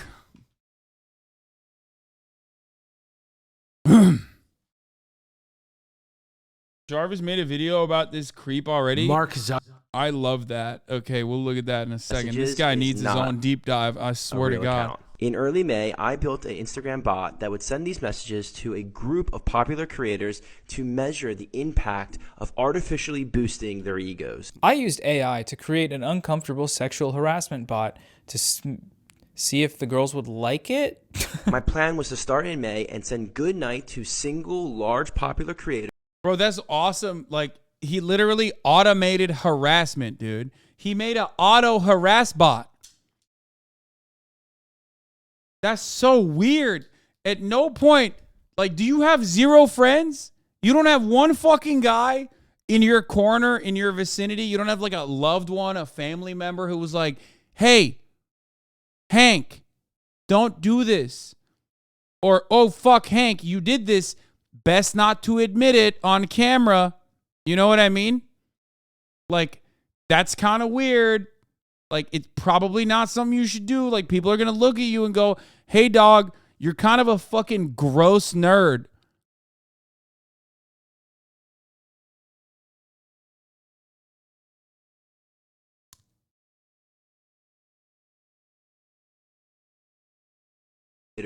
And then stop the messaging around December 23rd, which is right in the midst of the holiday season and the most loneliest time for a single person. And I was going to demonstrate how much random people have influence over a Dalton710, thank you for the 5 get the subs. Popular creator whose entire self-worth is based upon the validation and appraisal of others. Obviously, telling someone goodnight is not in and of itself sexual harassment, but doing it every night with no response, you're kind of like you're doing stalker activities, which is often sometimes followed with you know, photos you don't want, more detailed messages you don't want.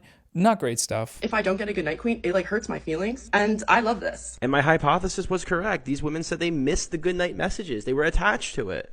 Follow for more big brain social hacks. I love the scientific method. It starts off sounding like, oh, maybe it's an experiment about social media and how it affects users of it and creators. But then, you know, it's just women. Women is the people he was DMing, and women's egos was the variable in question. Super weird, man. Super weird thing to do. And very weird that I got 1 million likes. 1 million likes. Deeply depraved behavior. Is cheating morally correct? Yes. What's really fun about this is I don't even have to watch till the end of it because jail. He's in jail. He's in prison. Beautiful. We love it. We love it so much. 7 more days. 7 more days until my top G gets out of jail, for the record. I've been counting the days. My top G will be out of prison in 7 days unless they extend it one more time. The unjustifiable Romanian courts. Why would a man who's earning $200,000 plus? I don't have to watch this guy's either because he's dead. Okay, we'll watch it. We'll watch it. We'll end it on this one. Here we go. Why would a man who's earning $200,000 plus, who can have any woman, want you? I would be coming in with also my own 6-figure salary. Don't give a shit about your money. We don't care about your money or your careers. Let me tell you ladies why this doesn't matter. Because we don't have access to it anyway, and you ain't gonna be spending it on us. So your money doesn't. Why would you say that? Wait, why not? What the fuck? What a fucking what? Bro, who hurt you, man? I mean, other than heart disease. But like, who hurt you? Why? Why would you say that? It's such a weird thing.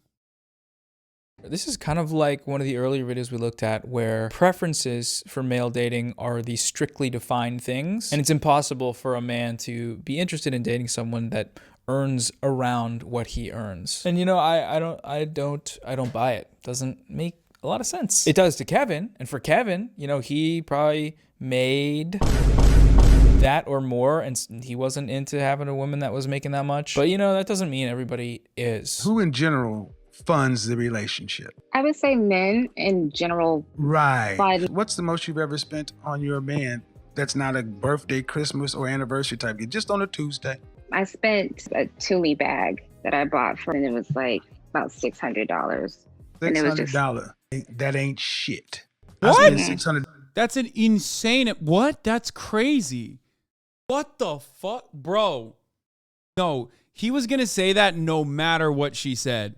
Okay? He was going to say that no matter what she said. She could have said $6,000 and it would have been like, yeah, no, that ain't shit. I spend that in my sleep. No, that's a lot of fucking money for a random goddamn fucking a bag. Has chat ever seen Kevin Samuels? Yes. $1 at dinner. So I'm sorry, your 6-figure job and everything else don't mean shit to I don't even think she's talking to him. Like, maybe it don't mean shit to you, but like, what the fuck?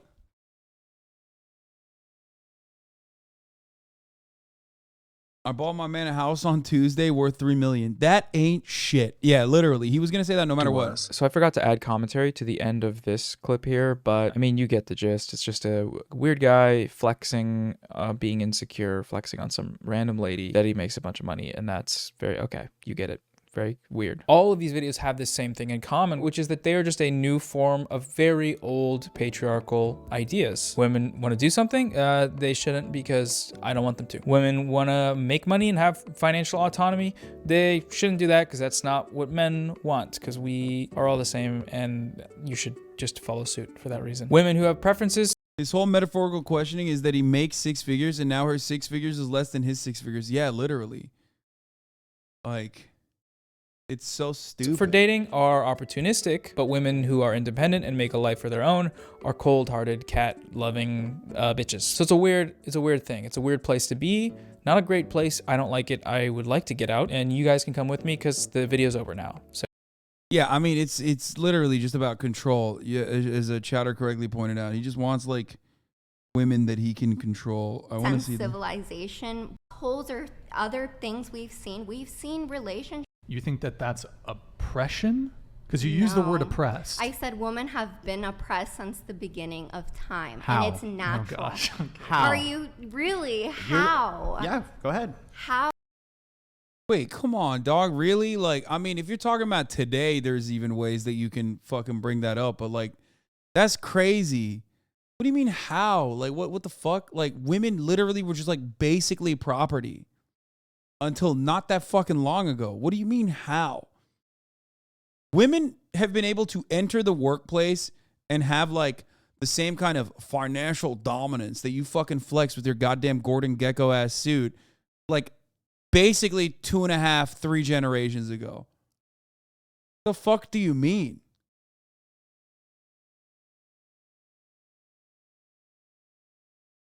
Oh, you're the one saying this is true. Yes. No, here's maybe a better question. No, because I'm not going. If Okay, you don't know how. Because you don't know. No, if I'm not going to explain to myself. In normal conversation where people aren't sitting around and patronizing you because you're loud and obnoxious. Oh, I can't. You're loud and obnoxious. I can't watch this. This will make me go crazy. I will lose brain cells. I'm not watching this. I'm skipping it. Jack Dorsey, Elon Musk. These are all successful tech entrepreneurs that everyone loves. They're hot. They're cool. They're hot and cool, and everyone loves them. And I've never heard anyone say a bad thing. The fuck am I not subscribed to Jarvis? They're not on TikTok. That's for sure. I had to check. And that's where this guy comes in. Today we're talking about TikTok's titan of toxic tech, Ethan Kaiser. Ethan is a software engineer / entrepreneur / heartthrob who posts viral videos on TikTok about how he's hacking social media and dating apps to get famous and find love. The only problem? Nothing. Unless you consider the everything about it. Something really toxic that you used to do or you still do. When you have a girlfriend, you usually ask them for their Wi-Fi password when you spend the night. And when you have access to the router, it's really simple to actually check to see what other devices have connected. By doing so, you can actually determine who's been there. And you can also set this up so you can check this remotely. So let's say she might say, oh, I'm staying in tonight. Well, I can just easily check remotely to see if her device is still in her home. Bro is a sociopath, dude. Dude, he is a serial killer. Yo, I thought, like, because he's such a dork, I thought he was, like, you know...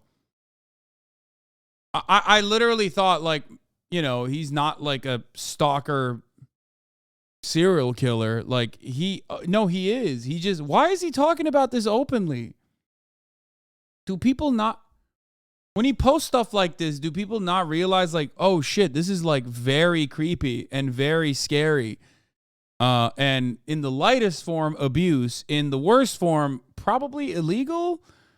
That's cool. That's very cool that he's like, hey, you want to be a criminal stalker? This STEM plus hating women, he must ride that algorithm. That's crazy. Yeah, evil Michael Reeves. Yeah, dude. Like, I made a bot that made it easier to stalk women in my neighborhood who won't fuck me. If they won't fuck me, I'll watch them fuck other people and jerk off to it. They can't stop me. It's not illegal. Oh, fuck. I'm going to jail. I'm going to jail because it is illegal. I found out that what I'm doing is very illegal. Fuck. It's not. I mean, she's lying. If another device comes online, maybe she's hitting someone. Ew. By the way, never do that. Never do it. It's not a tech hack. It's abusive behavior. It's stalking. It's betrayal of trust and privacy. It's not FBI level 1000. It's DiGiorno. And by DiGiorno, I mean... No, it's not FBI level 1000. It is FBI level 1000. It means you're going to the jail that the FBI is going to put you in if we were living in an alternative universe and like federal law enforcement officers cared about cyber crimes such as this, okay? That's what it would be, but we don't live in that world, so you can just post it on TikTok, and it's fine, I guess. And then a sea of incels admire your stalking and say, I wish I could do that. God, the world is so broken. Fucked up. Sorry, DiGiorno. Sorry, DiGiorno got kind of caught in the crossfire there. So many comments saying he's like Joe or this is problematic, but if he was a woman, we're going to be like, go off, queen. No. If anyone did this, it would be bad. If a woman did this, we would be like... Yeah, my favorite genre of commenters on the internet is like, yeah, what this guy's doing, I actually low-key like, but if a woman did it, I would not like it. Okay? I would not like it if a woman did that one bit. Let me tell you something, okay? Women should not be allowed to do the stalking. Only men. Men are the only people allowed to do stalking. All right, let's continue. Go on, queen. Go on to jail. Okay, maybe jail is a little harsh. Maybe go on, queen, and think about what you've done. Reconsider this, queen. You're better than this, actually. You see, the thing about a man doing this is, what if a woman did it? They didn't do it, but what if they did? What would you do in that situation? What would you do if a woman did it? It's like, well, I don't know. People would literally fucking also be equally disturbed. It's psychotic. Anyway, I think this is better than, say, trying to go through someone's phone. This is better than, say, trying to go through someone's phone. Just be careful because family might stop by or a roommate's friend. No, it's actually exactly the same as go. No one would care. What are you saying? Dude, on what planet are women like above the law? Hello? What are you saying? On what planet do women not get scrutinized on the internet? I mean, seriously. Please explain to me. Like, you think, bro, not a month ago, we had a bunch of my friends, okay? Some content creators that you watch as well, openly show how upset they were that they were, without their consent, being placed in deepfake porn. And people got mad at them, okay? People literally were like, shut up. If you didn't want to be sexualized, then why are you a woman existing on the planet? Silly, dumb. I'm going to keep jerking off to deepfake AI porn of you because I'm a fucking freak. That's basically what people said. And you're out here literally acting like this is... like women would not be hyper scrutinized for this psychotic behavior. They should, and they certainly would be. Okay? Going through someone's phone. Just because you did it with technology doesn't make it any less invasive. Just say invasive. Invading someone's privacy. I think a lot of his videos like this are creepy and weird, but people play it off as a joke because like... Oh, for the record, even if there were like the Yas Queen brigade on a woman doing that, okay? Even if there was a Yas Queen brigade, they're also psychotic freaks. There are femcells on the internet too, okay? look to any of my fucking QRTs. I literally tweeted about going to Japan this morning and how excited I am. And someone said I'm a sex pest because I said I'm going to the island nation of Japan. And someone QRT'd it and said, I'm such a sex pest for real. I can't even travel to a different country without a fucking psychotic femcel saying I'm a sex pest. Fellas, are you a sex pest if you go to a different country? That's just a self-report. You are a psychotic person. You are an insane person. Okay? There are plenty of crazy fucking freakazoid ladies out there. Okay? Trust me. Who cares? They're just as insane. Tech is magic to them. Unfortunately for me, I have a similar professional background to this guy, so I understand how he's doing all his cool tech hacks, and it's just strange. I'm a boomer. What is a sex space? They're saying I'm a sex tourist. Like I'm going to Japan. It is the grossest, weirdest fucking way to interpret someone being like, I'm really excited to travel to a different country that I've always wanted to go to my entire life and never actually had the time or money to go to. And finally, I have the capacity to travel there.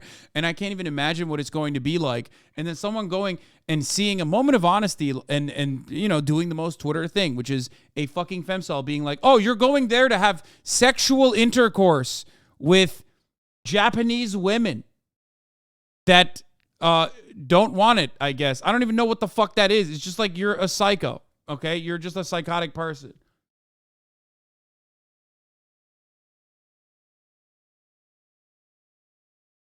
Twitter also said that about the GeoGuessr guy for moving to Thailand, even though he moves to a different country every month. Well, doesn't he also have a fucking girlfriend that he moves with? What the fuck is that?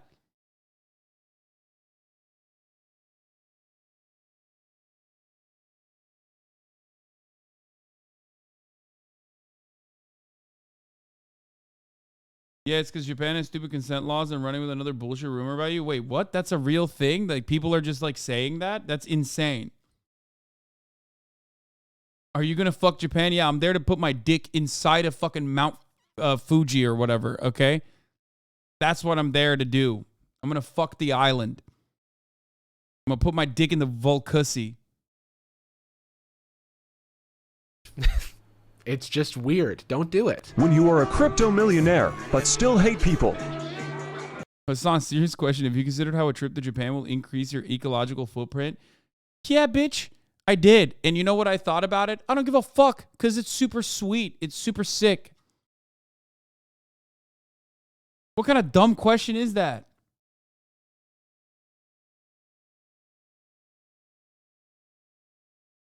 People are stupid to result. No, he's not, moron. He dropped out of school to travel around the world while he's the face of GeoGuessr via TikTok. Stop being a dumb motherfucker before I GeoGuess you. Okay, but the GeoGuessr guy's weird. No, he's not. He's fucking awesome. How do people hate the GeoGuessr guy? He hasn't even done anything. He just sits there and GeoGuesses. Bro, there you go. It's all vibes based, bro. I swear to God. He literally doesn't do anything. That's all he does. He's just a GeoGuessr. You could literally be the most like, I'm not going to do anything and I'm just going to hyperfixate on one thing and get really good at it type dude who like, you know, and that he is the perfect representation of that. And motherfuckers will still be like, I don't know. He has problematic guesses. No. He said, okay. That's a good one. Oh my God. Yeah, I saw some unhinged tweets about him on Radlib Twitter. It's literally just personal anxieties and vibes. Yeah. Sorry, bro. The vibes are off. You're a sex pest now. Congrats on being a sex pest now.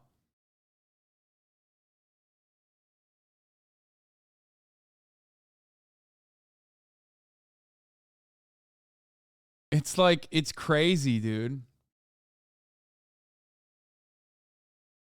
No, it's just so many like quote unquote political moves on the internet or political movements and political organizing just like revolves around not liking the vibes of a particular person because it basically reminds you of someone else that like bullied you or was mean to you when you were younger, and then turning that into like the foremost thing. Like, that's the reason why I don't like you, and that's the reason why I think you're a bad guy. That's 70% of your haters. Yeah, literally. I don't know what happened. I don't know if it's because like a dude that looks like me bullied like an entire group of Radlib Twitter and like pretty much everyone else. So they just like assume, they're like waiting. They're preying on my downfall. It's so crazy.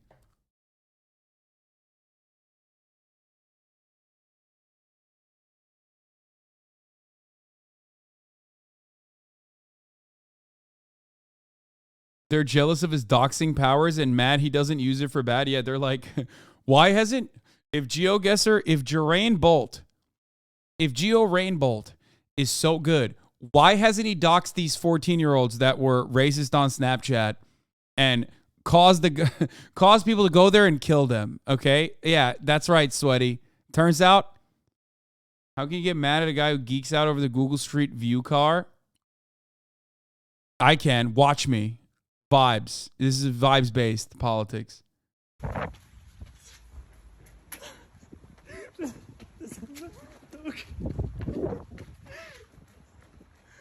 Holy shit. How funny is it? I've never seen a Google car in my life.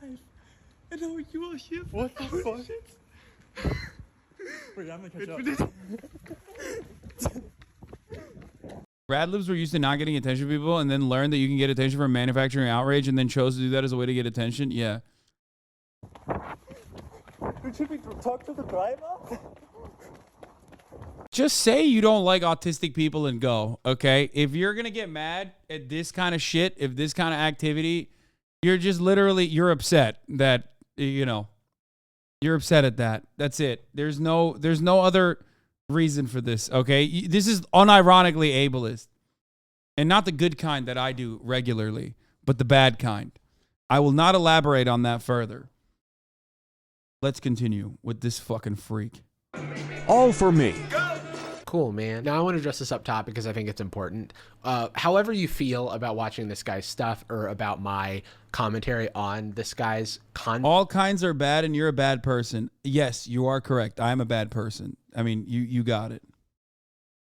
Content, please do not harass him or reach out in any way. It's antithetical to what we're doing here. It is going to be viewed as harassment. It's going to make me look bad because my audience and their behavior is a reflection of the community that I've cultivated. So be on your best behavior and let's keep our criticism contained to this video. It's my intention to do my little jokes and gaffes and goofs and critiques in good faith, and I would like to keep it that way. Now I do understand this guy has 1 million followers on TikTok, and that is obviously a platform worthy of goofing and critiquing, but no one deserves harassment, so don't. Okay, so Ethan's bio reads, Ethan Kaiser, big brain.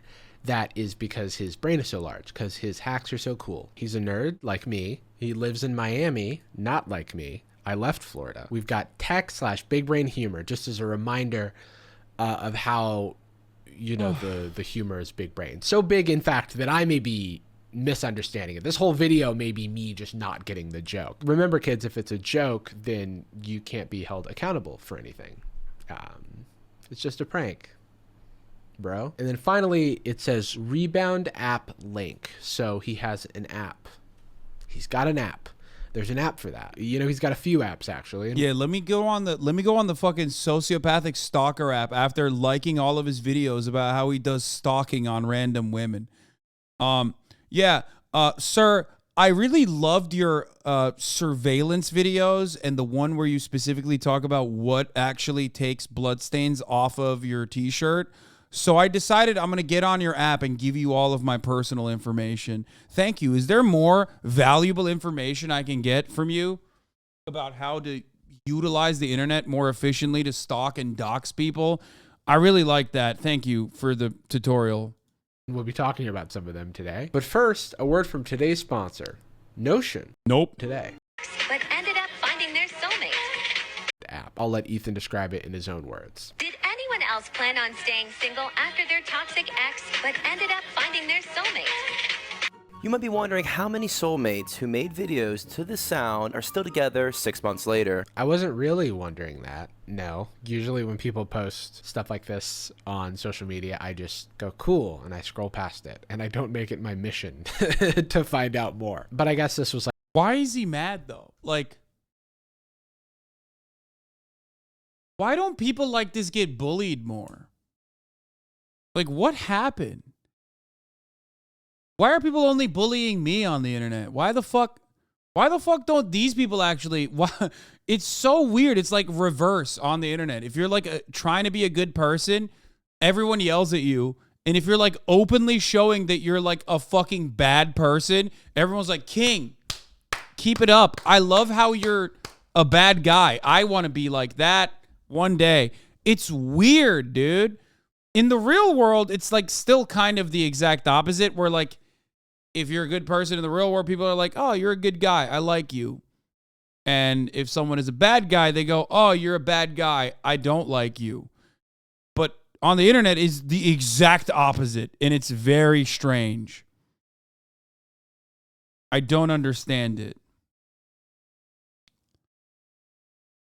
It's like a trend where people use the sound to post about their soulmate. Toxic ex to soulmate. So they're saying that like they were in a bad relationship and then they found something that was healthier for them.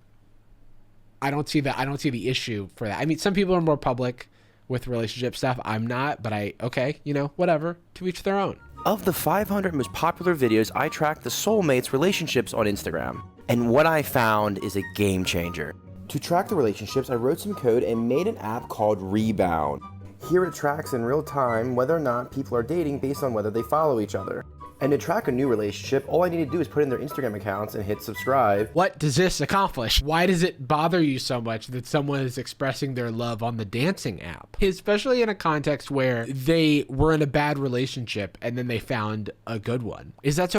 Bro, I'm game changer. Yeah, I'm always thinking like, how can I streamline the process of people's relationships crumbling? And this is a game changer for me. Only me. I'm the one who's been thinking this. And apparently millions of other people that like this guy, but like, that's so weird. It's like how does your life materially fucking change? What the fuck? No, actually, what? Dude, you're like, not only are you just like a bad person, but you are fucking weird and gross. Being a hater is too widely accepted in our culture. I mean, like, it's fine. I'm a hater. You know what I mean? I don't have an issue with hating, but like, direct it towards people who kind of deserve it. You know what I mean? I feel like maybe it's just there's just a lot of bad dudes out there who are just like, nah, this is me. I love this. I'm hating all the people who are in relationships and talked about being in a relationship because I'm not in a relationship. I'm gonna fucking come and find you. I'm gonna prey on your downfall. So wrong? So hit subscribe, and bingo, I'm now tracking whether they follow each other. And sometimes things don't work out, and they break up and unfollow each other, and I get a push notification. Nice! Hell yeah, dude! God. Oh man, I love push notifications. I especially love them when they're about love not working out. But whatever, people are nosy. I'm nosy. I just don't need a push notification. And minutes after they broke up, I would slide into their DMs. And nearly 30% of them responded to my DM. Okay, so I need to believe that you are not just making this app to find vulnerable people to DM. Like, it has to just be for the bit. It has to just be for the content. Because if that were the case, it would be really fucked up, I think. Not only were most of them not soulmates, they were also already moving on, responding to DMs. They were already moving on, responding to DMs. The DM... Bro, men will make a mass stalking to find vulnerable women to prey on app instead of going to therapy. Like, actually. That's crazy, bro. He streamlined it. Also, the funniest part about it is that, like, he very clearly demonstrates he doesn't understand how human psychology or, like, human beings work.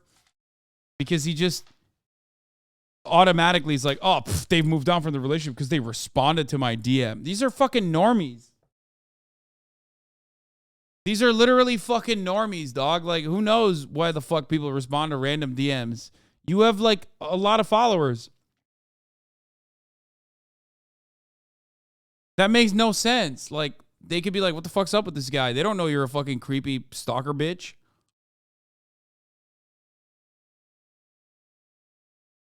In question was, hey, I saw your TikTok videos and had to reach out. You are funny. That's a compliment. Why would you assume that that is romantic at all? Like, especially if this person's like a content creator, especially because you are a TikTok creator, a larger TikTok creator, complimenting a smaller TikTok creator. Like, I don't understand why that means that they're moving on. Hey, just wanted to say I really like your videos. You're pretty funny. Oh my God, thank you. That's so kind. Moving on a little quick, aren't we? What? No, I was just thanking you for your compliment. No judgment, no judgment. Nice videos though. Thanks. Disgusting. Not only were most of them not soulmates, he really has to like dig in that they're not soulmates. It's like, dude, it's just, I don't know. It's like a superlative. Some people. Yeah, pre-technology, a dude that would do this sort of thing, you would like pre-social media becoming this commonplace, people would just like kind of be like, yeah, you're a stalker. I'm going to call the authorities on you. I saw you doing this to a woman and that's fucking gross. You should go to jail. Now it's like, go ahead, King. Fucking keep doing this. I love your videos. You're reaching out and you got a 30% response rate. That's pretty fire. I wish I could be like you one day. Say that. It's not like something to be disproven after every breakup. The divorce. Dude sending 1,000 letters to every girl who changed their name back after marriage. Yeah, he's like, yeah, I'm imagining like a pre-social media version of this. He's like, I gathered every phone book. What's up, guys? I gathered every phone book in the neighborhood. And I'm looking and cross-referencing marriage certificates that I stole from the courthouse. And today, I'm going to cold call every woman that just got recently divorced to prove a point. And the point is, I'm fucking lonely and I'm a stalker.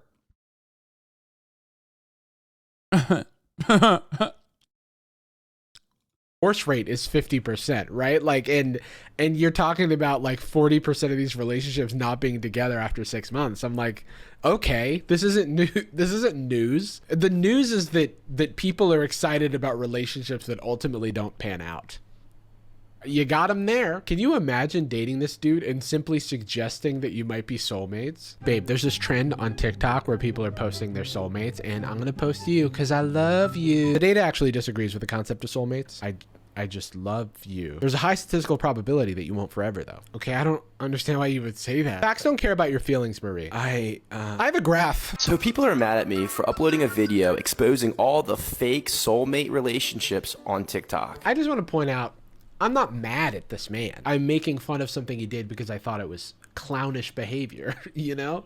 Like there's a difference between being mad. I just want to sort of point that out because there's going to be a lot of, oh, you're just mad or you're taking something out of context. I'm doing my best to give the appropriate and relevant context. And also, you know, all of this stuff is still available. I'm not like knowingly withholding context so that it fits my narrative. I simply cannot condense literally everything this man has ever said or did on the internet into this video. So I'm in awe. Like, I can't even be mad at him because like he is just cataclysmically bad. He's like down bad, down abysmal. You know what I mean? He's just like I'm kind of in awe that like someone would not only like think that this is a good idea to do, but then also do it on camera. But I'm also more sad that like thousands of people, millions of people look at that and go, that's fucking fire, dog. Like, I want to be just like that.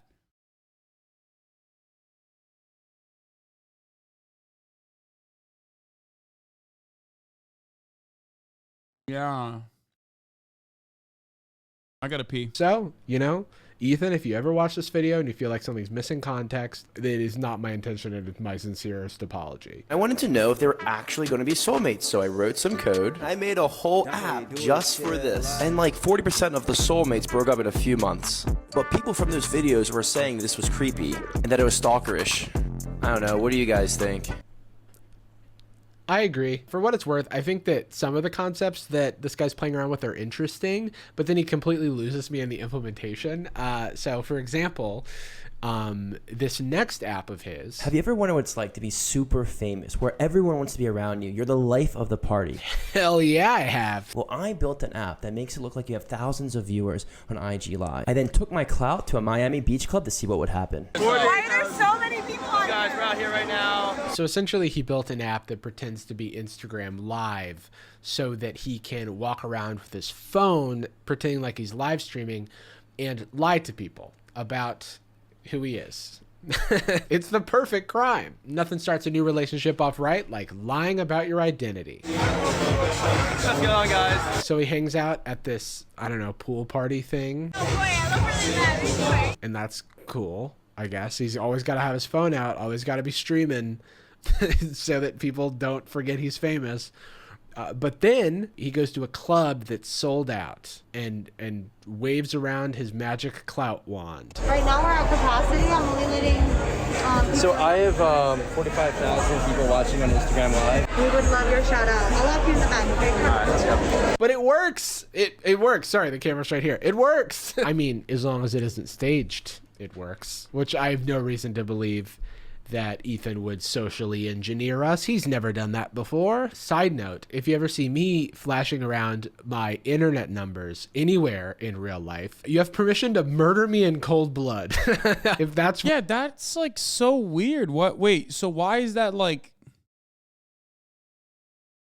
Why is that okay? Like if a Twitch streamer did that shit with like real followers to get into a fucking nightclub, basically everyone would be universally going, you're a fucking loser.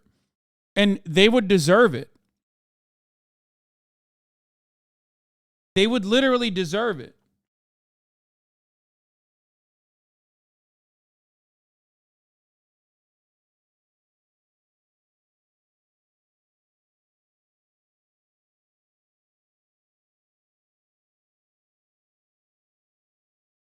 You'd be amazed at how many people try to get away with shit, that shit at restaurants for freebies.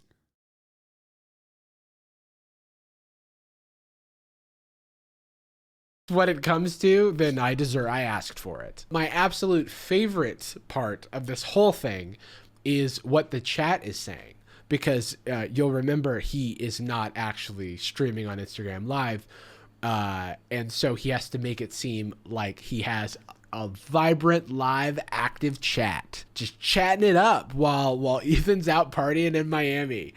And kind of like how you kept telling all the Twitch staff at TwitchCon. Wait, what? Kind of like how you kept telling all the staff at TwitchCon who you were to get in. Wait, what?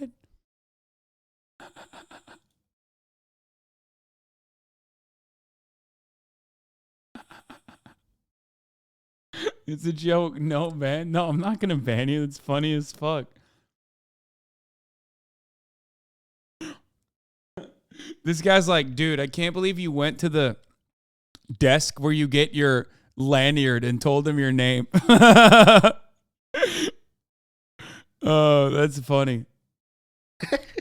I have to read you the chat messages. He's programmed like 10 phrases to repeat in his chat, and it paints the saddest picture of all time. Guess who my favorite creator is? Who is your favorite creator? Have you ever heard of Ethan Kaiser? I hear he's a great creator. It sounds like a children's poem. Do you go live often? I like what I'm seeing. Look, I'm not trying to take too much away from developers, from programmers and stuff. But what he has essentially built, app gets thrown around a lot like it's a huge operation. He built a screenshot with more steps. Can we be honest about this? It's a camera view and then a little scrolling chat and then a number of fake viewers. You go live often? So shut the fuck up. I do want you to imagine that he's just showing a screenshot of like his follower count around places, and people are just like, oh my God.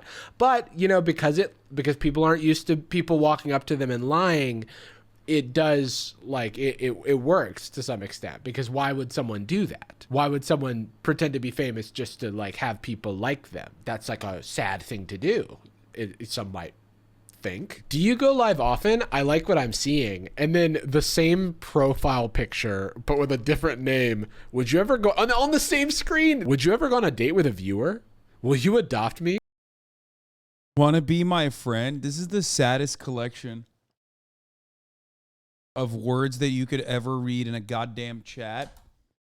But also, it's low-key, this chat, let's be real. He had to write all of these himself, and that is the funniest thing in the world to me. It's like, it's just kind of like dystopian and kind of sad. And I mean, I feel like that's super mean to say, but it's just a weird it's like the optics are just odd, you know? It's just funny to see what he thinks it's like to be a famous streamer. You know what I mean? And of course, when staple conversation topics like, who are you, come up, he has a response. I never tell people in person my follow or who I am. I never tell people in person my follow or who I am. You're not Batman. There's only so many people that can command 50,000 like concurrence on an Instagram. Dude, you know what's really crazy about this? Like, when you're an up and coming streamer, okay, as I was at a certain point, there's this like hurdle that you need to overcome of insecurity that you're running around with a fucking fat camera. And if you don't do IRL streaming for a while, it's still kind of hard. And this guy, instead of having that like anxiety of being a fucking douchebag in public, he set up a fake version of that. So he's not even doing the content side of it. And he's just basically doing like the douchebag side of it. Like he's just like, that's not supposed to be the benefit. That is the negative consequence of streaming, when you're like looking like a fucking douchebag filming yourself in public. He's just doing it for fun, for no reason, to 0 people. How is it any different than normal IRL streamer? A normal IRL streamer, Omega Laughter, is literally doing it to an audience, an actual fucking audience. You're there not for the clout that people could potentially assume you have. Instead, you're doing it because, you know, you want to show people the experience. He's just doing the cringe shit. It's very, very odd. Instagram live stream. Can I get into the club, please? I'm very famous. I'm sorry, who are you? I never reveal my secrets.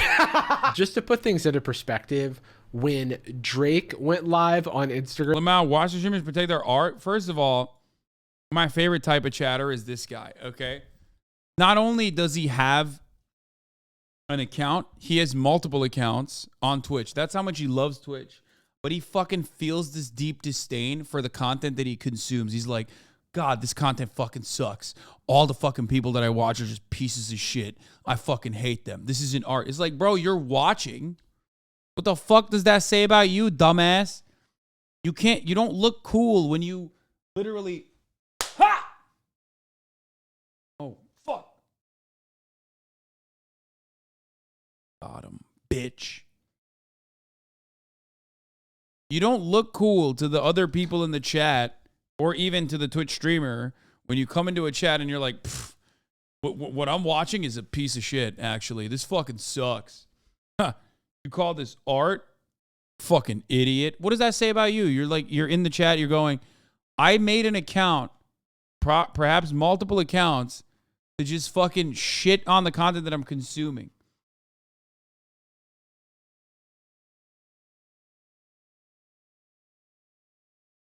Thanks, man. Is this the guy that we watched who made a 15-minute video crying about Twitch streamers? Yeah, exactly. Like, everyone here is kind of a loser, let's be real, right? But at least we're having fun. It's like pretending to be a porn star, but only getting the cum in your eyes as a part of the job.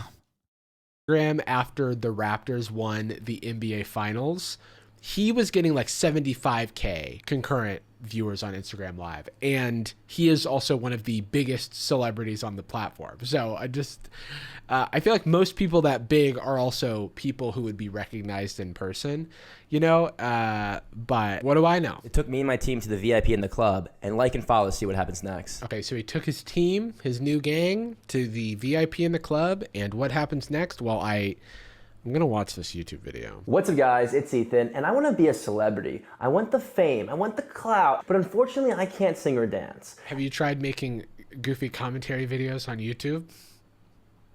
Did you just call your followers losers? I called everybody, including myself, losers. Yes.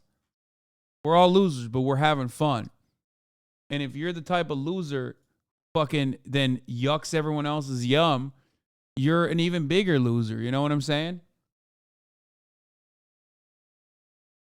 Nobody wants to be that guy, you know? No, it's just like you don't come across like you're cool.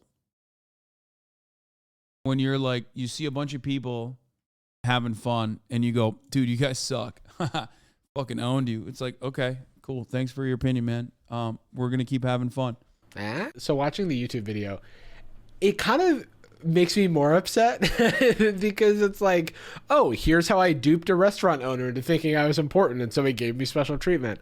And I get it, like, you know, it's a commentary. Should we be giving special treatment to people who we think are famous or whatever? I don't know. I don't think anybody should be getting special treatment, but the fact that you're like lying and getting special treatment as like a gotcha, like, doesn't feel good. It just feels gross. I don't know. You know, to his credit, in his YouTube video, he does shout out the spots. So that's not nothing. And I think that, you know, credit where credit's due. I think it's good that he did that. And for our last act with Mr. Kaiser, I ask you, how do you get a date?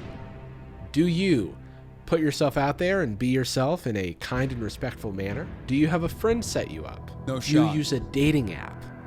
Or do you make an app to lie? Okay. Okay. Make an app to lie. Make an app to lie is where Make an I'm app to lie. leaning, because that's kind of his MO. It's D. It's going to be D. Maybe I should phone a friend.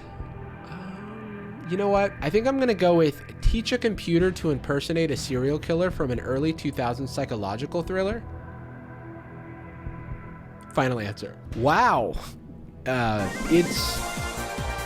How did you know that? Now, this is going to sound completely unrelated, but American Psycho is a psychological thriller / horror movie from the year 2000 about Patrick Bateman, a wealthy investment banker in New York, played by Christian Bale, who hides the fact that he's a serial murderer with his status and charm. Just thought you should know.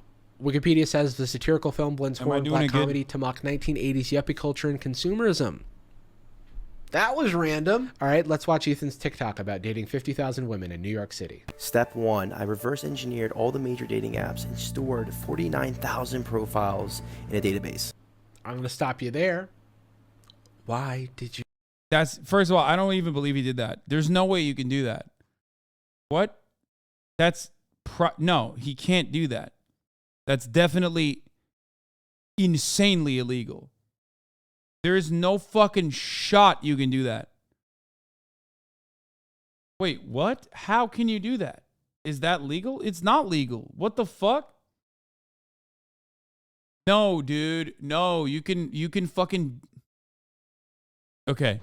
What he's describing would mean taking advantage of a gigantic fucking cybersecurity flaw in a dating application that reveals the location of like thousands of women and men. Please understand what the fuck he's talking about. That is a gigantic invasion of privacy. There's no way he actually did that. Not a bug, a feature, it's all public. Wait, what? He's 1,000% scraping public information for other users? Wait, what? Where? Wait, what do you mean? OSINT is not illegal?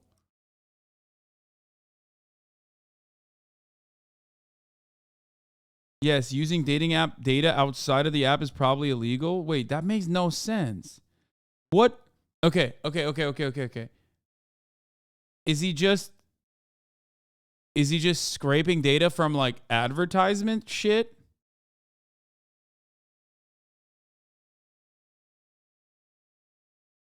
No app that is used in Europe would have to comply on GDPR to secure the data.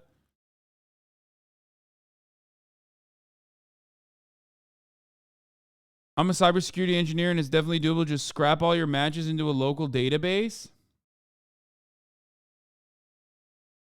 It's easy but illegal and way too much effort. Wait, whoa. It's just bots that scrape the data from public profiles most likely. Web scraping is hella common in affiliate marketing. So it's basically just like sucking up all of the information of his Tinder swipes is what you're saying. Of all of the public profiles on Tinder. That's crazy. And gross. You are too comp illiterate to understand this? I am very comp illiterate, but I think I understand the basic principle. I thought he was taking literally every Tinder user, like every Tinder user's information and real-time location data.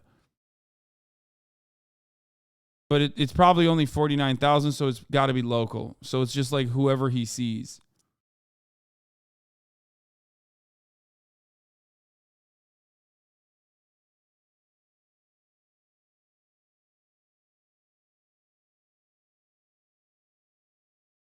Exactly the same shit corpos do to sell us Keurigs, dude. This shit ain't special. Yeah, but you do that. I have to blur some of this TikTok because he just scrolls through his matches and includes their full last names. There's phone numbers in here. This is, the hell are you doing, man? We're gonna assume. Okay, there's no way. Phone numbers, dude? No shot. No fucking shot. Dude, come on. That's not public data. If it's public, yes. No. Man, who the fuck puts their phone numbers in there? What are you, crazy?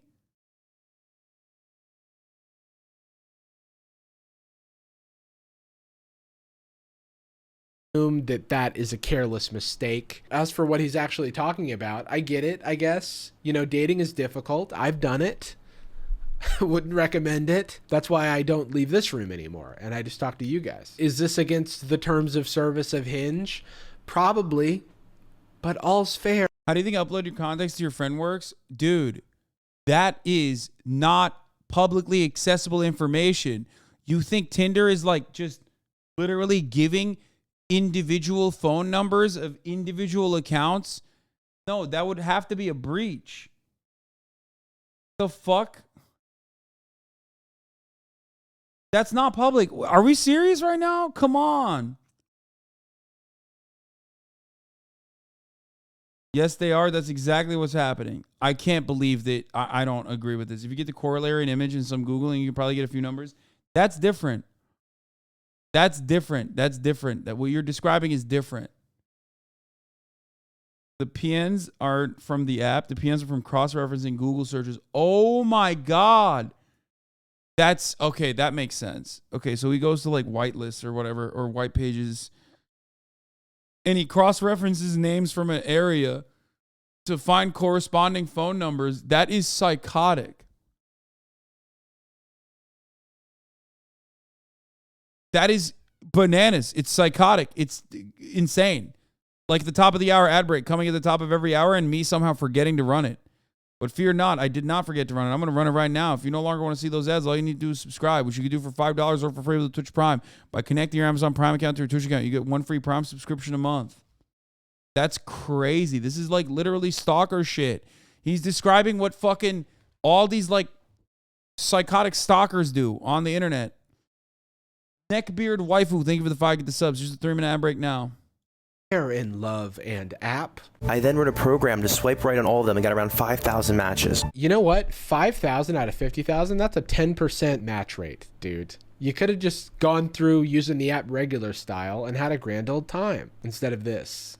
instead of whatever this is. And to speak to all 5,000 women, I built an artificial intelligence based on the personalities of Patrick Bateman from American Psycho and James Bond.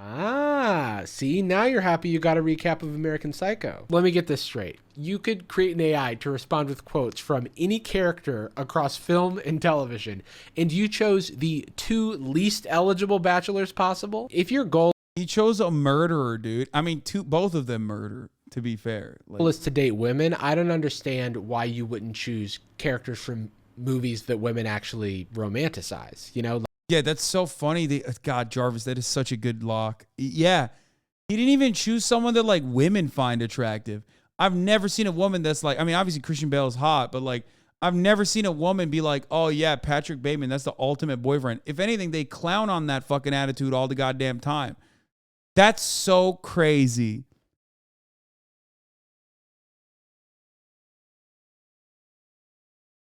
Like Ryan Gosling in The Notebook or Ratatouille. Don't get weird. Y'all are romanticizing Ratatouille and it's time to admit it. There's a rat making your food and you're like, cool. The artificial intelligence used movie quotes to speak on my behalf. For example, would you like to accompany me to dinner? If you're not doing anything. Sure. Where do you want to go? Anywhere you want. Just say it. I can get us in anywhere. Aren't these the things that he says before he kills you? And also, it's not even like, it's supposed to be gross. Please understand. He's not a cool character. Guys, what's going on? I'm about to turn Jordan Peterson up in this bitch. I'm about to start crying saying, what's going on with men? Bro, he's like, he looks cool because he's fucking, you know, he's a good looking guy. But like, he's not, like, that's supposed to be weird and gross. Like, he's actually like having a mental breakdown because like the commodities that he consumed makes up the entire character because he has nothing. Like, he's a hollowed out shell of a man. And the only way to feel something is by murdering people. Please, you're not understanding it. You missed the point. What the fuck?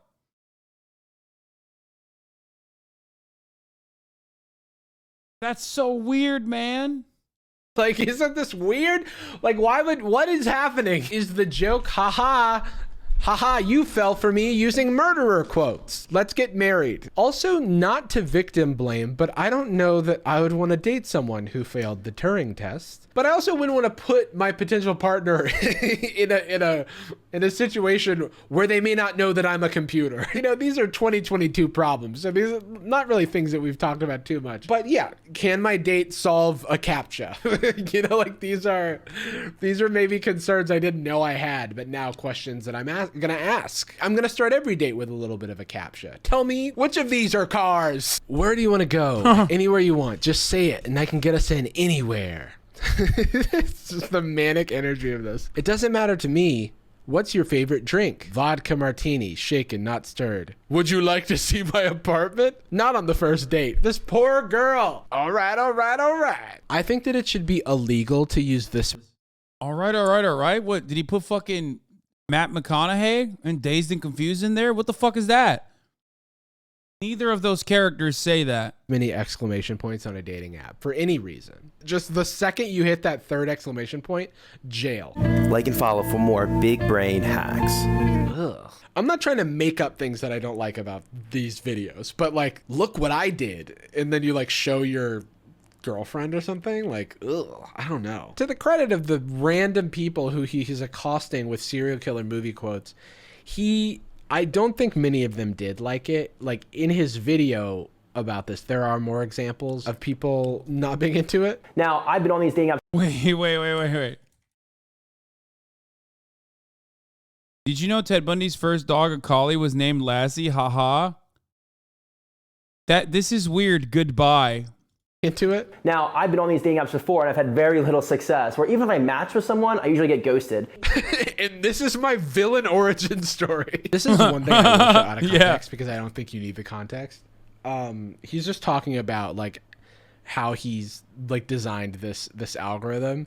And when I was watching this, I like groaned audibly. We now know that everyone that comes after them is also below our standards. So we can just... Oh, you know he lives with his parents. There's no way he lives on his own. Please don't tell me he lives in this apartment on his own. This interior design is made by a 58-year-old woman named Barbara, okay? It looks like a fucking hotel, dude.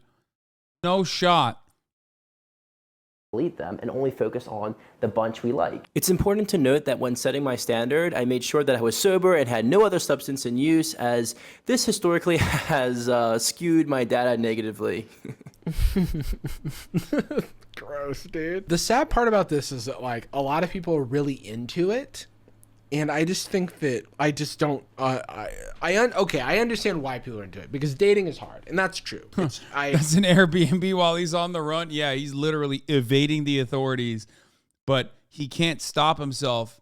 He can't stop himself from fucking constantly trying to rizz up women in his way, which is, of course, cyber stalking by using security flaws in applications and data scraping.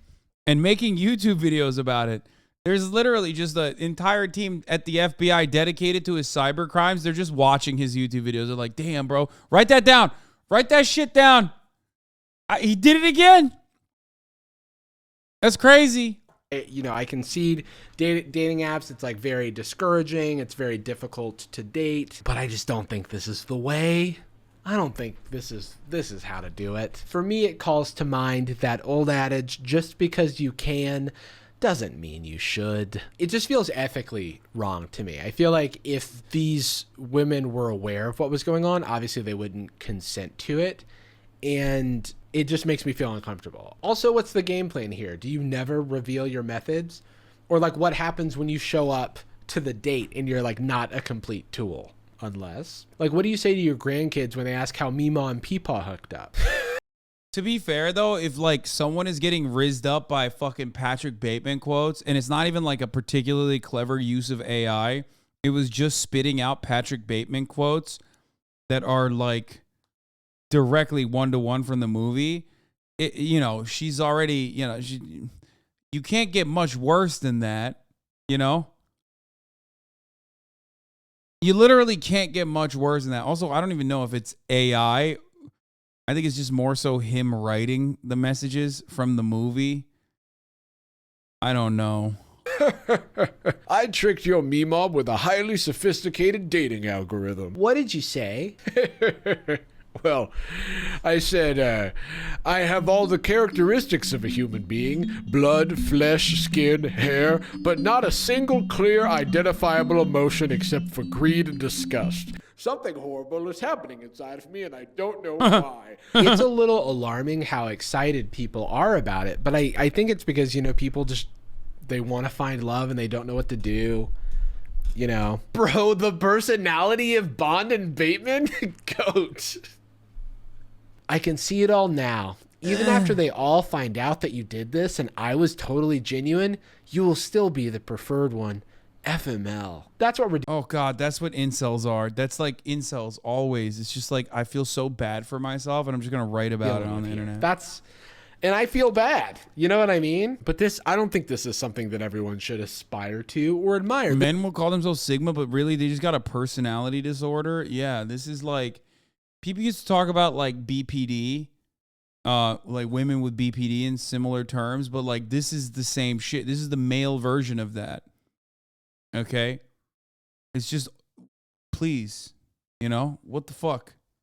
There's a reason that people aren't doing this. It's not that for lack of the skill or, you know, like ability to put two and two together. It's just kind of a creepy thing to do. Look, I'm going to call it here. And look, I don't get to decide what's right and wrong in this life. BPD, big penis disorder. Yeah, I got that. That's exactly what I'm talking about. I think that this is a little goofy, and more than a little goofy in some cases. Creepy, you know, is a word that I might use. Toxic, sure. I think that he's kind of adopted that word himself. I think that he knows how it's going to be perceived, but he's doing it anyway. But whatever. I think it's kind of goofy. I think it's kind of clownish. I think it's morally gray at best. Some of these things. You know, the good news is I don't get to decide everything in the world. But I did, you know, want to kind of throw my 2 cents in because people really do kind of look past the ethics of things when they're promising something that we want. I hope you enjoyed this video, if that was possible. And I will see you next time. All right. Well, on that note, I'm going to call it a night for myself. Okay. That's right. Night time for me.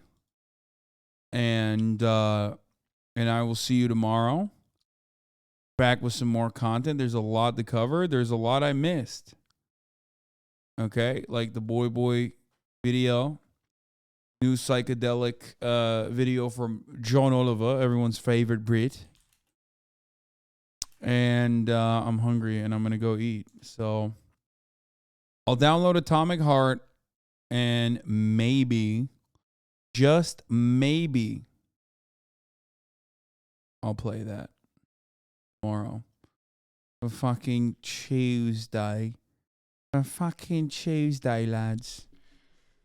All right. No, BoyBoy, I'm going to be mad tonight. Don't be mad. Be glad. Like I said, I will see you all tomorrow. All right, everybody. Bye. Sunny Los Angeles, California, says Hasan. The starlight to the starlight to the topic just begun. There he is again, Hasan is streaming.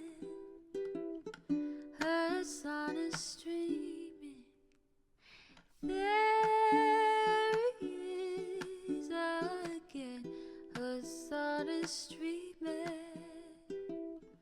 Hasan is streaming. Review in the P.O. box, Uncle Uger's face. Sudden Discord agitprop, great names take embrace. Tiny Bernie Sanders, LGBTQ Air Force. The whole left at your fingertips, on at your door. H3 crowded debate, the Young Turks online show. 3 full fucking years of this, plenty more to go. 90-day fiance talks of champagne bourgeoisie. A Trump rally live reaction on mass riot at DC. There he is again, Hasan is streaming. Hasan is streaming.